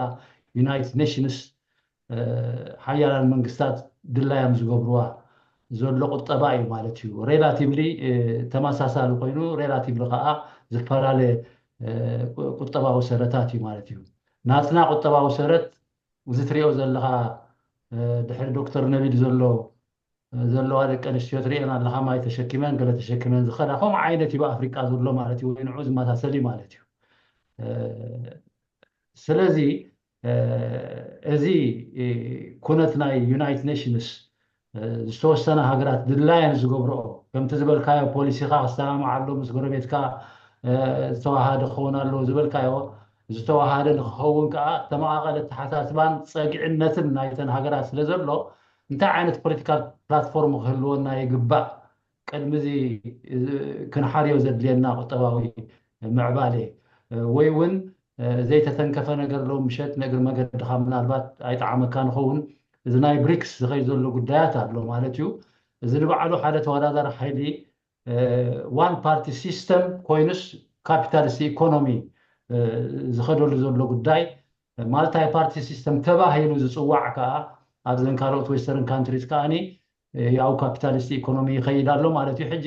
ሬላቲቭሊ ዘሰይም እናኾነ ይኸይድ ኣሎ እሞ እንታይ እዩ ኣረኣእያ ካብ ዝኾነ እዚ ኣብዛ ዘለናዮ ግሎባል ሲትዌሽንን ቁፅፅር ናይተን ዘለዋ ኢንስቲቱሽንስ ናይ ወርልድ ባንክ ይኹን ኣይኤምኤፍ ይኹን ኣብ ዘለወሉ ኩነታትን መዓልመን ቆፃፅርዎን እንዳሃለዎ ከሎሲ ከመይ ጌርና ኢና ፍሕት ክንብል ንኽእል ገለ መግለፂ ክትህብ መደለኹ ነይሮሞ ይቐኒየለይ ثانك يو استاذ باشا اوكي استاذ كمال عدل توكا علي تعدكو اخذت استاذ كمال سمع انت لغايه ما كاخذت الراي يغني لي سمع دلو هو سمعنا اوكي بمجمريا السلام نقولهم سلام سنغال تذكرن تخونيها سلذي مچم لومي ناي بحقي اب كابتناي بوليتيكا وطيلنا سابنا ايكونومكس غله مغلطيታት ሂብካስ ዓድና ከመይ ጌርና ምዝዘሎ ብልናታት ምስትዝ ሓለፈ ቴዎሪታትን ኩሉንሲ ከመይ ጌርና ውሃይድና ኢኮኖሚክናትና ከነ መሓይሾ ንኽእል ዝብል ዓቢ ኣስተምህሮ እዩ በዚ መስግነካ ቀጻሊ ክኸውን ከዓ ተስፋ ይገብር ብተወሳኺ ኣብ ከምዚ ናይ ቁጠባታት ድማ ፕሮፌሰር መንግስቲ ኣብ ተስፋ ዮሃንስ ብዙሕ ዝሃቡን ተኣሽሚታት ኣሎ ኣስተምህሮታት ዝሃበሎ እዚ ኩሉ ካባኻትኩም ክልተ ካልኦት ድማ እንተተወሲኾም ከም ማዕረ ምስቲ ናይ ፖለቲካና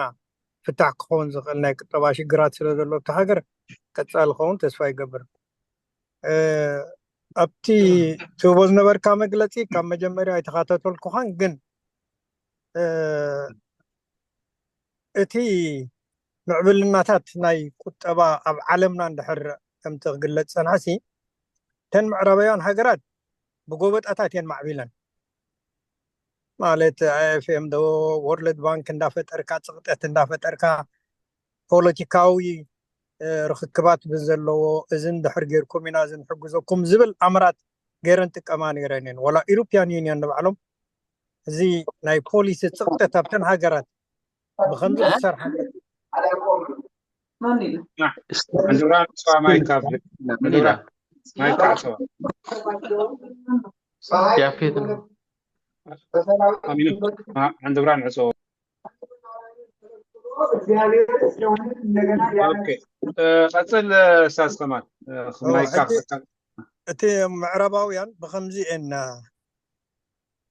ክኸዳ ፀኒሐን ሕጂ ከምቲ ዝገለፅካዮ ከማ ነዚ ጉዳይ እዚ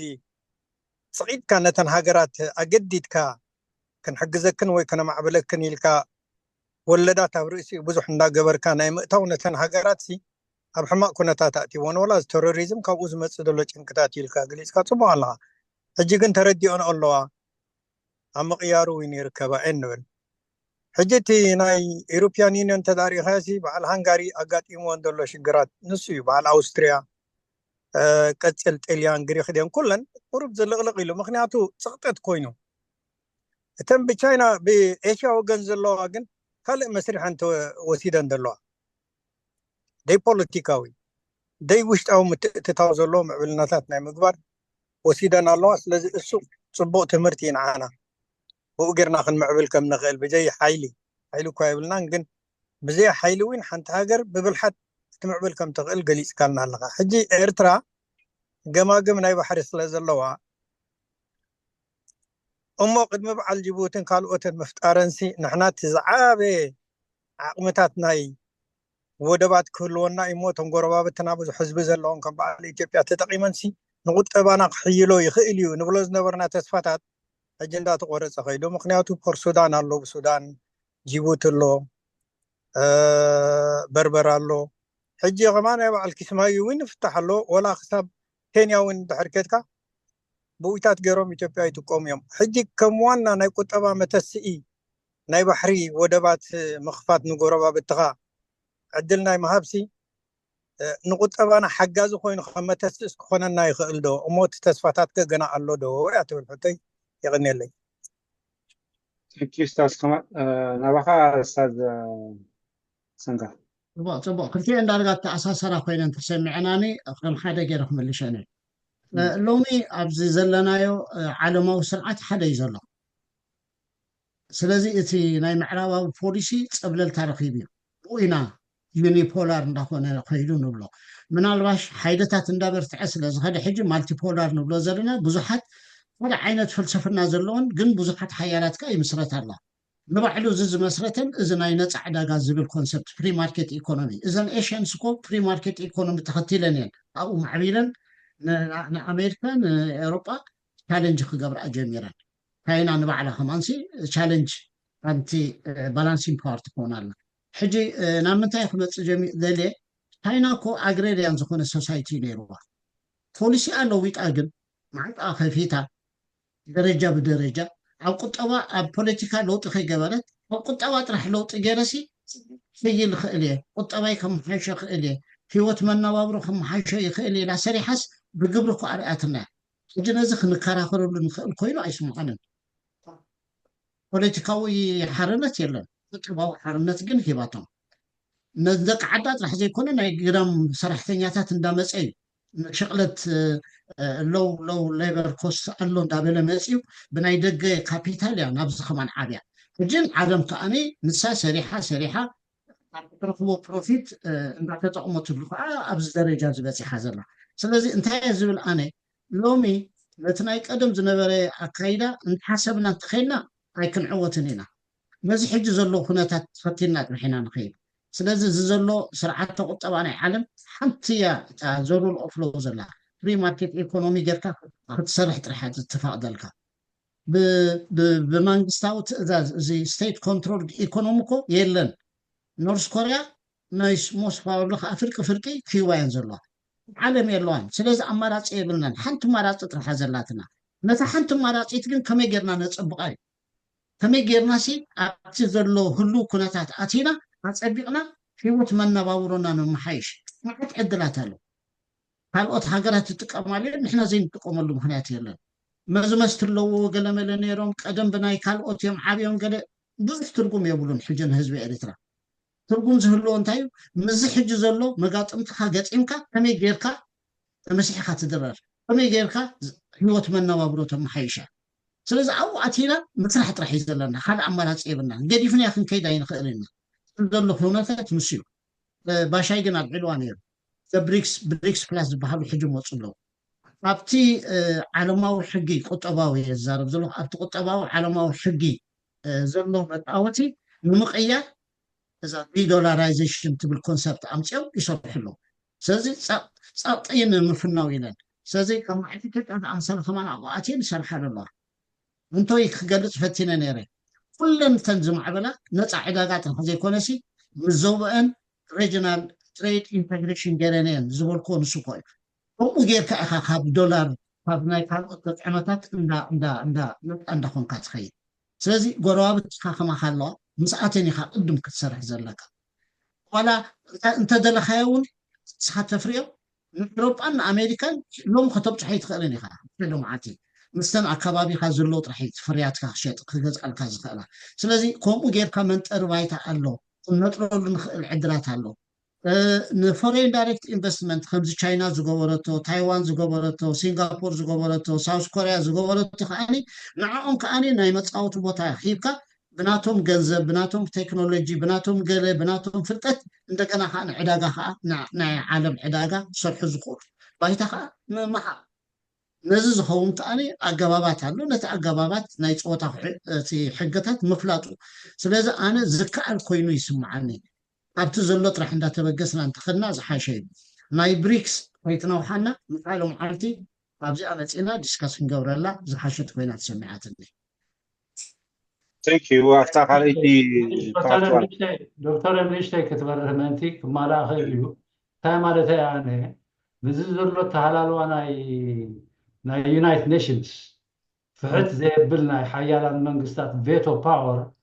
نهالو خلصي بوليتيكال بلاتفورم ناي عالم من تخركب ولاتن ناشتو هاجرات كم هاجرنا ذا مثلا عدل رخيبا كاب سانكشن ود سانكشن دلاين دقبر حيلتات نهالو خلواتي كما قلنا أنا فعد كنقول نعوسي كتم على ويلي بجزيرة وصل الكاي مثلا حق خانديخا انت زلا مسلكا اب عالم كل عدلات هالو يلي عنتوي نتن ليست ديفلوبد كانتريز بعدا زقبيبنا الله غازي كيتنا عليه فتسعي كلاني انت باهيلوسي يونايتد نيشن الناس هسير عامت اندا قبرت بلو شدش شوعتي قبتي دخلت وصيرين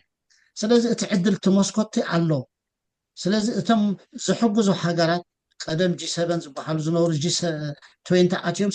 ቢሊየንስ ኤንድ ቢሊየንስ ዶላርስ ኢንቨስት ገይሮም ነዘን ሊስት ዲቨሎፕድ ካንትሪስ የተስእወን ኣለዉ እቲ ማዕፆትን ዓናስ ክፉት እየ እኳ ዝብል ዘሎ ኣይተዓፀወናን ስለምንታይና እሱሲ ክንጥቀመሉ ንኽእል ዕድላት ኣሎ ኣባይታ ኩነታት እሳቶም ግን ኮንዲሽንስ ኣቐሚጦም እዮም እቶም ኮንዲሽንስ ኣቐሚጦምን ዘለዉ ንኣብነት ኣነ ኣብ ናይ ብራስልስ እንደ ተሳቲፈ ዝድገፋ እየን ወላ ሓንቲ እተን ሊስት ዲቨሎፕድ ካንትሪ ዝበሃላ ሃገራት እውን ተኣኪበን ነዝናትኩን ቅድመ ኩነት ፀገም የብሉን ነዚአን ጥራሕ እንተ ደኣ ኮይነን እንተን ቅድመ ኩነትኩም ንሕና ክንቅበሎ ኢና ኢሎም ከተሰማሚዐን እየ ዝብል ዘሎ ስለዚ ብኡ ተጠቒመን ከዓኒ መነባብሮ ዘመሓየሻ ቁጠብአን ከመሓየሻ ዝኽኣላ ሃገራት ብዙሓት እየን ውሕዳት ኣይኮናን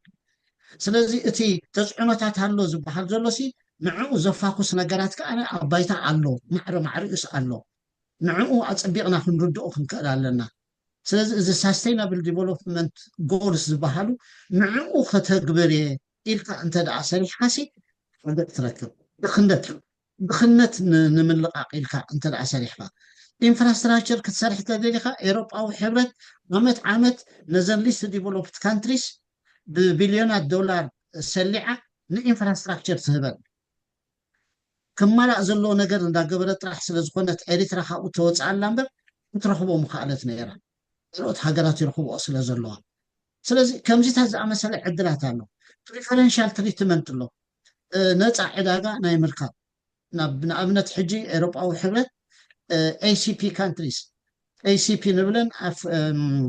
African Pacific and Caribbean ዘፍረኦ ናይ ኤውሮጳን ከኣቱ ታሪፍ ብጣዕሚ ያው ግዲላት ኣለን ዘላ ኣጋዋ ናይ ኣሜሪካ ኣብ ኣፍሪቃ ዘለዋ ሃገራት ታሪፍ ብነፃ ታሪፍ ዘፍረኦ ከእትዋ ትፈቅደለን እያ ነዚ ዕድላት እዚ ክንጥቀመሉ ንኽእል እኳ ኢና እየ ዝብል ዘለኹ ስለዚ መስኮታት ኩሉ ዕፁው ጌርና ኣይንውሰዶ ንመራመር እሞ ዝተከፍተ ማዕፆታት እውን ኣሎ ንዕኡ በቲ ንሶም ዝሓትዎ ጌርና ግን ክንሰርሕ እንተ ደኣ ክኢልና ካልኦት ይጥቀማሉ ስለ ዘለዋ ዘይንጥቀመሉ ምክንያት የለን የክብል ደለ ስለዚ ንሳተን እቲ እከይ ተግባራት ናተን ጥራሕ ክንፅብፅብ ተዋዓልና ትርጉም የብሉ ዕድላት ኣብኡ ግን ንሕና ክንምዝምዞ ንኽእል ዕድላት ኣብዚ ናይ ዓመት ቁጠባ ንብሎ ዘለናስ እንታይ ኣሎ ኢልካ ኣላሊኻ ንዕኡ ክትምዝምዝ ምኽኣልን ዘይምኽኣልን ግን ብልሒ ስለዚ ብልሒ ተጠቒምካ ብልሓት ተጠቒምካ ክትወፅእ ትኽእል ኢኻ ንዝብል ግን ይርዳእኒ Thank you, Ustaz Sanda. Okay. Ustaz Mangsta Abbas Morom, sorry. Thank you, Doctor. Okay. Nabil. يقلنا لنا حونا سنغال ፅቡቅ ኣስተምህሮ እዩ ብቐሊል ዝበለ ኣገባብ ገለ ኮንሰፕት ክንሕዝ ከም ንኽእል ጌርካና ፅቡቅ ይመችም ናተይ ሕቶ እንታይ ዝብል እንታይ እዩ ኣሜሪካ እስቲ ዝሓየለ ኢኮኖሚ ናይ ዓለምና እዩ ዝበሃል ግን ከዓ ዘ ሴም ታይም ብትሪልዮናት ዶላራት ዝቁፀር ዕዳ ኣለዎ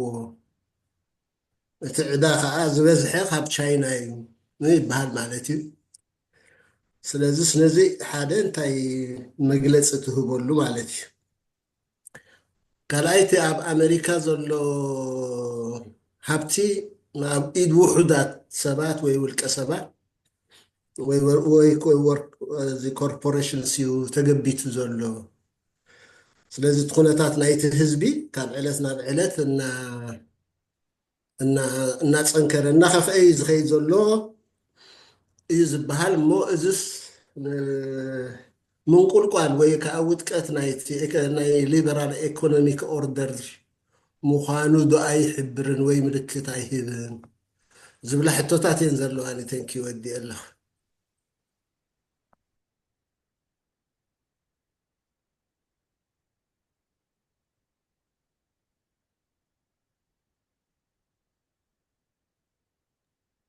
ዓፂኻ ኣለኻ ዶክተር ትዛረብ ኣለኻ هو انا درس يعني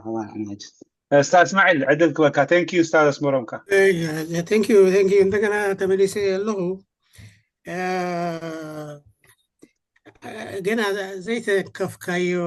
ሰንጋል ሓው ሰንጋል ጉዳይ ኣሎ يعني ምናልባት ኣነ ከልዕሎ ሕጂ ደልየ ኣለኹ ከም ሕቶ የምፆ ማለት እንታይ ዓይነት ኢኮኖሚ እዩ ዘድልያ ናይ ሓንቲ ሃገር ወይ ከዓ ናይ ኤርትራስ እንታይ ዓይነት ኢኮኖሚ እዩ ዘድልያ ዝብል ሕቶ ምላሽ ክንምልሾ ዘለና ጉዳይ ኣሎ መስለና ኣነ يعني ሕጂ ዋጋሲ ኢኮኖሚ ዲናሞ ናይ ኔሽን ቢልዲንግ እዩ ናይ ህንፀት ሃገር ህንፀት ደውላ እዩ يعني ህንፀት ደውላ ኣኒ ስቴት ፎርሜሽን ወይ ከዓ ህንፀት ደውላ ይቅድሞ يعني partially بخفيلو إريترا هجاجر يعني أنا سي بأساس بوصاي قطريون كلها سي externally is a recognized state يعني state formation سي قبولي يعني United Nations Community member أتي nation building جين هنا يعني إذا state يعني ايكونومي ويكان نيشن بيلدينج حق الصغير تكالات ويكان انستتيوشنز يلن يعني حجي بقى ايكونومي ويكان مرجع ايكونوميك اوبشن مسي سوفرينتي وين هنا سوفرينتي انترنال سوفرينتي الزارو زلو يعني سوفرينتي اوف ذا بيبل ستعزي يعني مهنياته مس ريسورسز اللي خيد يعني ايكونومي يعني واحد يبزح مثلا مستي وصاي تريد يو ولا بس اكسشينج دي مس قال متان قواسا اتي زلو بالعلي مرتني تحت مرتني بحريني تحت بحريني وهواهو تي انفايرمنت ناتكا كله زحزو قدايات زحوسي يعني زحوسي سلازي مالتي ايكونومي سي وين ايكونومي قداي سي نيوترال خون يفيل ديو يعني part of the national nation building خون دو اي يبلو مخنياتو شعويو انت عينت ايكونوميو تحت حستوز اللي هو قال تي ريسورسز خبيك مقارح يغلطاتي بحقي وبكونستيوشن بقلب وبشارتراتي بشارترات تساري ومسكونه شعويو زي فلت يعني انت عينت ايكونومي وانت عينت درجه بمنتهينا خنجمر زبل حتو خنزارب زلنا اوف كورس يقاوي ايكون زلو مصحفتات خيد له مصحفت صحافه له هوفلي هوب يعني سنغالوني زغلو تمكرتات زي ابي مصحف صنيحو ابتغزيو ምናልባት ابطقمه وعل ተስፋ ይገበር ስለዚህ ሲ تا حتى دي زلو حجي سي يعني مسنيشن بيلدينج ان ستيت فورميشن وكان هنصت ناي خلت شنخ ناي حدا هاجر خطريون كلها سي يعني ኢኮኖሚክ ኦፕሽን ኒውትራል ድዩ يعني ካብዚ ወፃኢ ድዩ ኣብዚ እንታይ ኮመንት ኣለካ ቴንክ ዩ ወደሎ ثانك يو استاذ اسماعيل ثانك يو بنزين كملشان بناي سمعت كجمهور كلا جزء سلسلة ملسي يا حق خاخا بوليتيكال ايكونومي كوينا نبر بوليتيكال قطوانسي اساسي يزخيد من بينو غير كخاي ترايو تقدم الله تبل سلاز نبركا بوليتيكال ايكونومي نانولو اساسي يزخيد تنصاصيلو زخيد ايكونن كم سايلو غير كاي ترايو كم سنسلس غير كارايو زياتا قداميتي كومنت ناتي اتاخر ايتي هنصت ستيت فورميشن النيشن بيلدينج سلامتها بقمتي اتيخا زي قلت خالنا نايلومي ارستي سلا زي نبرت رحيم نايلومي ارستي زمرتكو انت عينت قطباو سرعه الاريترا اللي اطرحنا بزبل فوكس كغبر سلا زدلو ينبر تساشيرو زخيدي حقها سلازي زتبلو زلخ ستيت فورميشن كنزارب نقالنا بزعوا نيشن بيلدينج وميجر حدا امور حبرتسب كي حسكا قطباون تتبليو سالكاون ولا حتى ترجم يقول سلازي حق خلتيو اقداسيو اب اريتراوي ادراج زته زبحال علينا كلت عمت مولو نسرح علينا بزعوا ستيت فورميشن كزاتينا سند ادالينا علينا بزعوا نيشن بيلدينج اني كزاتينا ودينا سند امدلاون تركبالا سلازي از خلتيوس اقداسي نطبيو سلازي معريو زي ايكونومي خيد بابنت ناي سكاندينافيان ايكونوميك موديل انت داري هايو انت يبل نعيمو بزعبا ايكواليتي زارب بزعبا محرنت زارب تي علامة نايتي ماكرو ايكونومسي محرنت فتر كفالالو انتوي اقرو منقدي مسناي حواس مرم خجلسة كل زي قطباو زي فري ماركت ايكونومي قطبا يعبيو السايد ايفكت ناتو جن امونغ هابتا من خانزلو قاقن انا قف حيز خيزلو كل يزبل زلوكم خناتو على الايست ايشيان كانتريز نعو مصعوبة يكأنا طب من الباش كحشا يخألا يخونا تباهيلو يقلت يقن دخلت امنا كاي بتحميز حق زكاة قاق نايموسخ بي كل it doesn't mean good تما زيادة هابتامات يخون اللومو تقاق عبي مالت قد من نوابرونا هزبي اي تمحيشن مالت قد ايكونا ناي بحقي ناي هزبي من نوابرو يمحيشالو امونغ امزلو قاقن بتحمي عابلو ساز نزيري رفعو زخوني فتحو زخوني من مقرح حابتنا يحاقب سرحلو زلو خويل سمعني كاندينافيان كانتريس نزيان مالع فعيلا والحدا ايكونوميك موديل متفالي ايكونوميك موديل جيرن زو سادا زلو امونغو هابتامن دخان زلو قاق فتبو فعيلا متخال كل تسرعات قطباقن لك خمنا يبعال امريكا خمنا يبعال جابان خمنا يبعال ايشيان كانتريز كله كنس كله نتا سوشيال معبانه نزيبل زياده ادهو هيبن تصبو اي فتره بويه كم فيلي موديل غير قري انفتيني مبل شامونيتن تداريخا سترونج بابليك سيكتور يبل سترونج بابليك سيكتور زي بلو قطبا عبا اي كلني ولا ابتناي بقدامي اب هاي اريترا تخاتاتلوامو ما يخجلص فتيني بايتا ከተንጽፍ አለካ ድልድል ባይታ ማክሮፖሊስ ምስገበርካ ስለዚ ንዕኡን ምግባር እንታይ ተወሲዱ ዓቕሚ ሰብ ናይ ምምዕባል እንታይ ተገይሩ ወይ ክግበር ነይርዎ ንዝብል ዝሃብኮ መረዳእታ ስለ ዘሎ ምልፅፋት ብሎ ዘለካ ኣፀቢቑ ዝኸይድ እዩ የቐኒለይ ሃው ናብ ናይ ሃውስ ሞሮም ክምለስ ثانك يو سنغال ثانك يو اي ابريشيت እታ ካልኣይቲ ሕቶኻ ናይ ሃውስ ሞሮም محاو منقصعب نعم محاو منقصعب سيد فوكس زقبر زنابرك كنت بلن زنابرك كلن حقا عبايت هذا الحق سلازو خوني زق حدا يكونن امريكا تندزه تريليون اندافريسي زلوا عدا خاب تشاينا كن طاب 800 بليون زي بزحي حجس باق بطعم خمزي بعدا زقيبا زلا زبل تي سمعت كاين وصل اليه بعدا زقبيبن زبحاله هاجرات اتي امونغو اتي زداغر ديفيسيت زنبلو زلنا قطبا يكونن قطبا هابتامي لا يولق سبات يقل اتي منقست كن اب زي عدا ناي منقست كن عبي زلو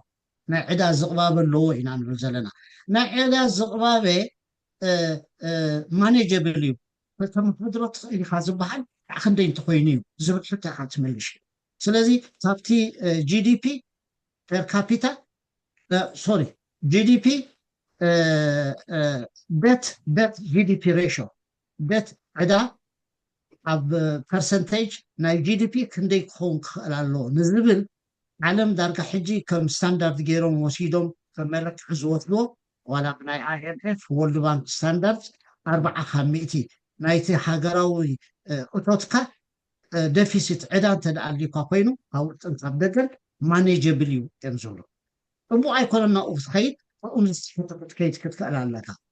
እዚ ናይ ኣሜሪካ ኸ ካብ 40 ትሕቲ ድዩ ካብ 40 ንላዕሊ ፅቢቑ ካብ 40 ትሕቲ እዩ ስለዚ ማኔጀብል እዩ በቲ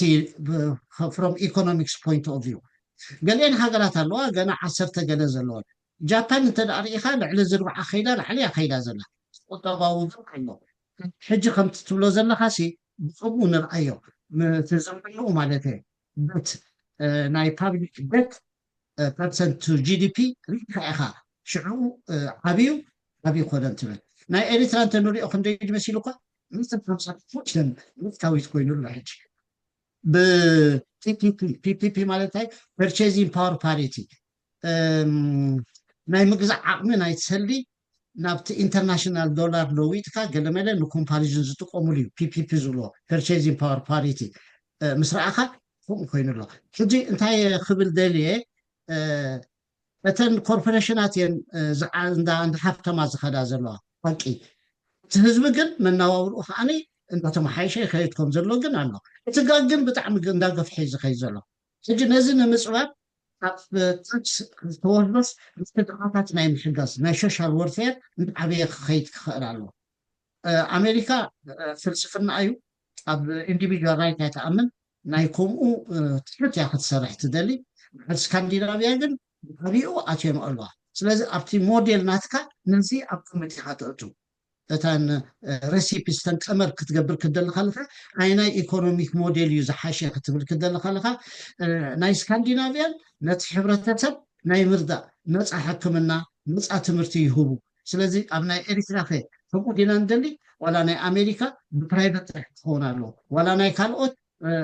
ፍርቂ ዕድላት ኣለካ ስለዚ ክስእሎ ክደሊ ከለካ ናይ እዚኣ እንተ ኣሜሪካ እንታይ ጉድኣት ኣለዋ ግምት ዝኣቱ ስለዝኾነ ሓቅኻ እሞ እዚ ሊበራል ኢኮኖሚክ ኦርደርሲ ፀገም ይፈጥር ኣሎ ደፍነትሊ እዚ ብካልእ ዝሓሸ ኢኮኖሚክ ሲስተም ዘይተጠቅዐ ሕጂ ኣብ ኢድና ዘሎ ጥራሕ እዩ ዓለም ርዒማ ተቐቢላቶ ዘላ እዚ ጥራሕ እዩ ዴሞክራሲ ይኹን እዚ ፍሪ ማርኬት ኢኮኖሚ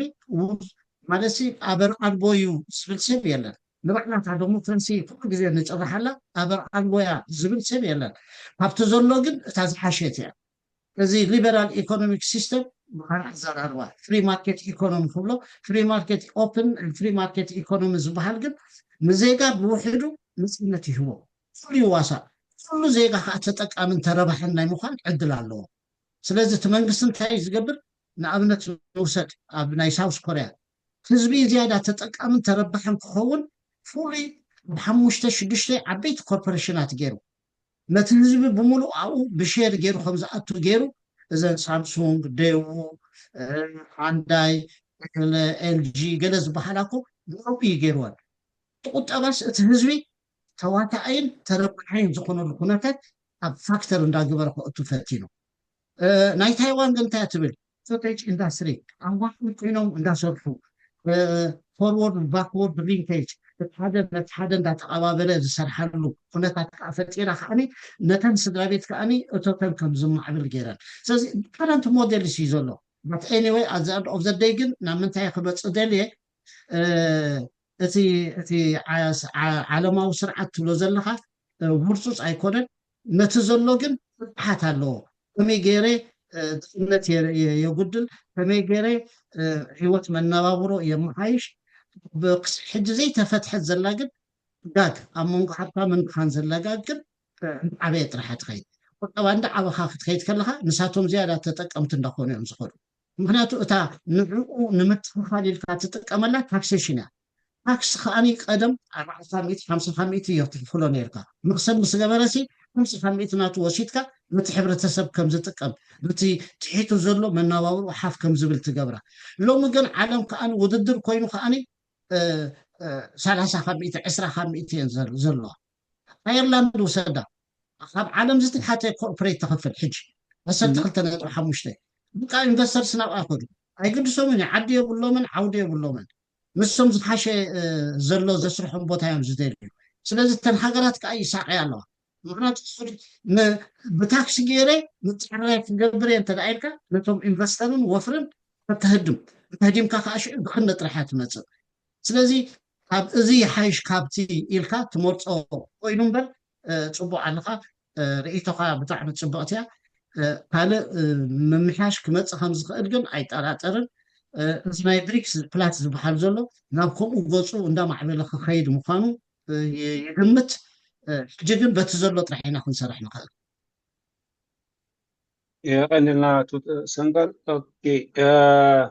استاذ تخلى ملكين عدل كوكا ثانك يو يغني لك مجمرة تي سنقال كم مسكين فتو نزق زادما صبغ عرست مسكيلنا كل درجة بصبغ زبرها سلسة هنا حسب حتى مقرابون سالو مالتي كنا تنك حتى زدلغ عنتي والدبوس وسيدوا نعاقنا قد فاني لزحسكو الله سادما زم سلوس عالم حجي بزلنا كمتم مس شاينا مس راشا تقوز قويزون زلو مزمع بلو خمس هاوس كوريا زع مسلم زي ما عملنا تبل حتى حاجز رقيبهم دو خابو يستوى تبلنا راحكي رقيبهم بشنخنا خي خنقبرون خيرينا زبل تمعكو مسيلني مالسي عداقا كرهبو خمز خلو اتوم افريتي دارقاو زتكوري ايو نيرو مالتي سلازي تي نهنا بالسقنا نتوم افريتي عداقا بمهاب نقبو مالسي حارسنا دينا كوعيتنا دينا نمصون نعوم نهبو انت بوديو خمزان زبلت له مالتيو نحنا افريتي كوينا رأسنا نخيل له طرح زي كونس نخالق نشت له معبالي كمسك ابانا انا رقاقز دون نخيل يا تحتوي مالتيو زوم زبلنا يوم طا ايست بلوك زنبرو حاجز رخيبهم يوم እዚ ድማ ነቲ ውድድር ንክዓግቱ ንኮሚኒዝም ንክዓግቱ ተባሂሉ ዝተገብረ ዓጊቶም ንሕና ግን ኣብዚ ኣሎና እዚ ምስ እንታይ ከተሓሓዞ ደሊ ምዚ ማርሻል ፕላን ዝበሃል ዝመፅአ ማለት እዩ ማርሻል ፕላን ቅድሚ ሕጂ ናብ ዝጠቂሰ ነይረ ሞደርን ንግበሮም ነዞም ስሉስ ዓለም ዝብል እዩ دحر ግን ፈሊጥና እቲ ሞደርን ምዃን ማለት ነቲ ናቶም ፍርያት ገዚእካ ንዕኦም ምምሳል እምበር ንስኻ ፍሪኻ ክትምዕብል ማለት ከም ዘይኮነ ርኢና ማለት ስለዚ ብቐሊል ዝሕለፍ ድዩ ዘሎ ናይ ኩነታት ከምቲ ናይ ኢስት ብሎክ ዘለው ዝረኸብዎ ምዕባለስ ናይ ምርካብ ዕድላት ኣለና ዶ ይዕፅን ድዩ ዘሎ ኩሉ ግዜ እዚ ዝተፈትሓሉ ኣብነታት ኣሎ ድዩ ገለገለ ምዕብልናታት እኳ ግለፅ ተፀንሐ ብሓፈሽኡ እቲ ዝካየድ ዘሎ ውድድራት ናይ ዕዳጋ ንሕና ዕዳጋ ክንከውን ኢና ተፈሪድና ዘሎ ወላ ቻይና እንተበልና እውን ካብኡ ሓሊፋ ካልእ ካባራት ደልዩ ብዙሕ ኣይኮነን ገለ መቕሽሽ ክንረክብ ንኽእል ኢና ግን እዛ ሕቶ እዚኣ ብኸመይ ትሪኣ ብለካ ደሊ ካልኣይ እታ ልቓሕ ነውሪ ከም ዘይኮነ ንቓሕ ክታራ ከም ዘይኮነ ዘምፅኣ ሜርዳል ይመስለኒ እንተዘይተጋጊቑ ወዲ ዓድና ወዲ ስዊድናዊ ንዑ ዝጠቐስካ ከማን የቐኒየልና ማለት እዩ እሺ የቐኒየለ ሓፂሩ اوكي ثانك يو استاذ ملك. استاذ عند بران عندك بكا عند بران سمعان انت اللي خاص هو سمعنا له سمعك لنا هو حتى ينزل لنا انت فصل انت حتى ينزل له اني ثانك يو اتو سنغال بزعبه نيش انت اخذوا زي واشنطن كونسنسس اند نيو ليبراليزم سي اي راخبني اخذوا زلقامو فليلي انتايو حاده كالاي ستيت فورميشن انتاي مالتي بتردو اخا زي حق اللي يقني ثانك يو استاذ عند برهان. اوكي خلت تملس حتوتات على استاذ سنغر نبا خالد أراك قداميتي ناي حاوت أحلي ملكا عالم زرا تبلا خسقل صواز وعالكم يا كل جزي بدرات هالوي نات راح نبقس ميلا بالحات انتاي ما كنقبر زلنا نبر ايه حجو نبقى يكم اللس إذا سنغافور تبهال عدي ونجرى معبيرا بتبر مونكي سنغافور كو خمانا مس ماليشيا نيرا ماليشيا سي دخوماتيهم بخاتاتيهم مساكم فدريشن نيلوم دمعتهم نيرا صبيباتهم أبشحن تعتم إتن حمسان قلملا بقى صغم كونكم نابقى خيدو هاجر كونكم كيدو إلى صبيباتهم بلحاتون يروم تباها حيتهم قل نابز حجي بسحهم وزرلو درجة بسحهم حجي هيوت من نوابرو أيام حيشون كنا عين قرنا مس عالم تواسيهم قن أبز بسحهم نرأي ياقن تمينا فتر ومونو رأي نحنا خاكم عينسي نحسب نخلينا هابشحين تعتميتن سوسان سبعا ليبر انتنسيف يمتخطيلو انت مالتي ليبر انتنسيف هذا نقر يبولو من فقلت سطرح يزلو سور عقم سطرح حين سب يزلو سلازي ناي تكستايل كوباناتات بزح عقم سب زدليا كوباناتات بدي مومن وط يبولو من او خفري خليني وط كاب كالي يمتص ماشين نا يفرينيو ماشين كاب اوروبا متص وط كاب افريكان كاب خالا هاجراتن يمتص او تمسرحو تقوم تسرحو عالم شوط نيرا بليش او انت نيرا رسول سنسر عزلون رسول عقل سبت حيزو بهم تبقيسو عسرت عمت لك فوق جيرو بهم تبقيسو سلازي مين يزربح نيرو وانتي توم كوربوريشن سي يزربح نيرا تمنقست قن 30 مخسب تاكس يخفل مو تنزل خبل نحيل سب يمعملوا له نيرو سلازي ما أخل سحباتنا حيل سبيو إذا زلنا حيل سبنا حج دخوميو ليبر انتنسيف زخونه كم نبع تكستايل قلمدة راح يكسر حز خير مساسلت أمم كي نبز حاشة خيلو انتي سكيل انتنسيف زخونه فبش انت عتبيتن سبعا تشعتن بتزرخبو قابتم كوربريت زرخبو اكس اكيبم سوهم امعبيلهم ناب سكيل انتنسيف زخونه እንደገና ተሰጋጊሮ ሲዋለሁ ተቆጣው ሽዒ ክብገዝ ጀሚሩ ኣብ ሌበር ኢንተንሲቭ ከለው መሰረታዊ ዝበሃል ጥቅማዊ ሕገት ኣይበልገውን ሰጥሐመት ድሕሪኡና ካብ ሌበር ኢንተንሲቭ ነቲ ሌበር ደልየን ሕጂ ብተዛማዲ ስልጡን እዩ ግን ስቲል ዝተሓተ ዋጋ እዩ ዝሓቶ ዲሲፕሊን ዘለዎ እዩ ከዓ እቲ መንግስቲ ከዓኒ ነቲ ኣውፋሪ كل نجار زتع environment زتع عميو مستباهله يوم عندنا حش عبارة حتى كورين دايركت انفستمنت نايجد رجع وفري عندما تخيلوا من دليل قدمنا توم مويا زي بقولهم نيرو لهم قلنا توم مويا زلوا عينت سرحات كأنت تغير جميل سلازم حب تكستايل نداوت خود جميل ناب سيرفيسز خود جميل الفرملي سوم أتن بدحري أنزل له عمد نب كابيتال إنتنسيف كأخذ جميرة محركة نب نولج إنتنسيف زي تكنولوجي إنتنسيف جخي نولج إنتنسيف بسي عندما بتنزل خب كاين جنزب ما تسب كأندام عبرك عمود داتا متعلم زوادا درجة حجي بس يحمله حجي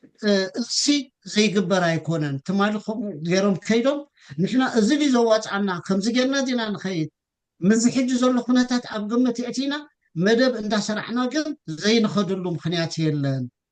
راح تصبو غيرنا اسسمنت اكابابينا اسس نقبر عالم زلو انتاي ابي زلو تعدلات كمي غيرنا نبربحانا نلوطو نقابلنا محساب راح يزول زلو ما يقدرنا تزي اخن كتلالنا مالتها يكون كل نتبرحات ግን كمي غيرو مساتهم تبالاحيتهم كيلوم راح تجل لامو ناي حاو تخله ملكين نزيع بزحنتي عدلات هالو ستيت عدلات هالو مسمعو عدلات عليكم زلو مفلاطو ببلحات كأنا ممكاتو تبيليا إذا ما شالو أنا زفتا ليميتديو في الأتي ناتخاز حشق خون خيليو لأوروبا بحر خان أيقونات عالم لأوروبا أخذ حنواي لهم ماشيو سبزي بحر خان أيقونات عالم دقيقة يعني يرى أوروبا تذكروا أب كم يكونات كم زنبرت بزح متحف تتحفوا سلوزلو تجي بزح مقلات عيلينني سبزي أمريكا بتسقطي أبطل كونات عالم أبكونات سلازي عطوت قطبة على حنيرو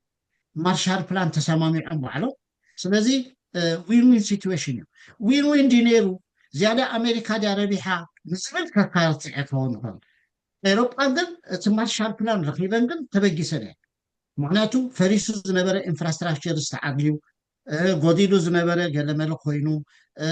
فابريكاتات فورين دايركت انفستمنت نا امريكا وفري او مص جميرو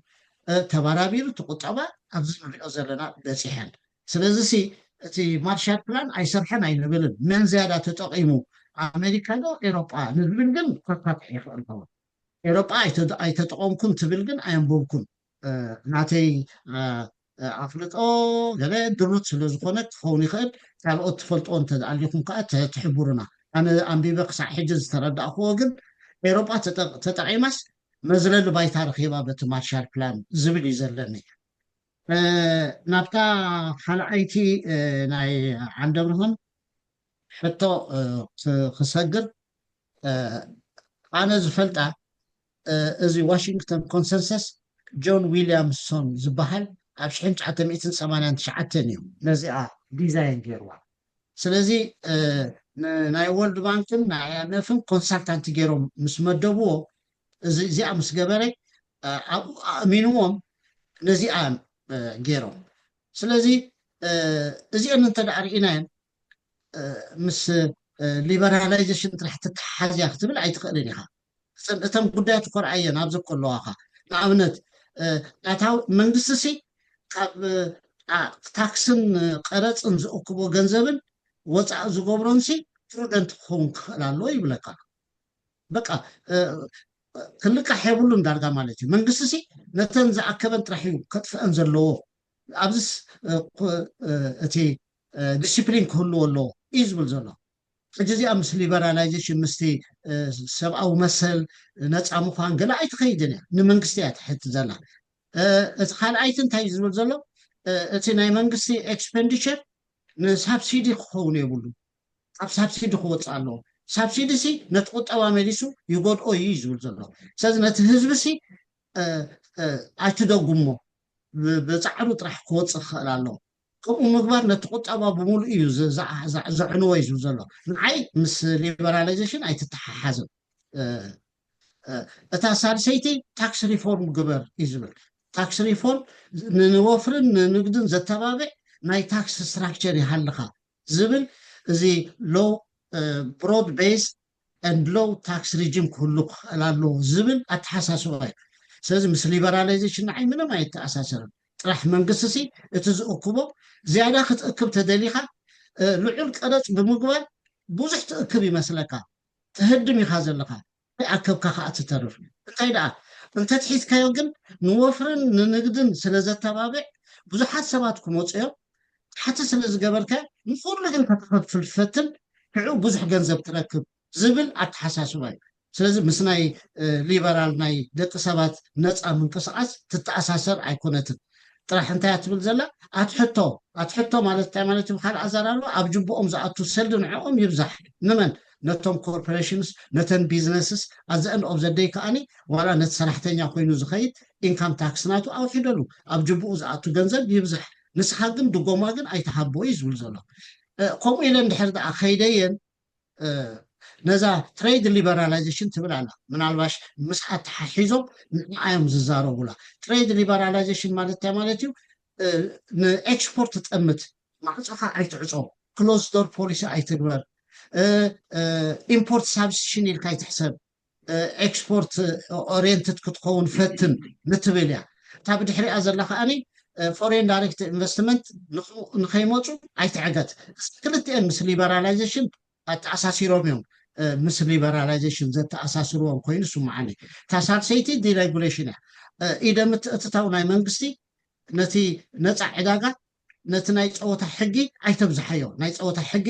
ብጣዕሚ ባርደንሳም ኣይትግበሮ እዚ እንተደኣ ኮይንካ ንወፍርን ንግድን ኣይተባብዕን እዩ ሰባት ገዲፎምካ ኣብ ከምኡ ዝሓሸ ዘለዎ እዮም ዝኸዱ ስለዚ ባዕልካ ክትጠፍእ ኢኻ ትብል እያ እታ ፕሮፐርቲ ራይት ከዓኒ ናይ ደቂ ሰባት ናይ ምውናን መሰሎም ክትሕሉ ክትክእል ኣለካ ስኢልካ ክትወርሶም የብልካን ገለ ትብል እያ ስለዚ ንዓይ እዚኣተን ከምዚ እየ ዝርድአን እሞ እዚአን እቲ ዝዓበየ ፀገመን ዝነበረ ኣይኤምኤፍን ወልድ ባንክን እንተሪ ሰባት ሪፈር ክትገብሩ ትኽእሉ ኢኹም እቲ ዳይሬክተር ናይ ኣይኤምኤፍ ዝነበረ ኣብ 1994 ተቃውሞታት እንዳበዝሐ ምስ ከደ ሽዑ ባዕሉ ሪግረት ገይሩሲ ተጋጊና ኢና እቲ ጌጋና ግን ይብላ ኣሎ እዚአን ኣገደስቲ እየን ወይ ኣገዲድና ግን ግድነት ገንዘብ ክትወስደኹምኩም እዚአን ክትገብሩ ኣለኩም ምባልና እዩ ንኩነታት ሲ ኣብ ግምት ኣይነእቱም ነርና ኩነታትና ኣይፈቅደልናን እዩ ፕራይቬታይዜሽን ንዝብሉ ሰባት ሲ ፍፁም ፕራይቬታይዜሽን ዘይትገብር ተኮይንካ ኣይንሕግዘካን ኢና ትሬድ ሊበራላይዜሽን ቀሲልና ኢና ደረጃ ብደረጃ ንኸይድ ኖኖ ሕጂ እንተደኣ ዘይጌርካ ኣይንሕግዘካን ኢና ምባልና ጌጋ እዩ ነቲ ናይ ዓዲ ኩነታት ነቲ ናቶም ድሌት ኦነርሽፕ ናቶም ከም ዘለዎ ክንቅበል ስለዘይከኣልና እዩ ዝብል እዩ ነይሩ እሞ ባዕለይሲ እቶም ሓለፍቲ ናይ ወርልድ ባንክ ምስኦም ዕድል ረኺበስ እዚ ጉድለት ከም ዝገበሩስ ባዕላቶም ኣሚኖም እዮም 91 ኣብ 9 ኣቢሎም ኣተግቢሮሞ ኣብ 1994 ከዓኒ ገዲፎሞ the concept structural adjustment program ይብልዋ ስለ ዝነበሩ እምበር እቲ structural adjustment program ሞ ኩሉ ግዜ ቁጠባዊ ምዕባለ ክትገብር ክደላ ኣለካ እቲ ቁጠባካ ስትራክቸር ክትልውጦ ኢኻ እቲ ተኣምር ኣይኮነትን ነዚአን ከይፈተኹም ከም ዘለዎን ትራንስፕላንት ግበርዎን ኩነታት ናይ ዓደይ ገለ ዝበሃል ነገር የለን ኦነርሽፕ ንዓኹም የብልኩምን ንሕና ኢና ሰብ ገንዘብ ንሕና ንብለኩም ስምዑ ንዝብሉ ግን ገዲፎሞ ብድሕሪኡ እንታይ እዮም ዝብሉ ኦነርሽፕ ናይ ኩሉ ፕሮጀክት ሕጂ ኣይኤምኤፍ ወርልድ ባንክን ካብ 95 ጀሚሮም ኦነርሽፕ ናይቲ ዓዲ ክኾኑ ኣለዎ ሽዑ ኔጎሽት እዮም ዝገብሩ ክልተ ኣብ ተሰማምዓሉ ኣብኡ ጥራሕ እዮም ዝገብሩ እዚ ኣፍልጦይ ናተይ እዚኣተን እየን ብዛዕባ ስቴት ቢልዲንግ ኢኻ ትብል ዘለካ ስቴት ቢልዲንግ ማለት ህንፀት ሃገረ መንግስቲ እዩ መንግስቲ ከመይ ጌርካ ስቴት ስትራክቸር ምክንያቱ መንግስቲ ኣለካ ሓጋጋ ኣካል ስቴት ፎርሜሽን እዩ ዝብል ዘሎ ስቴት ፎርሜሽን እየ ዝዛረብ ዘለኹ ኦኬ ብዛዕባ ስቴት ፎርሜሽን እንድሕር ንዛረብ ኣለና ኮይና እቲ ሓፀት መንግስቲ ቁጠባ ክዓቢ እንተደኣ ኮይኑሲ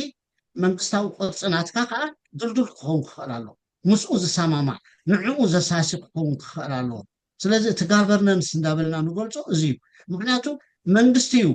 ፊፋ ማለት ኳ እዩ መንግስቲ ሲ ኣብ ቁዕሾ ሜዳ ሞንኺ ተንጋንታታት ኣለዋ ተንጋንታታት እቲ ኮንሱመር ግለሰብ እዩ እተን ዝሸጣ ፋብሪካታት እየን ዋኔናት እየን ንግዳዊ ዋኔናት እየን ፊፋ ግን እንታይ ይገብር ናይ ፀወታ ሕጊ የውፅእ መንግስቲ ከዓነ ኣብ ቁጠባ ናይ ፀወታ ሕጊ ኢኻ ተውፅእ ናይ ሕጊ ፀወታ ንኸውፅእ እሞ ናይ ግድነት እዩ ባርደንሳም ኣይትግበሮ ትህደመን ኢኻ ዘለካ ንዝብል እዩ ስለዚ መንግስቲ ነቲ ዕዳጋ ክቋፃፀር እንተደኣ ኮይኑ ሬጉሌት ክገብሮ እንተደኣ ኮይኑ ነቲ ፀወታ ናይ ሕጊ ከውፅእ እንተደኣ ኮይኑ ናይ ግድነት ከምቲ ፊፋ ትበሃል ኦርጋናይዜሽን ዘላ ኣብ ሃገር ከዓኒ መንግስቲ ዝበሃል ቅርፂ ክህልዎ ክኽእል ኣለዎ ኣተግባር ኣካል ናይቲ ፖሊሲታት ስለ ዝኾነ ስለዚ ነዚ ከመይ ጌርካ ተሃንፆ ከመይ እንተኮይኑ እዩ ነንሕድሕዱ ቸክ ኤንድ ባላንስ ዝገብር ሓንቲ ወይ ኮራፕሽን ሬንት ሲኪንግ ገለመለ ዝበሃል ዝነበረ ከመይ ጌርካ ነዚ ተጥፍኦ ዝዓበየ ግን ቁልጡፍ ዝኾነ ኣገልግሎት እቲ ፕራይቬት ሴክተር ካልኡ ንክፃወት ከመይ ገይሩ ይሰርሕ ከመይ ገይሩ ኮንዱሲቭ ዝኾነ ኤንቫይሮንመንት ይፈጥር እዚ ክፈጥር ዝኽእል እቲ ናይ ጋቨርንመንት ስትራክቸር እዩ ስለዚ ንዕኡ ከመይ ጌርካ ብቁኑዕ ቁርዑ ዝኾነ ትገብሮ ጋቨርናንስ ዝብልዎ ንዕኡ مسرح ማለት ምዃኑ ንዓይ ይርዳእኒ ثانك يو استاذ سنغال اوكي قدمي ناب جرماين ناب جنتن مخادي جرماي خانيركا وري خانيركا حج ملسي بي دانيال عند برهان اسماعيل كم دلهم مسؤول جن نخلتيهم مس جبرنا تطوخنا بلنا تريكورد شعو التي كم تقول لمد open discussion قبلنا جن آتو سنغال شعو انترا صنحوا إلهم كصنحيهم تزيقون جن أبتاع خاليت برنامجنا نراقب نخون إن شاء الله قرماي كبكامون الحر جنة كبكي شعو دانيال بينه عند برهان اسماعيل بليز هولد اون اوكي يا غني اللي دكتور نبيل مالت حدا ساعتين قال دقائق انت فيليكم نيرك العافية باخيده أتي أنا زلعل حتى تحاتيتو كخون يخيل يخون أنت دا تحاتيتو خوينو بزيت العالم كحلف الله هو دا حارت مليسي أبتي ريكارد خصم أصل زخونكم ترى كل تحت اللواني تحانتي مالتنا عيت ملكت تخون ويا بتناتي تمكرو تخون تخاليت جن بتغلى الله كل جزية سمع أصل زخونة جن كأ بزحيات تسجمن أب بزحات دكتور عوسن قال أب بزحاتنا هاجر مراحتي وينا إيكونومي مراحتي مودة تعامت تسمعونا في الله بسلس علم تدعليو نهنا تغلال لهاجراو في الرياض بخندز عبيهم زبلونا قليون بخلت هاز عبيو يبلونا نحبس بتعمي مخنياتو أبتهاجر زفري حان أقلقلوت نسي بزح مخسب أمشي له مالتي مثلا عبيون تدع الكاس دحريو قطة نابجبانا حسس مبال نخيد كابتا زنبرت عمت ولا حنتي انت تزيق وديلا ولا حنت وسخاين رئد سلازي ازي جي دي بي من بلعوه من وسيدوه حنت حتوي زي آية اتخاليت حتوي هون بزح جزية ستايتبلني أنا نقول نوح زبل عمتات أبتي رنتر إيكونومي والاقتصاد الريعي بالعرب ناي شيء كاتم سو إيكونومي مالتي مثلني أبكم أو زلون هاجرات ينبر نيره دارجع 13 عامت كوينوها أبزي ناي معراب عالم ينبر على حجي كل جزية زريقهم أبزي معراب كلتا توادر تلو كونسيرفاتيفين الليبرالينيو حدا عناني والكناسنتن عم حبراو فتحن دوز بالكي بلكات حدا خا هو خم خوينو جن كا بتعداقا حجبتي بتي ايكونومي دينا نزارب زلنا بتعداقا ناس خوينو نفسه مرح يخيليو سلازي تعداقا تحابتام تدا تنقساقيسون السبز فطرو عدل تدخا كربحيو يبلكات حدا خانو كاباخون وسيده خابزم هابتامات نزوم دخاتات محبراو فتحي خرقاقس يبل أمبود داتا كلتي أم أبزه وتي سخلت جزية توادد يروم وسلسة توادد يروم سلسة جزية توادد يروم كمسري أيام الله أتي أبه وتي زري أولو تجن أنت بجبا يخون أنت أبتي محبراو فتحي أب تمرتي أب عنا أب سوشيال إنشورانس أب محبراوي مدحن قال ما لازم الجن ولا حنت لو طوينا يريقلون أبزي سلازي راح ناي ساسون دمسنا ناي مركب كوينو كونسيرفاتيف ليبرال كونسيرفاتيف نتاخونو خم عينة ايكونومي دي زخيل وين تايوزي مدايزي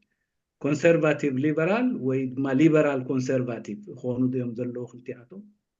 كمي كتردع نتخيل زيار تدعى تحاتيتو خوينو يغني اللي زين ينتن حتى تاتي كبر حوسن قال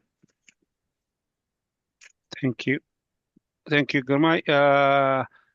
اوكي حافت قنات تسكي عدل كوكي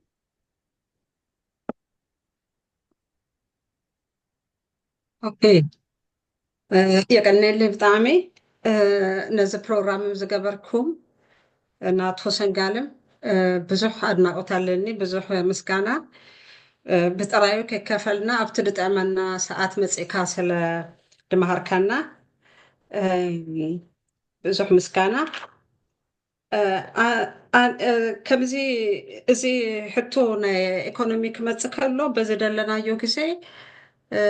ነዚ ህዝብና ኣሸጋሪ ሕቶ እዩ ድኸውን ምክንያቱም ከምዚ እቲ ህዝቢ ብዙሕ ኣብ ቃልሲ ስለ ዘሎ ኣብኡ ተዋሒጥካ እንድሕር ኣለካ እዚ ይፅናሕ ኢካ ትብል ግን ነዚ እንድሕር ደይተገይሩ ከዓ ሕጂ ብዙሓት ሰባት ኢልኩም ይኹም እዚ ተደይተገይሩ ድማ ክስታይ ይብልን ኣይ ብርሃን ኣይንርኢን ኢና ወይ ቅድሚት ከመይ ድኸይድ ዳሕራይ እቲ ዓዲ ምስ ተራኽበት ከዝብል ነገር ክንኣቱ ማለት እዩ ሕጂ እዚኣ ትምህርቲ ንብዙሓት ውድባት መንቀሳቀሲ ከም ትኸውን ተስፋ ገብር ምክንያቱም ኣብኡ ጎደሎ ኣሎ ኢለ ስለዝኣምን ማለት እዩ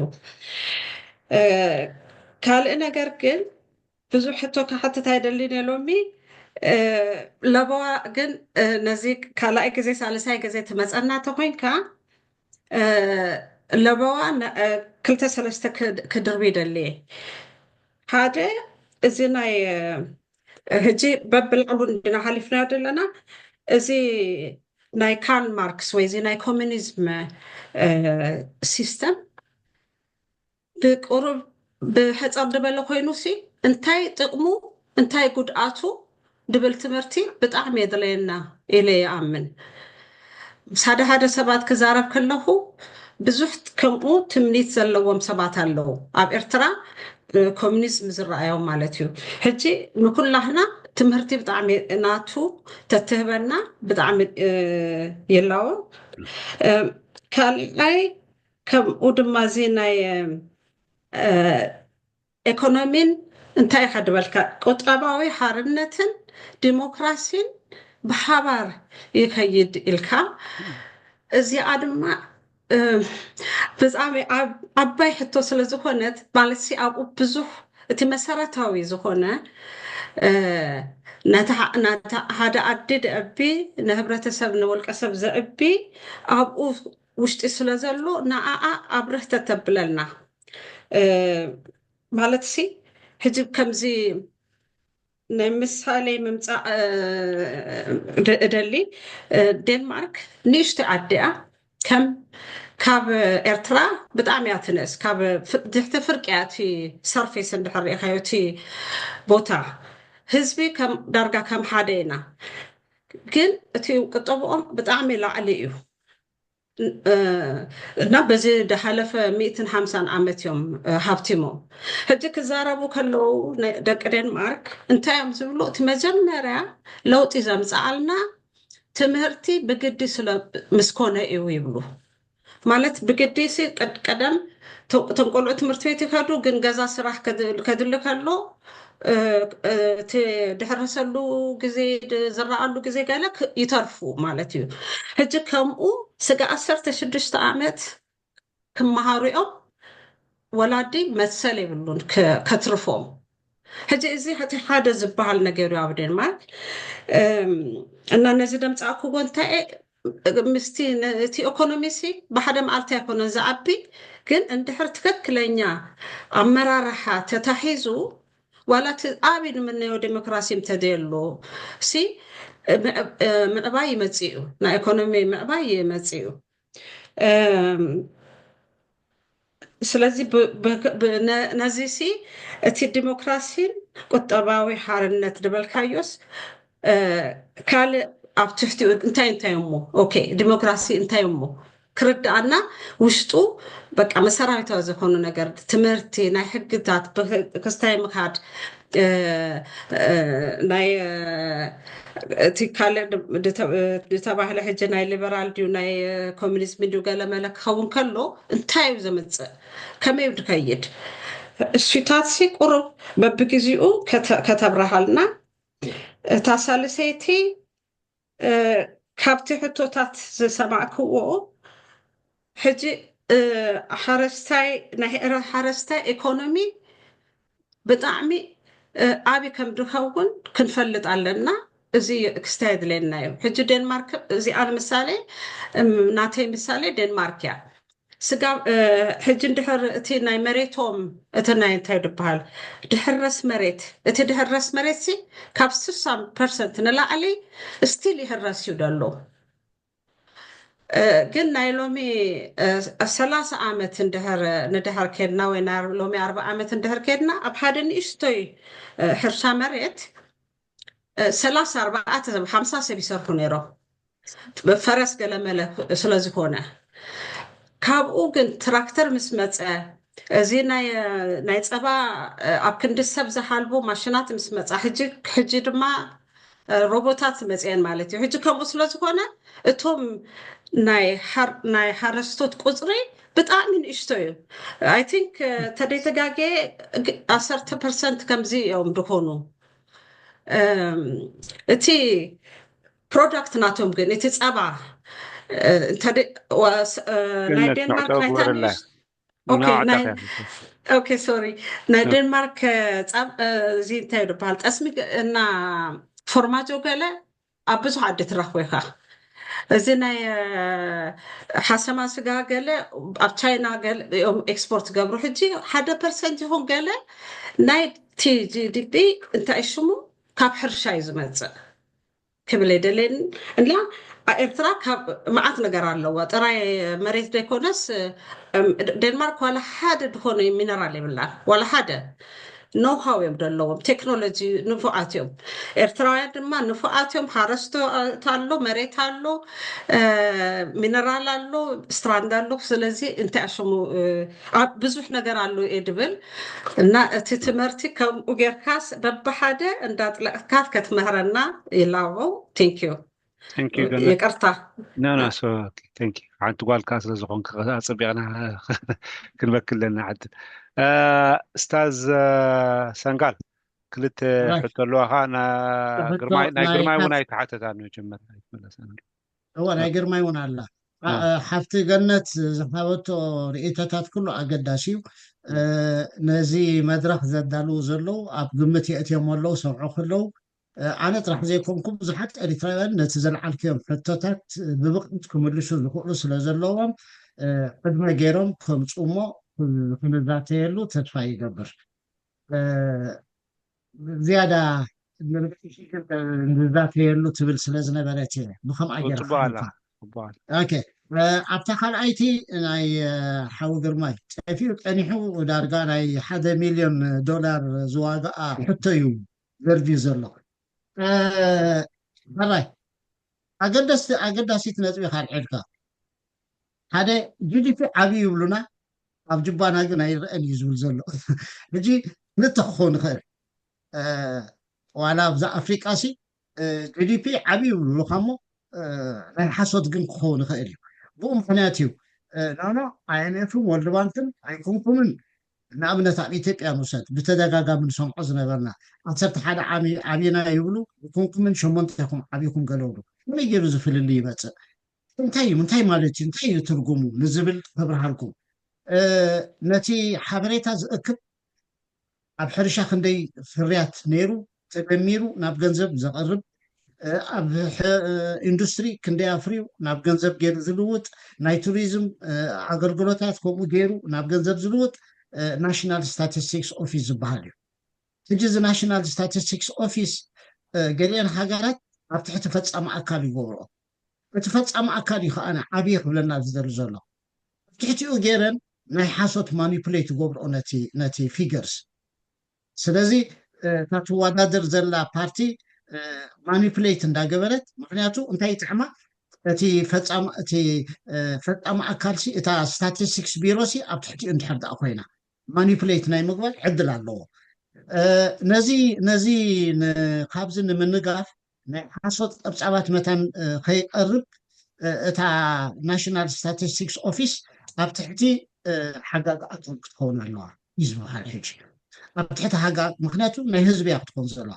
ተወከልቲ ህዝቢ እዮም እቶም ሓገግቲ ኣካላት ፓርላማ ንብሎም ዘለና ስለዚ ኤጀንት ኮይና ነፃ ርእሳ ክኢላ ናይ ፕሮፌሽናል ተሓታትነታ ግን ነቲ ፓርላመንት እንተደኣ ጌርካዮ ተፅዕኖ የብሎምን ኣርሚ ትዊስትን የለን እቲ ፈፃሚ ኣካል እቲ ፓርቲ ሒዙ ዝመፀ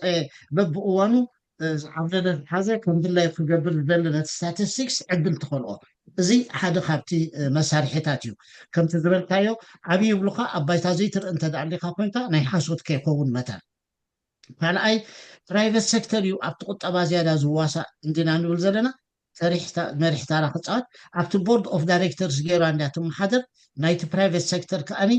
ኣብኡ ወካሊ ከም ዝህሉ ኣብቲ ቦርድ ይገብሩ እንታይ እዩ እቲ ዝበሃል ዘሎስ ሓቅነቱ ናይ ምርግጋፅ መታን ዕድል ክረክብ ስለዚ ከምዚታትን ወዲ ከምዚታትን እንዳገበርካ ነታ ስታቲስቲክስ ኦፊስ ነፃ ተኣማኒት ከመይ ጌርካ ትገብራ እዩ ናይ ሓሶት ዓቢናን ኣይዓበኹምን መታን ከይመፅእ እዚ ሓደ ካብቲ ክግበር ዘለዎ እዩ ኣገዳሲት እያ ሕቶኻ ስለዚ ናይ ሓሶት ፀብፃብ ከይኸውን እንተዳ ኣብ ጅባይ ዘይሪኦ ኣለኹ ኮይነ ናይ ሓሶት ፀብፃብ ከይኸውን ትብሎ ዘለካ ብከምዚ ካ ትቋፃፀሩ ካልኣይቲ ነጥቢ ብዙሕ ግዜ ፀገም ዝፈጥር ኣብ ኢንዱስትሪ ዝፈረየ ብዙሕ ኣይትፅገምን ኢኻ ፀብፃብ ትረክብ ከም ካልኦትን ከምኡ ናይ ሕርሻ ብዙሕ ግዜ ኣፀጋሚ ዝኸውን ኣብ ናይ ሕርሻ ብጣዕሚ ገፊሕ ስለዝኾነ እንደይ ሄክታር ሓሪሱስ ብመኪና እንዳኸድካ ግምት ጌርካ ኣብ ሓንቲ ሄክታር ከዓኒ ዝኣክል ፍረ ይወፅዩ ኢልካ ገለመለ ትገብሮ ስለዝኾነ ናይ ግምት ጌጋታት ይፍፀም ስለዚ ነዚ ቸክ ዝገብርሉ ኣይኤምኤፍን ወልድ ባንክን ሜላታት ኣለዎ ስለዚ ኣብቲ ዝእመን ከም ዘለዎ ይቕበሉካ ኣብቲ ከጠራጥር ዝኽእል ቦታታት ከይዶም ግን ናቶም ፍተሻ ገይሮም ናኖ ክንዲዚ ዝኣክል ማርጅን ናይ ጌጋ ረኺብና ኢና እንዳበሉ የተዓራርይዎ ነቲ ንስኻ ዓብየ ትብሎ ዘለካ ብኡ እዩ 10 ከመይ ዓብየ እንዳበልካ ንኖ 8 ኢኻ ዶ ገለ ዝብሉካ ስለዚ ናቶም ሜላ ኣለዎም ነቶም ኩሎም ፅላት ናይ ቁጠባ ከይዶም ከምዚ ኦዲተር ዝገብሮ ዓይነት ኣሰራርሓ ገይሮም ነቶም ኩሎም ናይ ቁጠባ ክንደይ ዝኣክል ማርጅን ኦፍ ኤረር ረኺቦም ብኡ ኣጃስት ገይሮም ስለዚ ክንዲዚ ኢኻ ዓብይካ እምበር ክንዲዚ ይኮንካን ይብሉካ ብከምዚ ኣገይረ ክዓፅዋ ስለዚ ካልኣይቲ ከዓኒ ኣብ ግምት ዝፀንሐ ነቲ ግምት ከዓ ናይ ምትዕርራይ መንግስቲ እንዳ ጉድለት ከም ዘሎ እንዳፈለጠ ክእርሞ ይደልን እዩ ሰሪሑ መታን ክብል እቶም ካልኦት ግን ነፃ ስለዝኾኑ መፅኦም ግን ናይ ምትዕርራይ ይገብሩ ብኡ እየን ሃገራት ኣይኤምኤፍ ኣባላት ስለዝኾና ኩለን ኣይኤምኤፍ መፅኡ ይፍትሽ ዓመት ንኩሉ ሃገራት ኮንሰልታቲቭ ፎር ዝበሃል ኣግሪመንት ኣለዎ ስለዚ ንሱ የተዓራርዩ ክንዲዚ ኮንኩም ክንዲዚ ኢሉ ክብረታ ይኽእል እዩ እዚአን ክልቲአን ምስ በልኩ ሳልሰይቲ ኣላ ሳልሰይቲ ሓዊ ግርማይ ኣብቲ እቲ ማክሮ ፖሊሲ ዕብየት ንብሎ ዘለና ብሃገር እቲ ኣጠቃላሊ ሃገራዊ እቶት ኢና ንዛረብ ዘለና ኣብ ጁባይ ኣይሪኦን ኣለኹ እንተዳ ኢልካኒ ኣብ ጁባካ ክርአ የብሉን እዩ ታመልሳ ናይ ግድነት ኣይኮኑን ኣብ ጁባካ ክርአ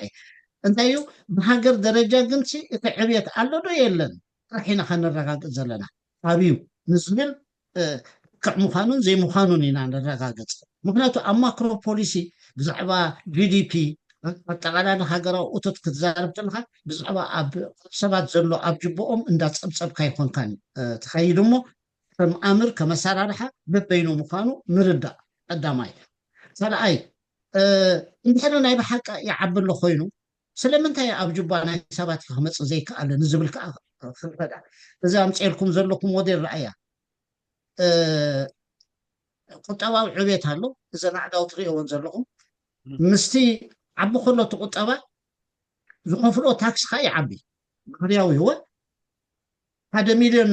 ተፍሪ እንተደኣ ነርካ ሎሚ 2 ሚልዮን እንተደኣ ፍሪኻ ንመንግስቲ ትኸፍሎ ዕፅፊ ክኸውን እዩ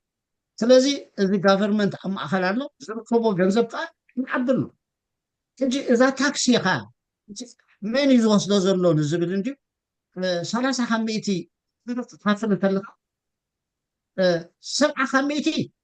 እታ ኮርፖሬሽን እያ ትወስዶ ዘላ ስለዚ እታ ኮርፖሬሽን ጅባ እንድሕር ዛሪእኻያ ግን ኣብያ ኣላ እቲ ቁጠባ ዓቢ ከሎ 1 ሚልዮን ተፍሪ ዝነበረት መክሰብ ትረክብ ዝነበረት 2 ሚልዮን ተረኺባ ስለዚ 30 ከመይቲ ጥራሕ መንግስቲ እንተወሲዱላ ጁባ ናይታ ኮርፖሬሽን ጁባ ናይታ ዋነይ ይዓቢ ኣሎ ናይቲ ሰራሕተኛ ናይቲ ዜጋ ይኮንና ንሓስብ እቲ ኮንሰፕት ከምኡ እዩ ዝብል ካልእ መን እዩ ጁባ ናይ መን ከ ይዓቢ ጁባ ናይ መንግስቲ ከዓ ይዓቢ ስለዚ ክትሓስቦ ዘለካ ኣብ ጅባካ ዘሎ ኣይኮንካን ክትጥምት ዘለካ እተን ኮርፖሬሽን ዝሰርሓ ዘለዋ ኢንቨስቲጌረን ዝኸዳ ዘለዋ ግን ኣብ ጅቦአን ግን ዝሓሸ ይረክባ ኣለዋ ካልኣይ መንግስቲ ከዓ ዝሓሸ ይረክብ ኣሎ መንግስቲ ምስ ረኸበ ኸ ንሰባት ዶ ብራሽን ገይሩ ይዕድሎም እዩ ዝዕድል ነይሩ እንተዝኸውን ኣብ ጅባና ምርኣና እዩ መንግስቲ ግን ስርሑ እንታይ እዩ ፍሪ ኤዱኬሽን ናይ ምሃብ ስለዚ እስኻ ደቅኻን ባዕልኻ ነፃ ትምህርቲ ተምህሮም ነርካ እንተደኣ ኮይንካ ነፃ ትምህርቲ ክረኽቡ ዘይክእሉ ዝነበሩ ንካልኦት ነፃ ትምህርቲ ከም ዝረኽቡ ይገብር ኣሎ ስለዚ ንዕኦም ኢኻ ክትጥምት ዘለካ እንደይ ዝኣኽሉ ናይ ትምህርቲ ዕድል ዘይነበሮም ሰባት መንግስቲ ናይ ትምህርቲ ዕድል ከፊቱ እንደይ ዝኣክል ቤት ትምህርቲ እንደይ ዝኣክል ሕክምና እንደይ ዝኣክል መንገዲ እንደይ ዝኣክል ዝገይሩ እንዳበልካ ኢኻ ክትጥምት ዘለካ ስለዚ ኩሉ ሰብ ኣብ ጅቡእ ናይ ግድነት ኣይኮነን ትሰሊፉቱ ነቲ ዌልፌር መልክሎ ኣሎ ናይ ሶሻል ሴኪሪቲ ቀደም ንውሕዳት ሰባት ዝነበረ እንዳዕበየ ይኸይድ ስለዚ ናይ ግድነት ኣይኮነን ቀጥታዊ ምትእስሳር የብሉን ቁጠባ ይዓብሎ ስለዝተባሃለስ ኣብ ጅባና ንሪኦ ነገር የብልና ንተደኣይልካ እቲ ኢኮኖሚክስ ብከምኡ ይኮነን ዝሰርሕ ንምባል እዩ ግን እንታይ ኣላካ ሽቕለት ግን ይበዝሕ ሽቕለት ተበዚሑ እንታይ ኢና ንብል ዘለና ኣብ ብሃገር ደረጃ ክትሪኦ ክደለካ ግን ናይ ብዙሓት ሰባት ጅባ ግን እንዳመልአ ይኸይድ ኣሎ ቀደም ናይ ውሕዳት ጅባ ጥራሕ ይመልኡ ነይሩ ሕጂ ግን ፖቨሪቲ ይንክሎ ኤምፕሎይመንት ይዓብሎ እንተደኣይልና ብዙሓት ኣብ ሽቕለት ኣትዮም ኣለዉ ጅቦኦም ባዶ ዝነበረ ግን እቲ ገንዘብ ግን ክገብሩ ክኢሎም ኣለዉ ስለዚ ናይ ኩሉ ሰብ ግን ገንዘብ ይውስኽ ማለት ግን ኣይኮነን ከምዚ ቁርብ ክረዳእ ክፍትን ቁርብ ኮምፕሌክስ ክትኸውን ትኽእል እያ ካልእ ምዕንቲ ዝያዳ ንነዊሕ ግዜ ረኺብና ክንዘራረበላ ንኽእል ኮይኑ ይስማዓኒ ሆፕፉሊ ንግርማይ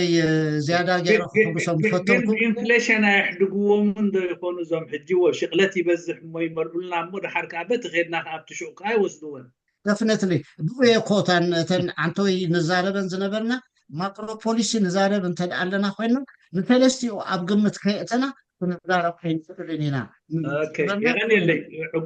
ማክሮ ፖሊሲ እንትልካሲ ሃገራዊ ቁቶት ንበይኑ ኣይተወስዶን ኢኻ ኢንፍሌሽን ትርኢ ፍቕለት ከወሲኹ ዶ ይወሰኸን ምክንያቱ ነቲ ስኻ ዝወሰካዮ ኢንፍሌሽን እንቲል በሊዕዎ ትርጉም የብሉን ካልእ ክገልፃ ዝሓሰብኩ ሕጂ ዘኪርካኒ ንኣብነት ቁጠባዊ ዕብየት ዓዲሲ 300 ዓብያ ኣብሎ ሓራይ ግርማይ 300 እቲ ስታቲስቲክስ ተረጋጊፅ እዩ ኣብኡ ፀገም የብልና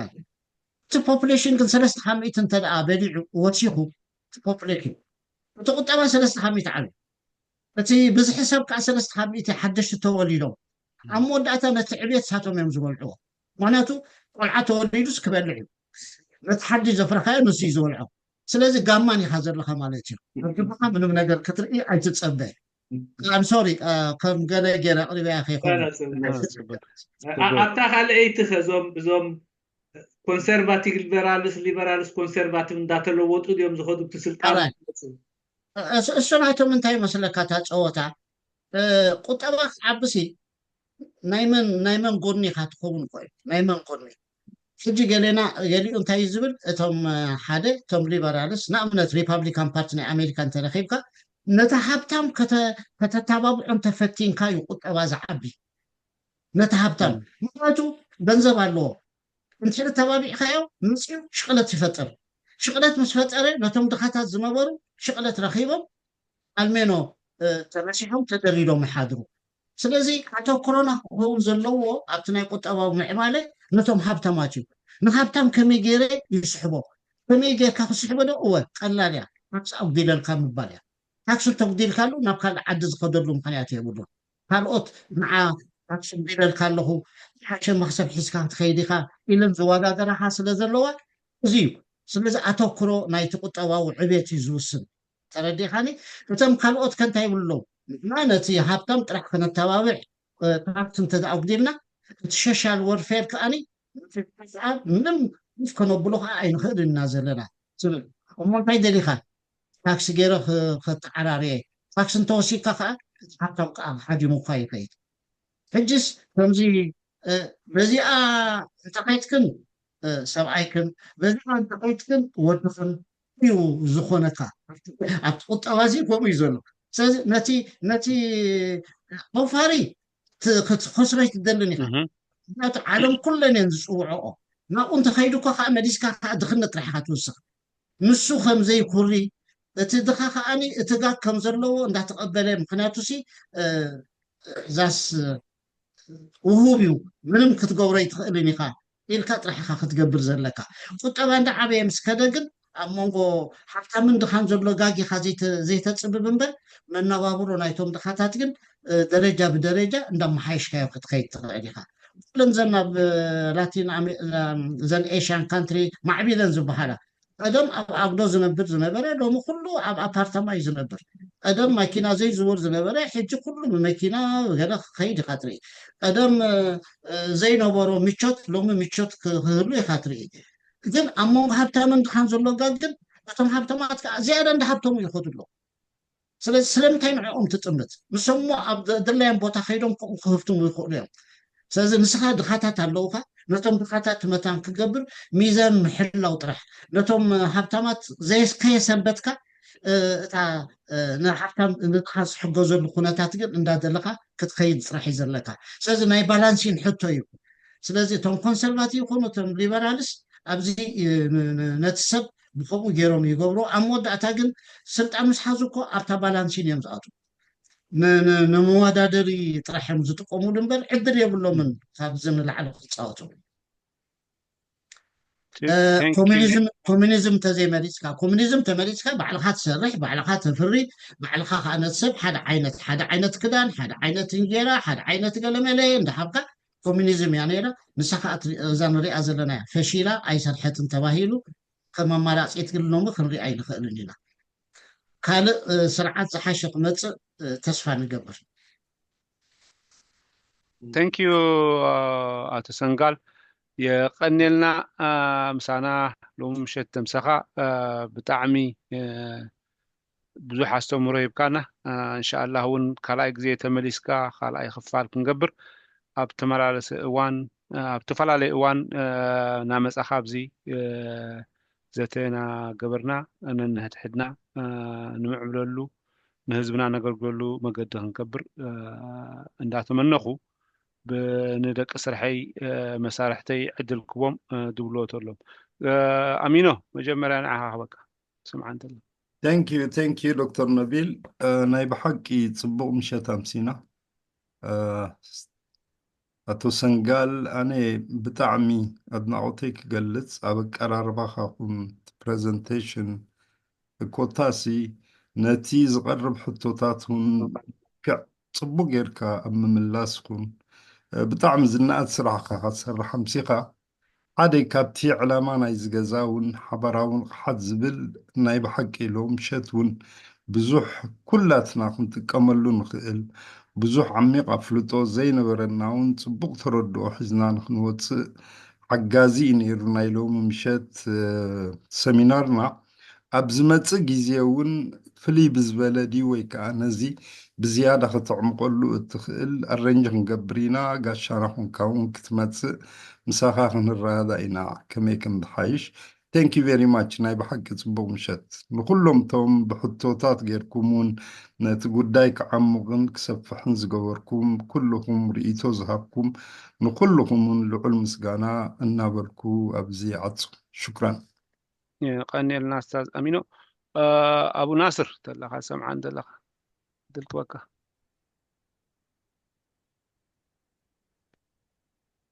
ኣቡ ናስር የለን መስለኒ ስታዝ ግርማይ ድልትወካ ኦኬ ብመጀመርታ የቀኒየልና ፅቡቕ ምሸት ነይሩ ግን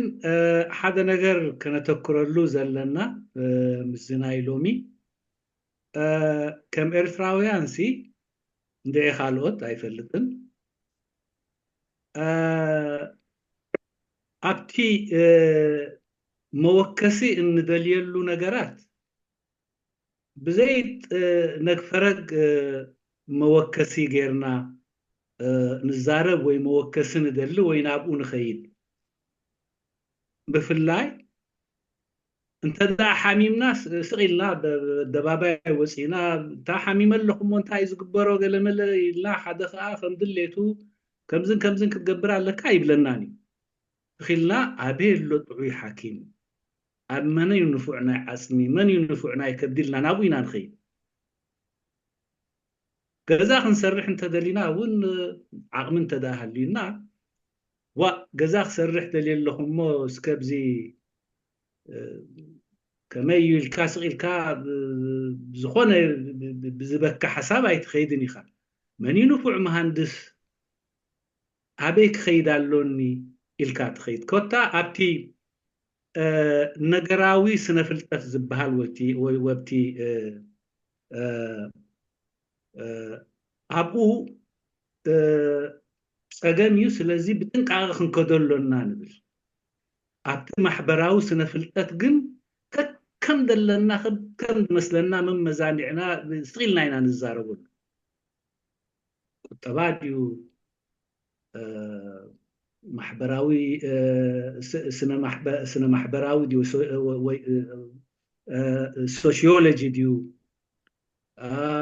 ኮታ ካልእ ኩላቶም እዚኣቶም ዞም ማሕበራዊ ስነ ፍልጠት ዝበሃሉ ግን ብሓቂ ሎሚ ከም እዚ ዝወዓልናዮ እንተዳርኢና ኣብቶም ቀንዲ ዘድልዩና ኣብቶም ማሕበራዊ ስነ ፍልጠት ዝበሃሉ ቁጠባ ድዩ ንግዲ ድዩ ፖለቲካ ድዩ ሶሻል ሳይንስ ሶሺዮሎጂ ድዩ ናብቶም ዝፈልጥዎን ናብቶም ናቱ ሰባት ከድካ ብዝያዳ ክሕተተሉ ዘለው ከመይሲ ብዛዕባ ስነሰብ ኢኻ ብዛዕባ ሰብ ኢኻ ትዛረብ ዘላ እዚ ስለ ዝኾነ እዚ ናይ ሎም ምሸት ብጣዕሚ ኣገዳሲ ምሸት ነይሩ ልክዕ እውን እቲ ገዛ ፅቡቕ መሪፁ ጥራሕ ርእስኻ ወይ ከብድኻ ሓሚምካ ናብ ሓኪም ምኻድ ዘይኮነ ዋላ ብቁጠባ እውን እንታይ ክትገብር ከም ዘለካ እውን ኣብ ናይ ቁጠባ በዓል ሞያ ክትከይድ ከም ዘለካ እምበር ከምዚ ዝግበር ኣፈቐድኡ ስቂልና ንዛረበሉ ወይ እውን እቲ ብካልእ ኣዘራርባት ማሕበራዊ ስነ ፍልጠት ዝኾነ ክምንዝዖ ዝኾነ ክምንጭቶ ዝኽእል ጌርና ንወስዶ ከምኡ ከም ዘይኮነ ብሓቂ እዚ ናይ ሎሚ ዝርአ ከምናዮ ትምህርቲ ሓደ ካብኡ ከረዳእና ዝኽእል እዩ ስለዚ ኣነ ብጣዕሚ ተጠቂመ ካልኦት ብከምኡ ተጠቂሞም ክኾኑ ተስፋ ገብር ብፍላይ ኣብዚ ማሕበራዊ ስነ ፍልጠት ዘሎና ኣራእያን ኣፍልጦን ክዓቢ ኩሎም ናይዚ ቦታታት ናይዚ ዓውዲ እዚ ክኢላታት ኣምፂና ክንዘራረቦምን ክንምዕድኦም ክንሰምዕን ትምህርቶም ክንሰምዕን እዚ ገዛዊ ከምኡ ክተሓባበር ኣብ ከምኡ ገፁ ከተኩር ይላቦ ፅቡቕ ምሸት ነይሩ يغني حوسن قال ودي استاذ قرماي استاذ قباي استاذ معشو ادلك بكم تلا ليش تيدو موصي زربان ايش تعدل تبني قبكا جوها ويودا اقر فكاني قناك قباي هلا قالوا قباي وي دكتور نبيل هو انا كو حجن دي اتي اقريكم بصوتي فلا ناي حوار لهم معتي كقرب زبان زنبره نصاتكم سلا زعمامكم لي بتعم دسيلوني ذا حجي بذا حد سمع وقن انا خامستي ناتي قرب باك جراوند سامع عقب كنا ناي سنغاسي دس يزبلني دس بزبلني غني لنا حافظ نقال بتعمي غني لنا ثانك يو عقباي نو بروبلم استاذ معاش معاشو الله خير سوري يونير انوي معاشو تزيد لقد حنا انتاي كله تبايليو يقني لنا استاذ سنغال قدم مخدنا جن عدل كبكا موداتا معصو مدمدم تقبرو زلكا جن እዚኣ ናይ መወዳእታ ኣይኮነትን መጀመርታ ኣብ ከምቲ ኣሚኖ ካልኦት ኣሕዋተይ ዝበልዎ ተዘራሪብና ካልእ ፕሮግራም ንገብረሉ መጠን ከምቲ በዓል ገነት ተሓተቶ እውን ንዑታት ንምምላእ ስንፅዕር ኢና ብወገነይ እንታይ ክብል ዝደሊ ነቲ ህዝብና ለውጢ ኣማራጭ ከም ዘለዎ ክነርእዮም ሲና ሎሚ እቲ ናይ محدرة خاني أمراج خوني إلكان منقاري خمت قرمايز بولو زي مرتعو زخيد لوجيك حسكاز خود زي خونه بقمت ديكونه ብመጽናዕቲ ዝኸይዳ ኣስተምህሮ ዝሃብካና የቀኒልና ዕድል ክበካ ናባኻ የቀኒለይ እምበር ኣነ እምበር ከመስግን ዘለኒ ቁም ነገር ኣለዎ ኢልኩም ምጥዋዕኩም የመስግን ኩሉ ግዜ ዝፈልጦቲ ነዚ ንእሽተይ ትውልዲ ከመይ ገለ ዝሕልፎ እንዳበልኩ ጭናቅ ስለ ዝነበርኩ ዝዓድል ስለ ዝኸፈትኩምለይ ብጣዕሚ የመስግን ንሕና ሕጂ ዳርጋ ሓደ እግሪ ናብ ጉድጓድ ኣትዩ እንድዩ ነቶም ቆልዑት ነቶም መንእሰያት የሕዋትና ግን ከምዚ ጌርና እተን ንፈልጠን ከነመሓላልፍ ምኽርና ነዚ ከተሳስዩ ምኽኣልኩም ብጣዕሚ ብጣዕሚ ካብ ልቢ የመስግን ኣብ መእተዊተይ ተጨኒቅኩምኒ ነርኩም ምክንያቱ ብዛዕባ ቁጠባ ብዙሕ ግዜ ተዛሪብና ይንፈልጥን ኢና እቲ መእተዊ ዝገብሮሲ እዚ ናይ ከም ቆልዑ ደ ከምዚ ገይረ ክምህሮም ብጣዕሚ ተሰኪፈ ነይረ ንሱ ገዲፈ ኣብቲ ሳይ ጥራሕ እንተኣትያ ከዓኒ ኣይክንራዳእ ንኸውን ኢና ኣብ ፀገም ስለ ዝነበርኩ ኣብዚ ሕዮት ስላይድ ገይረ ከረዳእኩም መታን ትሕቶታትኩም ሲ ማዕረ ክንከይድ ኢለ እሞ ነዊሓ ክትኮን ትኽእል እያ ይቅርታ ግበሩለይ ሳልሳይ ከምቲ ትብሎ ዝነበርኩም ሳይንስ እዩ ቁጠባ ሳይንስ እዩ ስለዚ ኣብ ስነ ፍልጠትን ኣብ መርትዖታትን ተበጊስና ክንሰርሕ ምሕሳብ ኩሉ ግዜ ይጠቕመና ንኩልና ከዓ ንክንረዳእ ዝጠቕመና ይኽእል ኢለ ሓሲበ ዝያዳ ኣብኡ ተጠቁር በለ እሞ ግዜኩም ብዙሕ የበሊዐልኩም ሆፕፉሊ ንካልእ ግዜ እንትፅርናያ ክንከይድ ኢና መበገሲና ክትኸውን ስለትኽእል ኢለ እዚኣ ከንውሓ ፈቲኖ እሞ ነትዕግስትኩም የመስግን የቀኒየለይ ኣብ መወዳእታ ፍልጠተይ ድሩት እዩ ድሩት ስለዝኾነ ሕቶታትኩም ኩሉ ከምቲ ትፅቢትኩምን ባህጉኹምን ዘይመለሽክዎ ክኸውን ይኽእል ይርዳእኒ ካልኦት ክኢላታት ኣሕዋት ኣለውና ፕሮፌሰራት ኣለውና ኣብ ስነ ቁጠባ ፕሮፌሰር ኪዳነ ኣሎ ፕሮፌሰር መንግስቲ ኣብ ምሳይ ሓቢርና እውን ንሰርሕ ኢና ሕጂ በጋጣሚ ከማን ሓንቲ ፕሮጀክት ሰለስተና ኮይናስ ንሰርሕ ኣለና ስለዚ ንሳቶም እንተዝመፁ ዝበለፀ ነይሩ ብሓደ ኣነ መበገት ሓሳብ ገይረ ስለ ዘለኹ ንሳቶም ካልእ መፅእ መዓልቲ መፂኦም ክድርዕዎ ከለዉ ከዓ ዝያዳ ንክንረዳእ ክሕግዘና ይኽእል እዩ ዘይመለሽክዎን ሕቶታትኩም ድሩት ስለዝኾነ ፍልጠተይ ጥራሕ ምዃኑ ግን ተረድኡለይ ኣብ ኩሉ ግዜ ክትዛረብ ከለካ ከዓ ይመርፀካ እዩ በልሓት ትዕንቀፍ እያ እሞ ምናልባት ተቀየምክዎ ሰብ ደስ ዘይብል ቃላት ተጠቂመ እንተኮይነ ኣብ ኣመራርፃ ናይ ቃላት ይቅርታ ክትገብሩለይ ይሓትት የቀኒየለይ የቀኒልና ስለቲ ትሕትናኻ ካብ ኩሉ ኣፀቢቑ ኣርኣያ ዝኾን ካልኦት እዩ የቀኒልና ሓው ሰንጋል እሞ እዚኣ ሪኮርድ ጠጦ ክነብላ ኢና ኣነ እታ ቀዳመይቲ ስላይድ ምስ ኣቕረብካ ሰንጋል መታን ብዙሕ ስላይድ ክህልወካ ስለ ዝኽእል ዕድል ነቲ ንክትረክብ ማለት ዳ እምበረይ እቲ ኣቀራርባኻ ኩን ወላ እቲ ዝወዳእካሉ ግዜ ብጣዕሚ ወንደርፉል እዩ ነይሩ ምስቲ ናይ ዓረብ ምትርጓም ናይ ሰዓትን ፈረቓን ወይ 2 ሰዓት ገፁን ኣይበፅሐን ምክንያቱ ክትርጎም እንከሎሲ ኣብ ኩሉ ትንካይዶ ሰሚናራት ዕፅፊ ስለ ዝኸውን ti ግዜ ግን ብጣዕሚ ፅቡቅ ኢኻ ወዲእካ ያዕኒ ኣየን ዋሕካልናን ንክብለካ ኢለ ቴንክ ዩ احنا سوري ከይደክም እምበር احنا ስጋ ወጋሕታ ምሓዝናካ ወረ ተሰኪፈ ነይሮሞ ኣብ ፊስካል ኣፀቢካ ፊስካል የቀኒየለ ብፍላይ ኣነስ ተጨኒቀ ነይረ ምስታ ዝነበረህኒ ቆፀራት ትሽዓተ ክውድእ ኢለዮም ነይረ ወይ ትሽዓተ ፈረቓን ነቶም ከፀቢዮም ክእል እየ ነቶም ካልኦት ጥብብ ዝበለት እያ ነይራ እታ ቆፀረታ ኣኼባ ግን ከም ናይ ሎሚ ዓይነት ኣወዳድኣ ርኤ ኣይፈልጥም ብጣዕሚ ፅቡቅ ብጣዕሚ ቴንክ ዩ ግርማ እንግሊዝ ዝገበርክዎሲ ምትርጓሙን ከይፅገም ገሊኡ ከዓኒ ኣብ ምትርጓሙን ተረዲኡ በቲ ቋንቋ ክኸይድ ስለ ዝኽእል ኢለ እሞ ሓጋዚ ነይሩ ክኸውን ይኽእል እዩ ግርማይ የቀኒየለይ ብዙሕ ኢኻ ሓጊዝካኒ የቀኒየለይ ሕቶኻ ከምቲ ትደልያ ገይረ ስለ ዘይመለሽክዋ ግን ካልእ መዓልቲ ተመሊሳለይ أب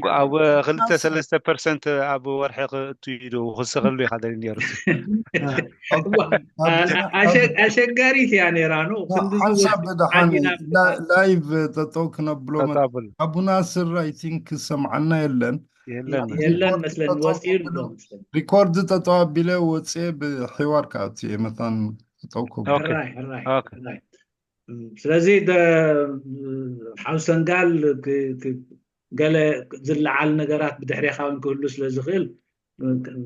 معدلو خلبوم سقيلنا وسقاب أمينو دمس عند